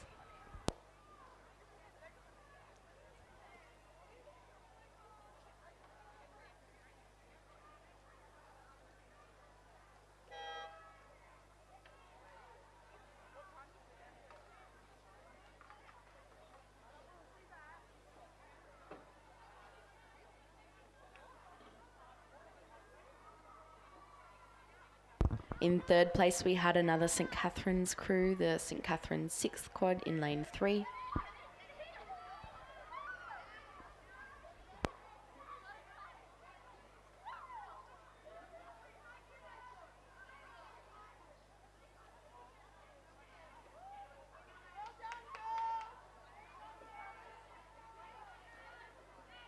And yeah, with the combination of all these different divisions, we've got races within the race, haven't we? But here we've got another Canberra Girls Grammar School crew, the one from lane 4, which is their 6th quad. 6th Year 10 quad. Can you imagine having 7 Year 10 quads? That's amazing. That's more people than we've got in the whole of the Ascom programme. But very plucky there, working their way down and taking out 4th position overall. Then it's across to lane 1, Canberra Girls Grammar School 5th crew, and they're being challenged by Ascom on the line, who've had a really good finish, but it will be them that will take out 5th, and Ascom will have to settle for 6th. And 7th across the line, Canberra Girls Grammar School 7th crew, and we do seem to be missing a crew. So just completing then, race number 40, a combination of Div 4, Div 5, Div 6 and Div 7 in the Year 10 Coxed Quad Sculls. Overall, a win for Canberra Girls Grammar School in a time of 8 minutes, 9.8 seconds, and we invite them to come and collect their medal. Moving on to race number 41, Division 1 of the Schoolgirl Double Scull. In lane 3, representing Mossman Rowing Club, Arabella Turner-Smith and Lola Balmain, coached by Ben Whitewolf and Josh Hewitt. In lane 4 from Canberra Girls Grammar School, Sophie Murphy and Sophie Frost. In lane 5 from Pymble Ladies College, Charlotte Craig and Celeste McDermott. In lane 6 from Mossman Rowing Club, Alice Stringer and Catherine Walsh. In lane 7 from Sydney Girls High, Zemo Kang and Annie Dang. And in lane 8 from Tara School, Hannah Wilkins and Maria Karutzos, coached by Jack Crampton and Laura Bruness.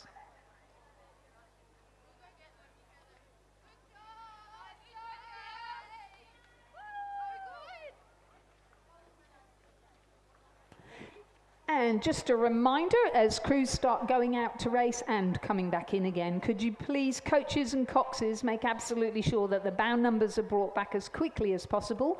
They're alphabetical, so we're rotating them through the races this afternoon. And of course, we do need everything in order, ready for tomorrow. So if you could please bring your bow numbers back to the finish tower at the end of the 2,000 metre course, that would be wonderful. Thank you. It looks like Murphy and Frost from Canberra Girls Grammar in lane 4 have established a significant lead over the rest of the field, with them being 26 seconds ahead at the 1500. Looks like they're rowing this at a lower rate with a comfortable lead to come into first place. In fact, that's a huge lead. So well done, Canberra Girls Grammar and the Schoolgirl double scull. And talking of Canberra Girls Grammar, let's take our attention back to the presentation dais, where the fourth quad from Canberra Girls Grammar School in the Year 10 part of the programme are receiving their medals for winning the race number 40. That's the crew of Emily Lenfield, Lucy Dale,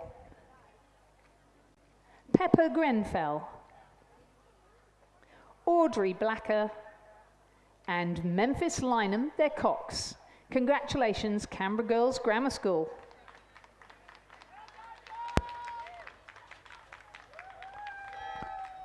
Turning our attention back to the Schoolgirl Double Division 1, it seems that Canberra Girls Grammar has crossed the line in first with an unofficial time of 8:18.84. 30 seconds behind them was Mossman of Arabella Turner-Smith and Lola Balmain. And another Mossman crew in third place, Alice Stringer and Catherine Walsh. Pymble Ladies coming in fourth, Charlotte Craig and Celeste McDermott. And it looks like Tara will come in fifth.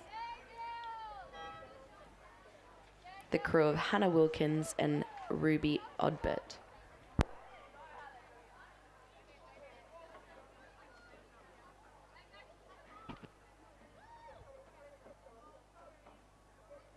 And we have one more crew in that race, which will be the race in the Schoolgirl Double Scull, which is the Sydney Girls crew of Zemo Kang and Annie Dang. So just repeating the results of the Schoolgirl Double Scull Division 1. A win for Canberra Girls Grammar School, second Mossman, third Mossman 3, fourth Pymble Ladies College, fifth Tara School, sixth Sydney Girls 1.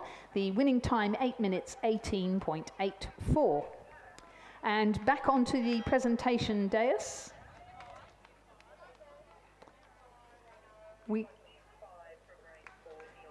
We have the winners of Division 5, which is St Catherine's School, and that's the crew of Gabriella Griffin, Harriet Haythorne Jarman, Georgia Love, and Charlize Morgan, coxed by Beatrix de Bell Hancock.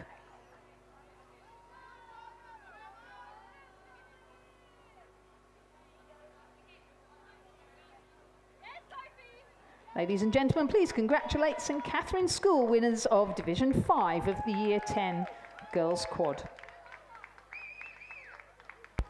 Coming down the course, we also have the Schoolgirl Doubles Division 2. In first place at the 1,000 metre mark was Queenwood, the crew of Winter Shervington and Scout Ferguson.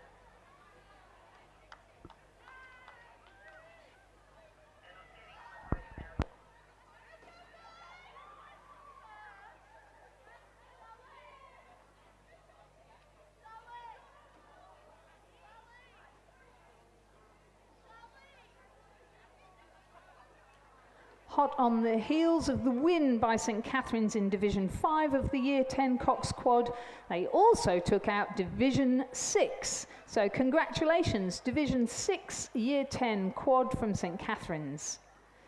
The crew of Myla Bell, Eve Bell, Violet Brooks, Lucia Waters and their cox, Ellie Avery.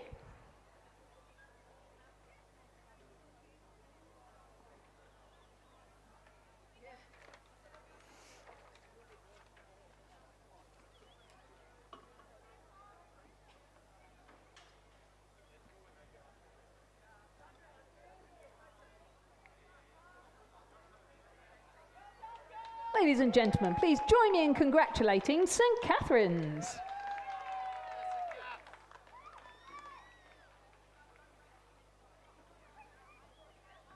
Looks like Queenwood has maintained their lead in lane 5 in the Division 2 of the Schoolgirl double scull, with Tara following behind them in lane 3, Mossman coming third in lane 7.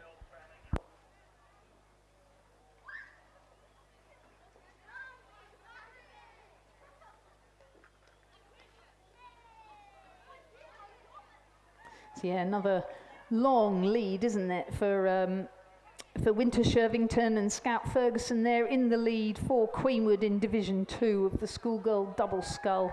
Commanding lead, really, over Tara School. Winding up nicely at the end there, getting ready for tomorrow, no doubt. And one of the lovely things about this weekend is at least you've got a chance to go back out there and do it again if you're entered into both events. Ladies and gentlemen, Division 1 of the Schoolgirl double scull was a win for Canberra Girls Grammar School. They're on the dais now.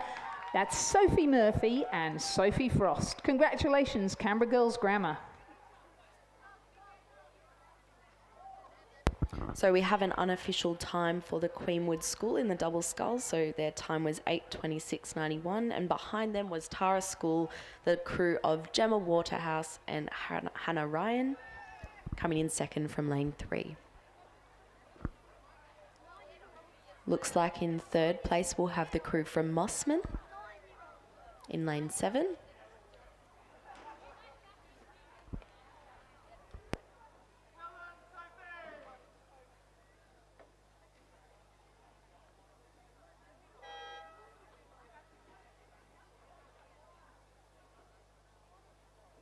So Scarlett Bradshaw and Arabella Turner-Smith from Mossman crossing the line in third.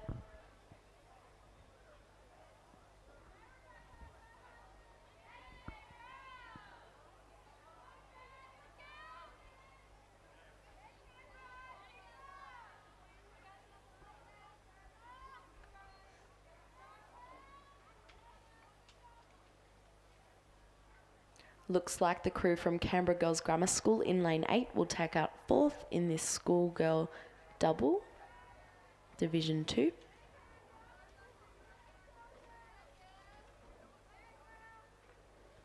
And that the Sydney Girls double will come fifth for this race. Yeah, apologies. The Pimble Ladies crew did scratch a little earlier, so just confirming then as our final crew makes its way down the last 250 metres, the results of Division 2 of the Schoolgirl double scull.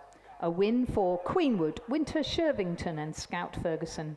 Second, Tara School, Gemma Waterhouse and Hannah Ryan. Third, Mossman, Scarlett Bradshaw and Arabella Turner-Smith. Fourth, Canberra Girls Grammar, London Bartlett and Rebecca Elisha. And fifth, Sydney Girls High, Zoe Ann Laxamana and Nazara Jones. Winning time, 8 minutes 26.91 seconds. The margin, 28.09. Nice handy margin there. So we've kicked off with some great crew sculling so far. Quad sculls, then onto Schoolgirl double sculls, and now the Schoolgirl single sculls. So a couple of points of note here.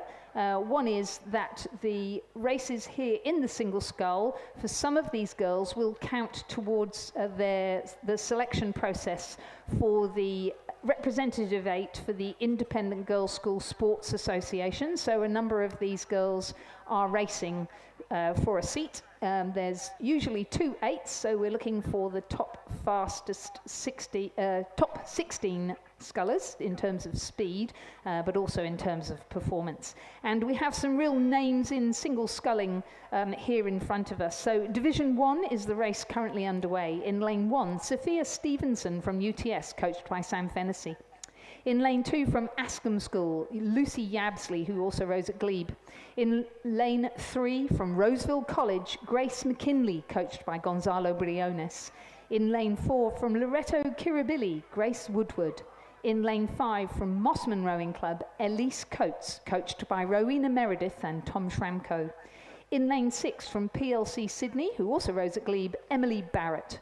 In lane 7 from Queenwood School, Zara Taylor. In lane 8 from Sydney Girls High, Xenia Palmer. And in lane 9 from Winona School and Sydney Rowing Club, Heidi Heap. At the halfway mark, it was Elise Coates who had taken the lead. She represents Mossman Rowing Club, and she has been doing some great work on the water in the single scull over the winter, and certainly during the winter time trial series, where she's won each one so far. We have one more to go on December the 16th. And she, placing second behind her, has either been Lucy Yabsley from Ascombe or Patty Boland from Glebe Rowing Club and Loreto Normanhurst, I think. So, is that right? Yeah, I think, Paddy. So we can see across there on the far side, Lucy Yabsley representing Ascombe School here in lane 2, really taking the race to Elise, but that hard work that Elise has put in over the winter, whilst Lucy has been representing Australia in the junior quad scull, has been put to very good use, and she will take out the win in Division 1. Elise doesn't go to an independent girls' school, so she's not in contention for a place in the 8. But Lucy Yabsley, who'll play second, definitely is, as is Zara Taylor from Queenwood, who places third. Great race between those two. Coming in fourth position, Emily Barrett from PLC Sydney. Across then to lane 3, and Grace McKinley of Roseville will place 5th, just ahead of Grace Woodward. Is that right? Yes, Grace Woodward from Loreto Kirribilli, 6th. And then 7th will be from lane 9, Heidi Heap from Winona School.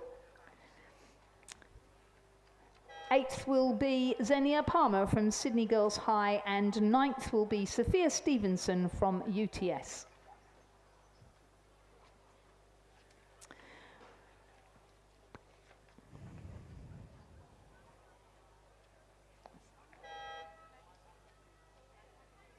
We'll bring you some times once the judges have had a chance to look at the camera there.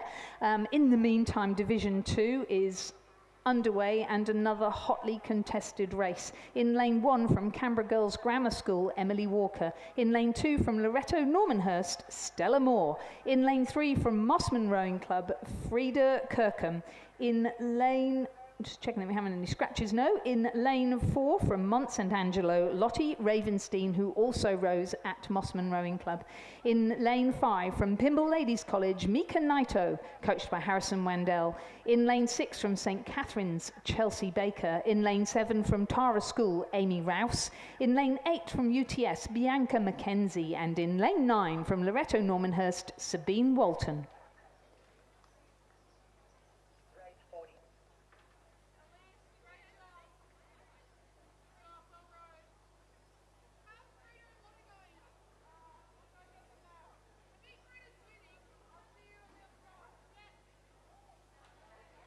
So we have the official time for Elise Coates from the previous Schoolgirl single Division 1 race from Mossman of 8:18.64. Which, can I point out, is pretty much the same time as the winning Schoolgirl double scull of Sophie Murphy and Sophie Frost from Canberra Girls Grammar. So Elise Coates walking up to the presentation dais now. Congratulations, what a great time, what a great race. Congratulations on your win in Division 1 of the Schoolgirl single scull. Congratulations, everybody, please, for Elise Coates of Mossman Rowing Club.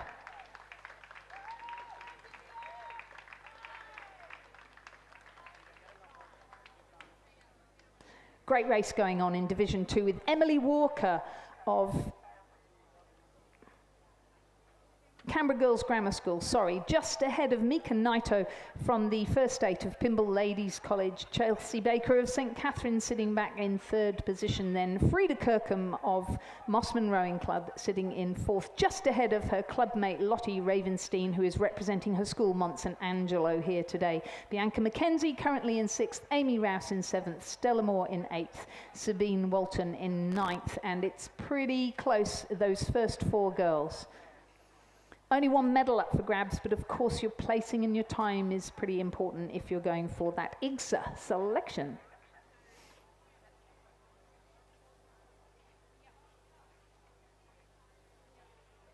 This race is looking a lot closer than the previous heat, showing there's a lot of depth in this field of the schoolgirl single scull at the moment.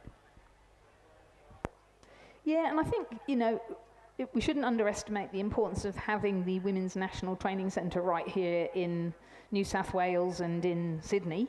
The fact that we get to, when we're training on the Nepean River, that we get to see such good role models in terms of physique and technique and attitude, I must say. I really think that schoolgirls sculling here in New South Wales, when you compare it with other states, we've got strength and depth, and we've certainly got a number of schools with great coaches, so there's everything to be happy about and everything to go for. So it's really fantastic to see such competitive racing across all of these divisions so far. Division 3 is underway, and we'll bring you some information about that shortly, but in the meantime it is Emily Walker from Canberra Girls Grammar who continues to lead in Division 2 of the Schoolgirl Single Scull, racing over the Olympic distance of 2,000 metres and a full race complement of 9 lanes of racing. And I suppose we should also point out that this is just the second race, but we have got 9 divisions of schoolgirl single sculls here today. So you're absolutely right what you say about the strength and depth, yeah. So the battle between Emily Walker of Canberra Girls Grammar and Mika Naito of Pymble Ladies College is fierce, and Emily Walker is clinging on, but Mika Naito of Pymble Ladies College, as we go through the 1,500 metre mark, has managed to steal 2/3 of a length over Emily, and hot on her heels, Frida Kirkham from Mossman Rowing Club, who's in lane 3. And I would even say Chelsea Baker of St Catherine's, who looks to me like she's going like a steam train there, looks to me as though she's actually in third position and has overtaken Frida Kirkham in that 250 metre stretch. So a massive push coming from her. I think if you row in an 8, you've always got a plan for that final 500, haven't you? And it must be great when you're in a single scull and you can execute that plan too. So Emily Walker continues to ferociously battle that last 250 metres, but it's Mika Naito from Pymble Ladies College who's managed to get her nose in front, and being drawn with her, Chelsea Baker from St Catherine's on one side, and across to Frida Kirkham of Mossman on the other side. Some real spirit there from Emily Walker of Canberra Girls Grammar. A great row coming from Mika Naito. She's long, she's strong, she looks confident. She's raising her rate of striking but maintaining her power and distance per stroke as she comes into the finish now in Division 2 of the Schoolgirl Single Scull here at the Loreto Normanhurst Regatta 2024. And she'll take the win.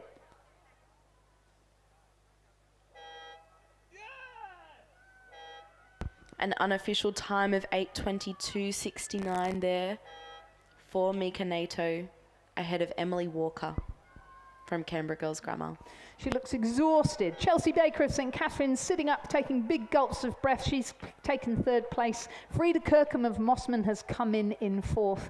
What an excellent row from all of them. And then it's back to Lottie Ravenstein representing Mont St Angelo. She will place fifth in this high quality field. Then it's back to lane 7, Tara School's Amy Rouse. Her coaches Jack Crampton and Ben Board will be happy with this in such a great field. She's going to place 6th. 7th, just behind her, will be our UTS sculler, Bianca Mackenzie, coached by Sam Fennessy. And then it's over to the Loreto Normanhurst sculler, Stella Moore, who will be placing 8th. And finally back to Loreto Normanhurst, represented by Sabine Walton. Winning time for Mika Nato, 8 minutes 22.69, the margin just 2.37. Back to Emily Walker and a further 4.73 back to Chelsea Baker.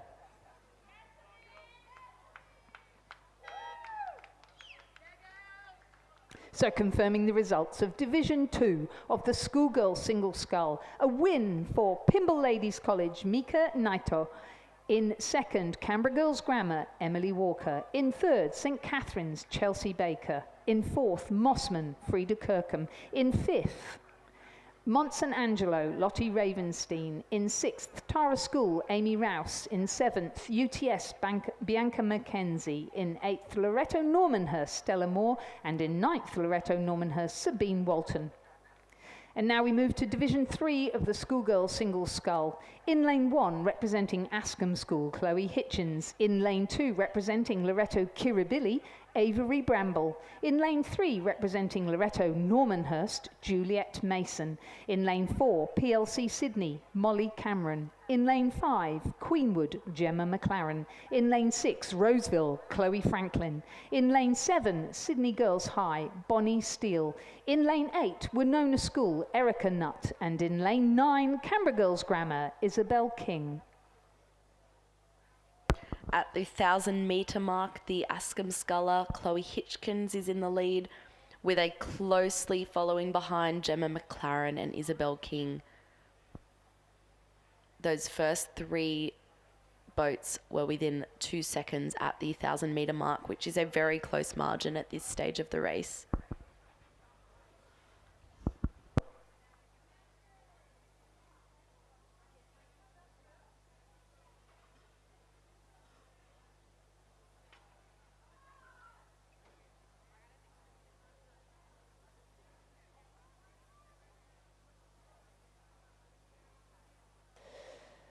So just start really our second regatta of the season here at the Sydney International Regatta Centre. Last week was the New South Wales All Schools Regatta, a new format taking the place of what was previously the Independent Schools Regatta. It's quite an interesting format, but certainly we didn't have anything like the showing of single sculls that we've got here today, and hotly contested across all of the divisions. Great conditions for it. The flags have completely dropped, so we've got pretty much still conditions here at Sydney International Regatta Centre today.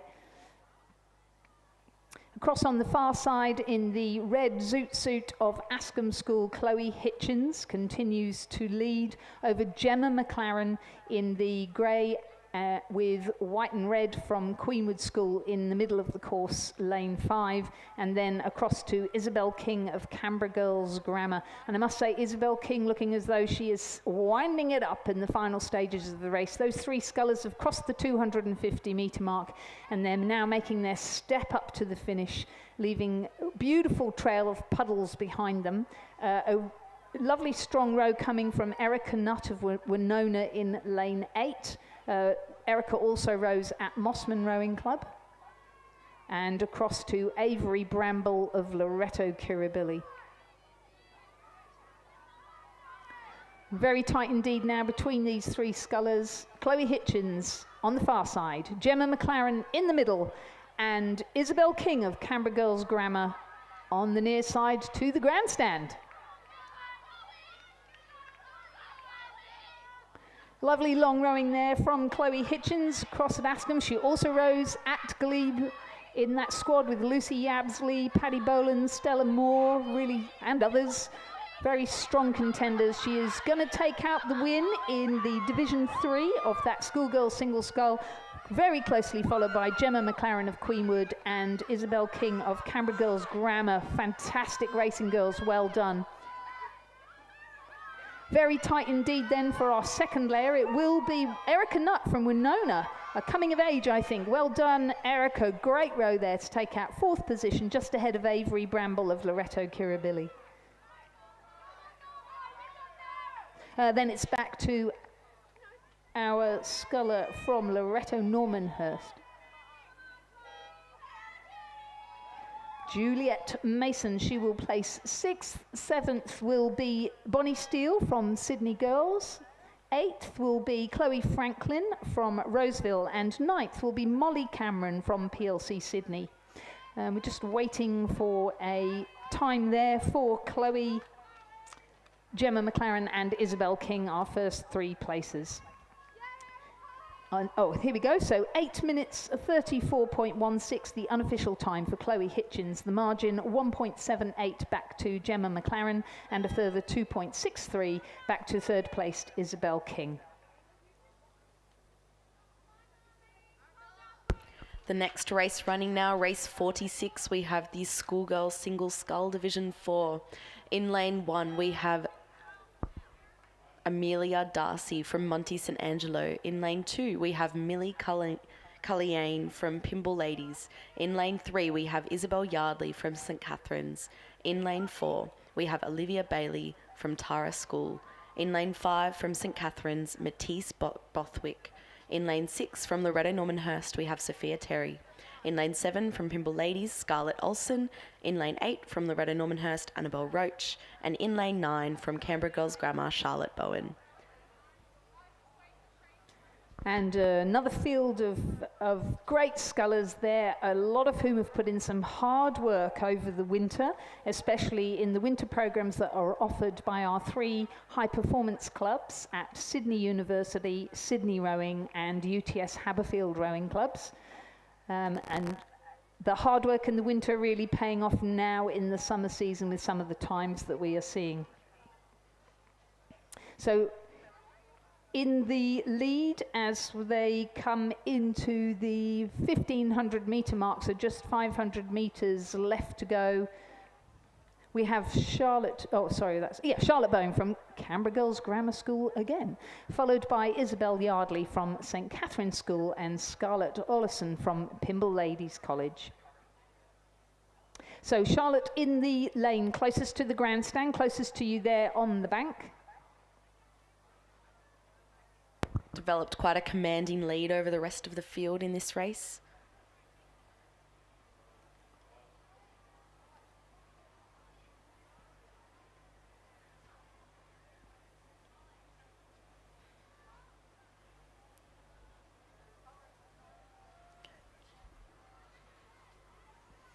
It looks like that it's going to be a close race between the 2 Pimble Ladies scullers, currently sitting in 3rd and 4th place in lane 2 and lane 7.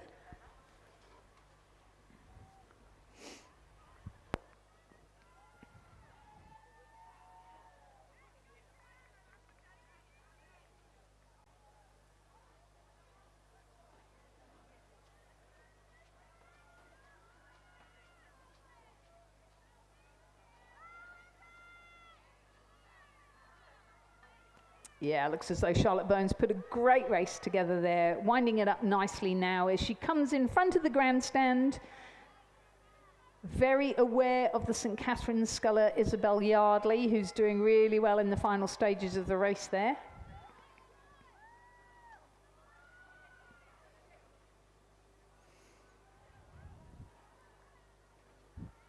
And then our 2 Pimble scullers, as you mentioned, Millie Cullinan across on the far side and Scarlett Olison on the near side. But it's a clear win there for Charlotte Bowen of Canberra Girls Grammar School. She's put together a great race there to take out Division 4 of the Schoolgirl Single Scull. She'll be followed across the line by Isabel Yardley from St Catherine's.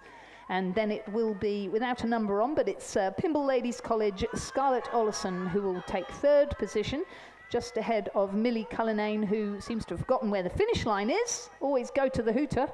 5th will be our sculler, Annabelle Roche from Loreto Normanhurst, the distinctive yellow Ted Hale boat. And then our St Catherine's sculler, so in lane 5 here, Matisse Borthwick. She will place 6th, just ahead of Sophia Terry from Loreto Normanhurst, who will be 7th. Our Tara School sculler, Olivia Bailey, who will place 8th, and Amelia Darcy from Mont St Angelo, who will be 9th. The winning time for Charlotte Bowen, 8 minutes, 35.86. The margins 6.55 back to St Catherine's Isabel Yardley and a further 8.52 back to Scarlett Olson of Pymble Ladies College. So that's 8.35 compares with 8.34 for Chloe Hitchens and 8.22 for Mika Naito.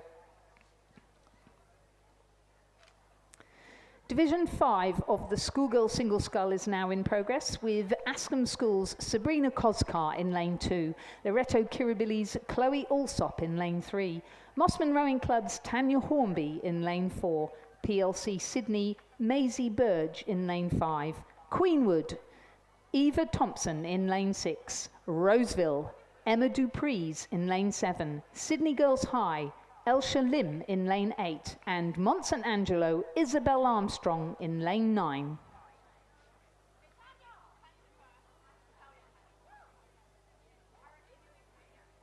So it looks like Tanya Hornby from Mossman in lane 4 is leading the field at the 1500 metre mark, followed by Eva Thompson from Queenwood and Sabrina Koskar from Askham coming in third currently.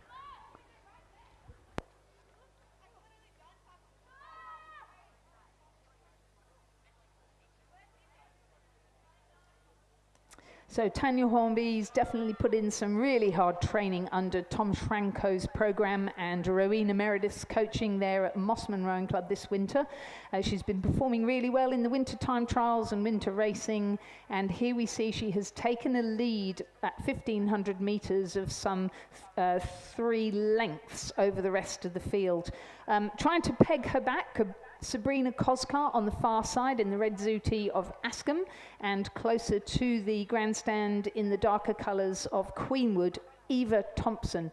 Both of them really decent oars themselves, and they're certainly not going to let it get away with it, but certainly Tanya sitting there able to see both of them, one on one side of her, one on the other side of her. She's in a perfect position to just hold it steady, definitely winding it up as she comes into the last 250 metres of the race. As she comes towards the finish line, you'll see that the boys turn orange about 100 metres out, 200 metres out from the finish line.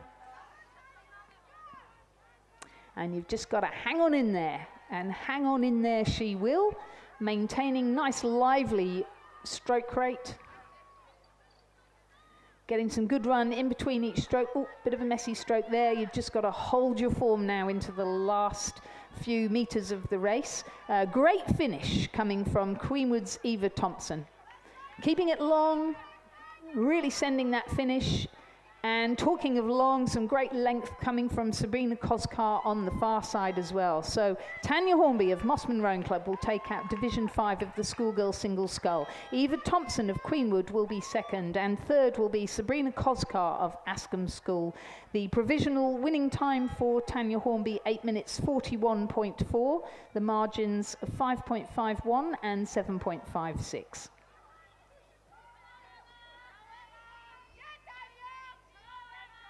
It's then back to Chloe Alsop of Loreto Kirribilli to place fourth from the far side, lane 3. Then to lane 7, fifth will be Emma Dupreez of Roseville. Sixth will be Maisie Burge of PLC Sydney. Seventh will be Isabel Armstrong of Mont St Angelo, and our final contestant, Elsha Lim of Sydney Girls, will place 8th.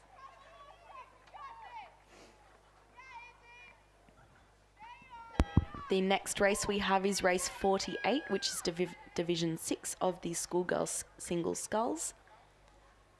In lane 2, we have Loreto Kirribilli, Maddie Whelan. In lane 3, from PLC Sydney, Ellen McCartney. In lane 4, from Queenwood, Flo Veach. In lane 5, from Roseville, Abigail Kelly. In lane 6, from Sydney Girls, Ariel Moniga. In lane 7, from Askham, Isabel Bug. In lane 8, from North Sydney Girls, Hua Zhangxing.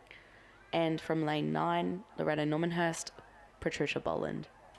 We've just been advised we've had a late scratching from lane 6, which is Sydney Girls sculler Ariel Moniaga.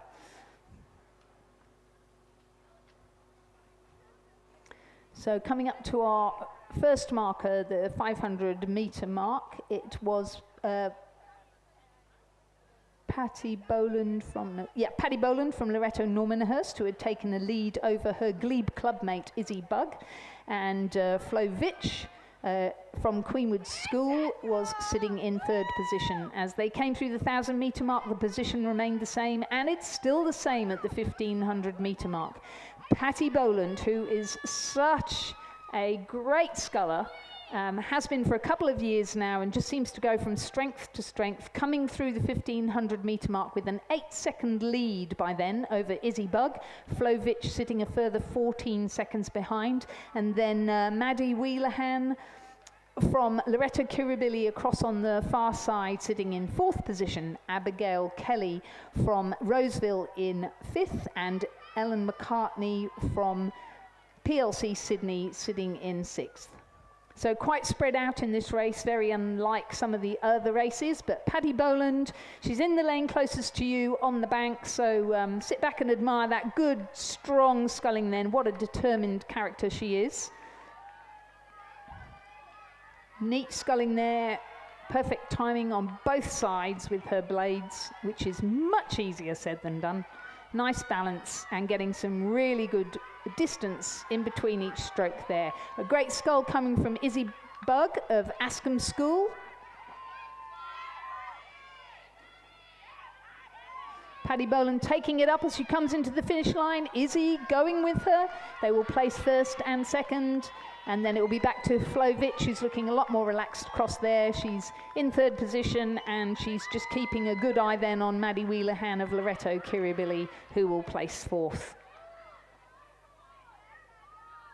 So we have an unofficial time for Paddy Boland of 8:26.80 with a margin of 11.62 back to Izzy Bug.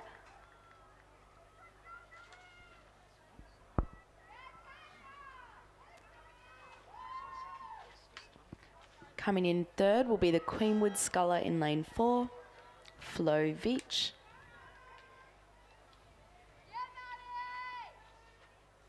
And next over the line will be the sculler from Loreto Kirribilli, Maddie Wheelahan.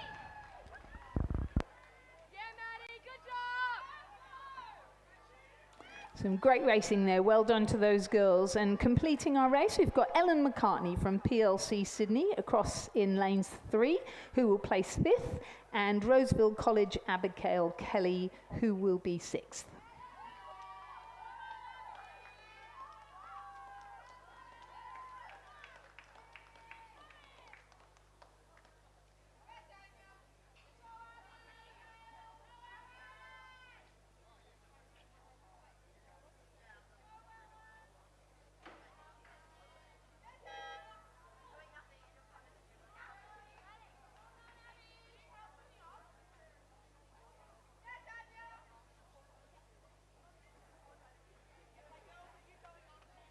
And then our final contestant in Division 6 of the Schoolgirl Single Scull is Huashang Ding from North Sydney Girls, who will place 7th. She's in lane 8.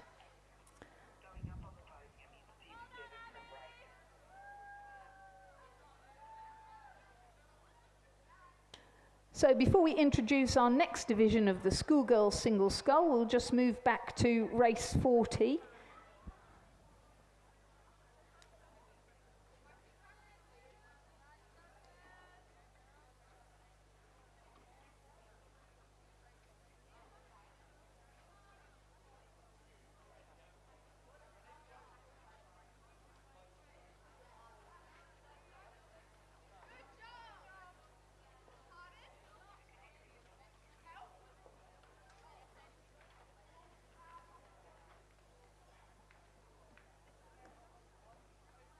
So on the dais now, receiving their medals for winning Division 7 of the Schoolgirl Year 10 Cox Quad Scull, Canberra Girls Grammar School. Eliza Sweeney Ramasundara, Grace McClay, Ivy Fagan and Eleanor Hall, coxed by Heidi Bell.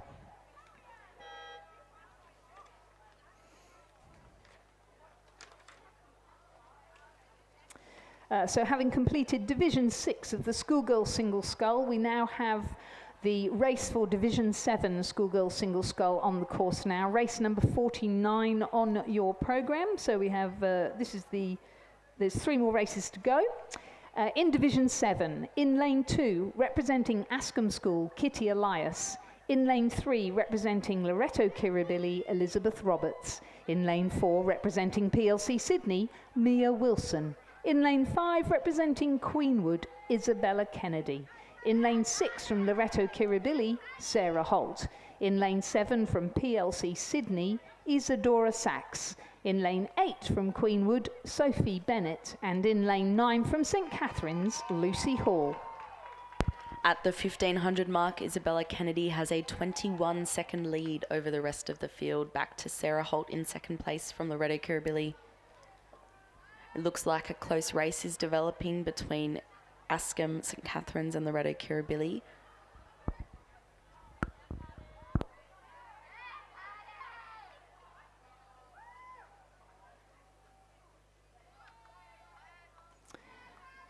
And we'll just move back to the dais now, where we have the winner of the previous division, Division 6 in the Schoolgirl Single Scull, which was a commanding win for Patty Boland of Loreto Normanhurst.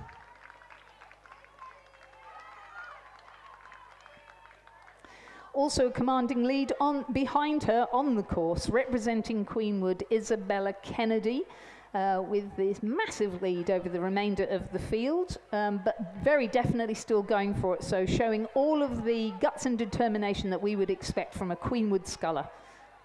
Across on the far side, we have Kitty Elias from Ascombe. In the middle of the course, Sarah Holt from Loreto Kirribilli. And on the near side, closest to the grandstand, Lucy Hall from St Catherine's, all of them battling it out for the minor placings. So the unofficial time for Isabella Kennedy is 8:48:51. And it looks like it will be the Ascombe sculler in lane 2 that will cross over the line in second place, followed by the St Catherine's sculler in lane 9. What a great race between these 3 girls. So, yep, second, Kitty Elias, Ascombe. Third, Lucy Hall, St Catherine's. And fourth, Sarah Holt, Loreto Kirribilli. Great racing from all 4 girls coming in there. And then our other Loreto Kirribilli sculler is Elizabeth Roberts across in lane 3, so she'll place 5th. Then back to PLC Sydney's Mia Wilson, who will be 6th.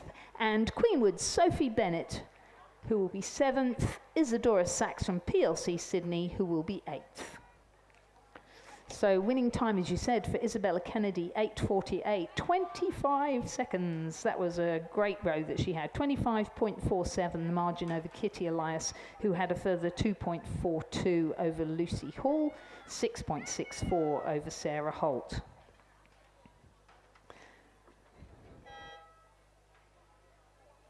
The next race that has started is Division 8 of the Schoolgirl Single Sculls Race 50. In lane 2, we have Georgia Moran from Loreto Kirribilli. In lane 3, from Loreto Normanhurst, Poppy Russell. In lane 4, from St Catherine's, we have Alice Steed. In lane 5, we have Melanie Paulus from St Catherine's. In lane 6, from Loreto Normanhurst, Penny Rose Collins. In lane 7, from Pimble Ladies, Isabella Stelly. In lane 8, from Loreto Normanhurst, Abby Timmins. And in lane 9, from Pimble Ladies, Lauren Gibson. I heard our commentator earlier mentioning Penny Rose Collins and the fact that her brother won the Wifolds at Henley Royal Regatta early in the last year, or this year, sorry, 2024. Yeah, so Penny, I know she's already been out in the 8 today, and I think a good few of these girls have raced already, either in the Schoolgirl 4, the Schoolgirl 8, the Schoolgirl Quad, or a combination of 2 or 3 of them. But a really good win there coming across the line now. And I think that's the most challenging thing for these scullers. They've done a long 2K race already and given that race their all, and they're having to back it up with a 2-kilometre single scull, which is probably the most difficult race there is out of any of the boat classes that exist, especially in comparison to an 8 where the race is much quicker because there's more people in the boat to get it moving. So when it's all up to you, it's a lot more of a challenging race, but I think these girls are really showing that they can manage it well and back up their first race with a good second race as well. Yeah, and I think it's always an interesting tactic to select 8s based on single sculls performances, but one of the things that you can be sure of with a single scull is you really have to show your mental strength, being able to hold your plan, hold your form under pressure. And the pressure often comes from you yourself, just as you rightly say, whether you're feeling tired, fatigued, maybe you haven't had a good race earlier, or you've had a good race and this one doesn't feel so good. There's lots of things that can slow you down. But there's no doubt about the performance here of Melanie Poulos from St. Catherine's. She's pushed herself into first place fairly early in the race, and at 1,500 metres she's got 19 seconds over Isabella Stalley of Pymble Ladies College.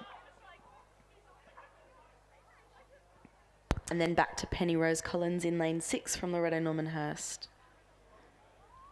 In 4th, Alice Steed from St. Catherine's. In 5th, Georgia Moran from Loreto Kirribilli.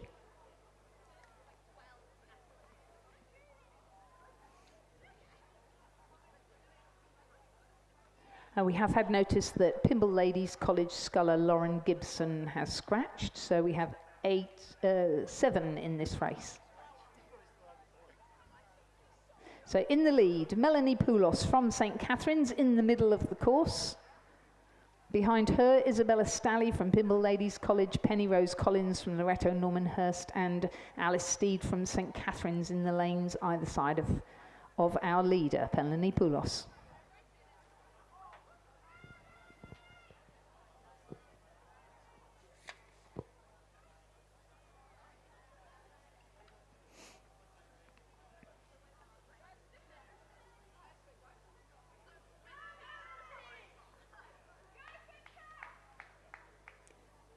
And extending her lead even further in the final 250 metres of the race, Melanie Poulos, a very long, strong sculling there, looking very rhythmic and not at all phased by the pressure of the occasion. Melanie Poulos from St. Catherine's taking out Division 8 of the Schoolgirl single scull, and a battle royal going on now between the 3 scullers we mentioned before. Just getting her nose in front there, Penny Rose Collins of Loreto Normanhurst, who we mentioned earlier, having a great last 250 metres, and also Alice Steed of St. Catherine's, who's I think pushed her way into 2nd place, certainly battling Penny Rose Collins for it. Isabella Stalley from Pymble Ladies College. She might have just taken her mind off the job for 2 seconds, and those 2 other girls have squeezed through. Penny Rose Collins is going to take out 2nd place behind Melanie Poulos of St. Catherine's. 3rd will be Alice Steed of St. Catherine's. What are they drinking at St. Catherine's? Still so good. Pymble Ladies College, Isabella Stalley sitting in 4th position, and then a gap back to the remainder of our contenders, with Georgia Moran from Loreto Kirribilli on the far side, battling to hold on to 5th position against Poppy Russell of Loreto Normanhurst. And a really fast finish actually from, I think she's on the line there, Abby Timmins from Loreto Normanhurst. A really good finish, and it's a photo finish between our 2 Loreto Normanhurst scullers from lanes 3 and lane 8. For Melanie Poulos, her winning time was 8 minutes 42.82 seconds. The margin back to Alice Steed was 24.92 seconds, and a further 1.1 seconds back to Alice Steed.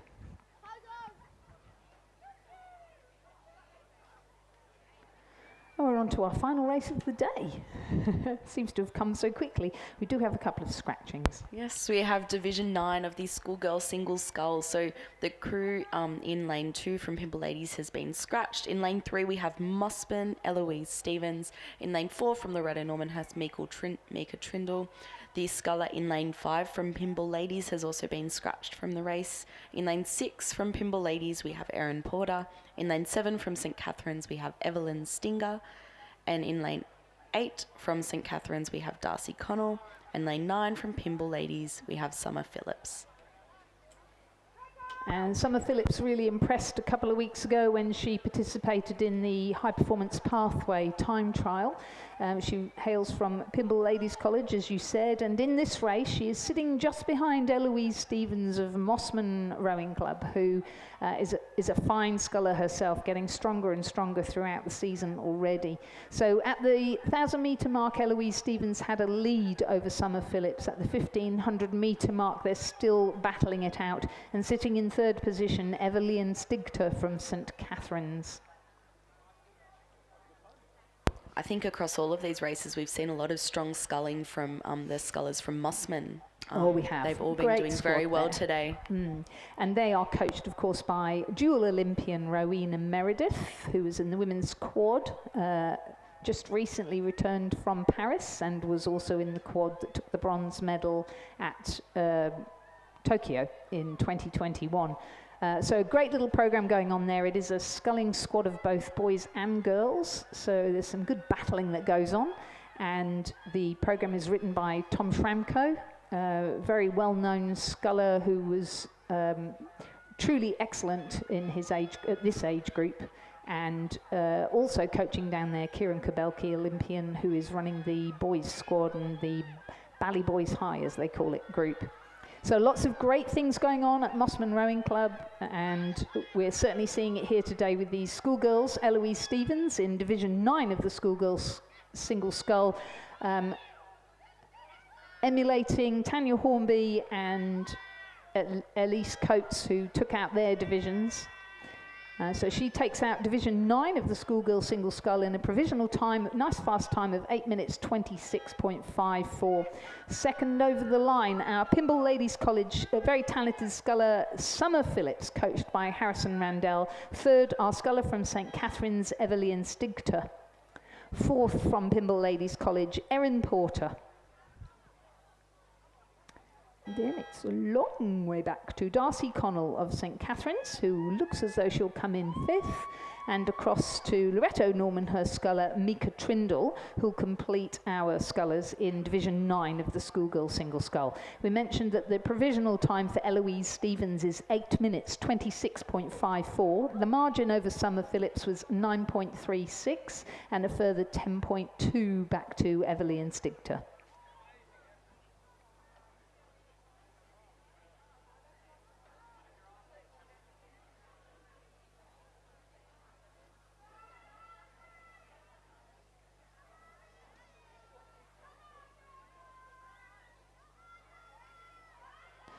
And of course, each position matters, doesn't it? Because we do have a point score. So whilst we are watching our final contestants come across the line, there's some furious number calculating going on down below us in the operations centre, and we'll be bringing the results of the point score to you shortly.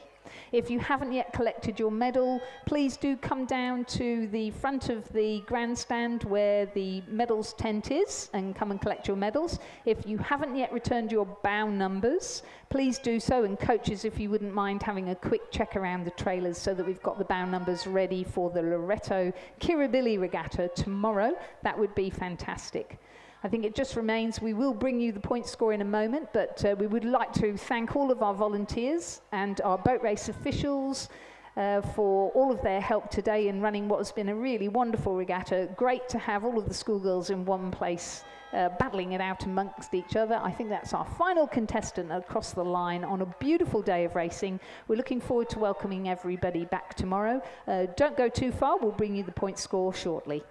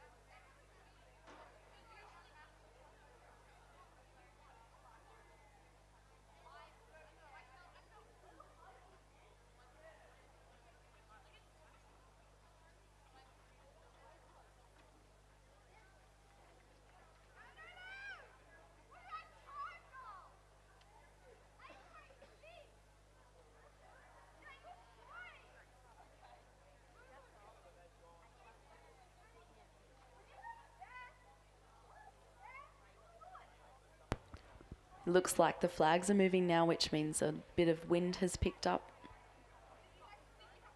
Different to the flat course we've seen today. But racing is over for today, so the rowers won't have to worry about this wind.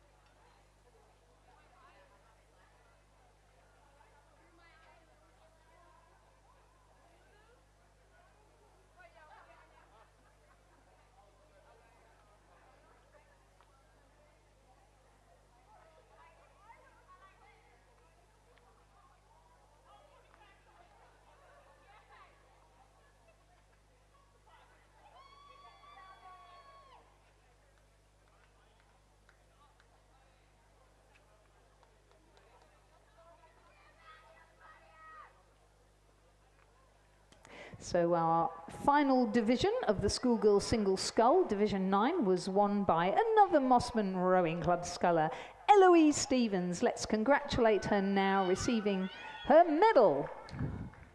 Congratulations, Eloise. And well done, Mossman Rowing Club, some great results.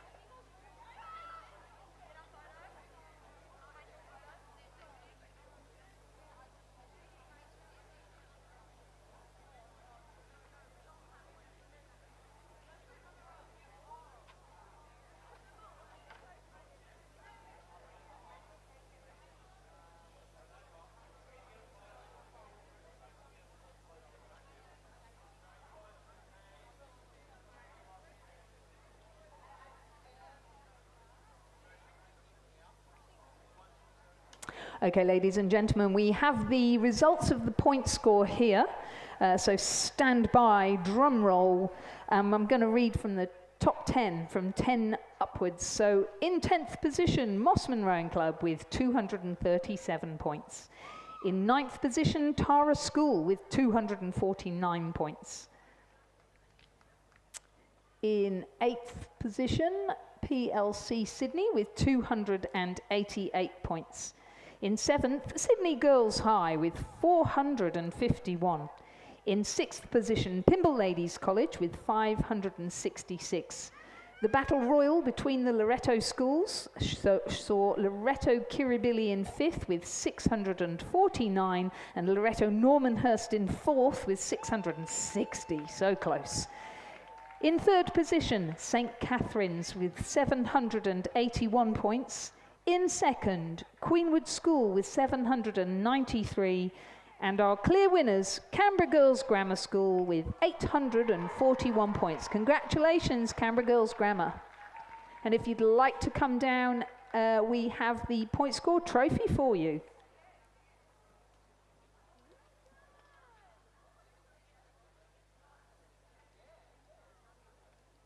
So fantastic racing from everybody. We've got to say, outstanding performances from Canberra Girls Grammar School, Please join me, ladies and gentlemen, in congratulating them for taking out the point score here at the Loreto Normanhurst Regatta.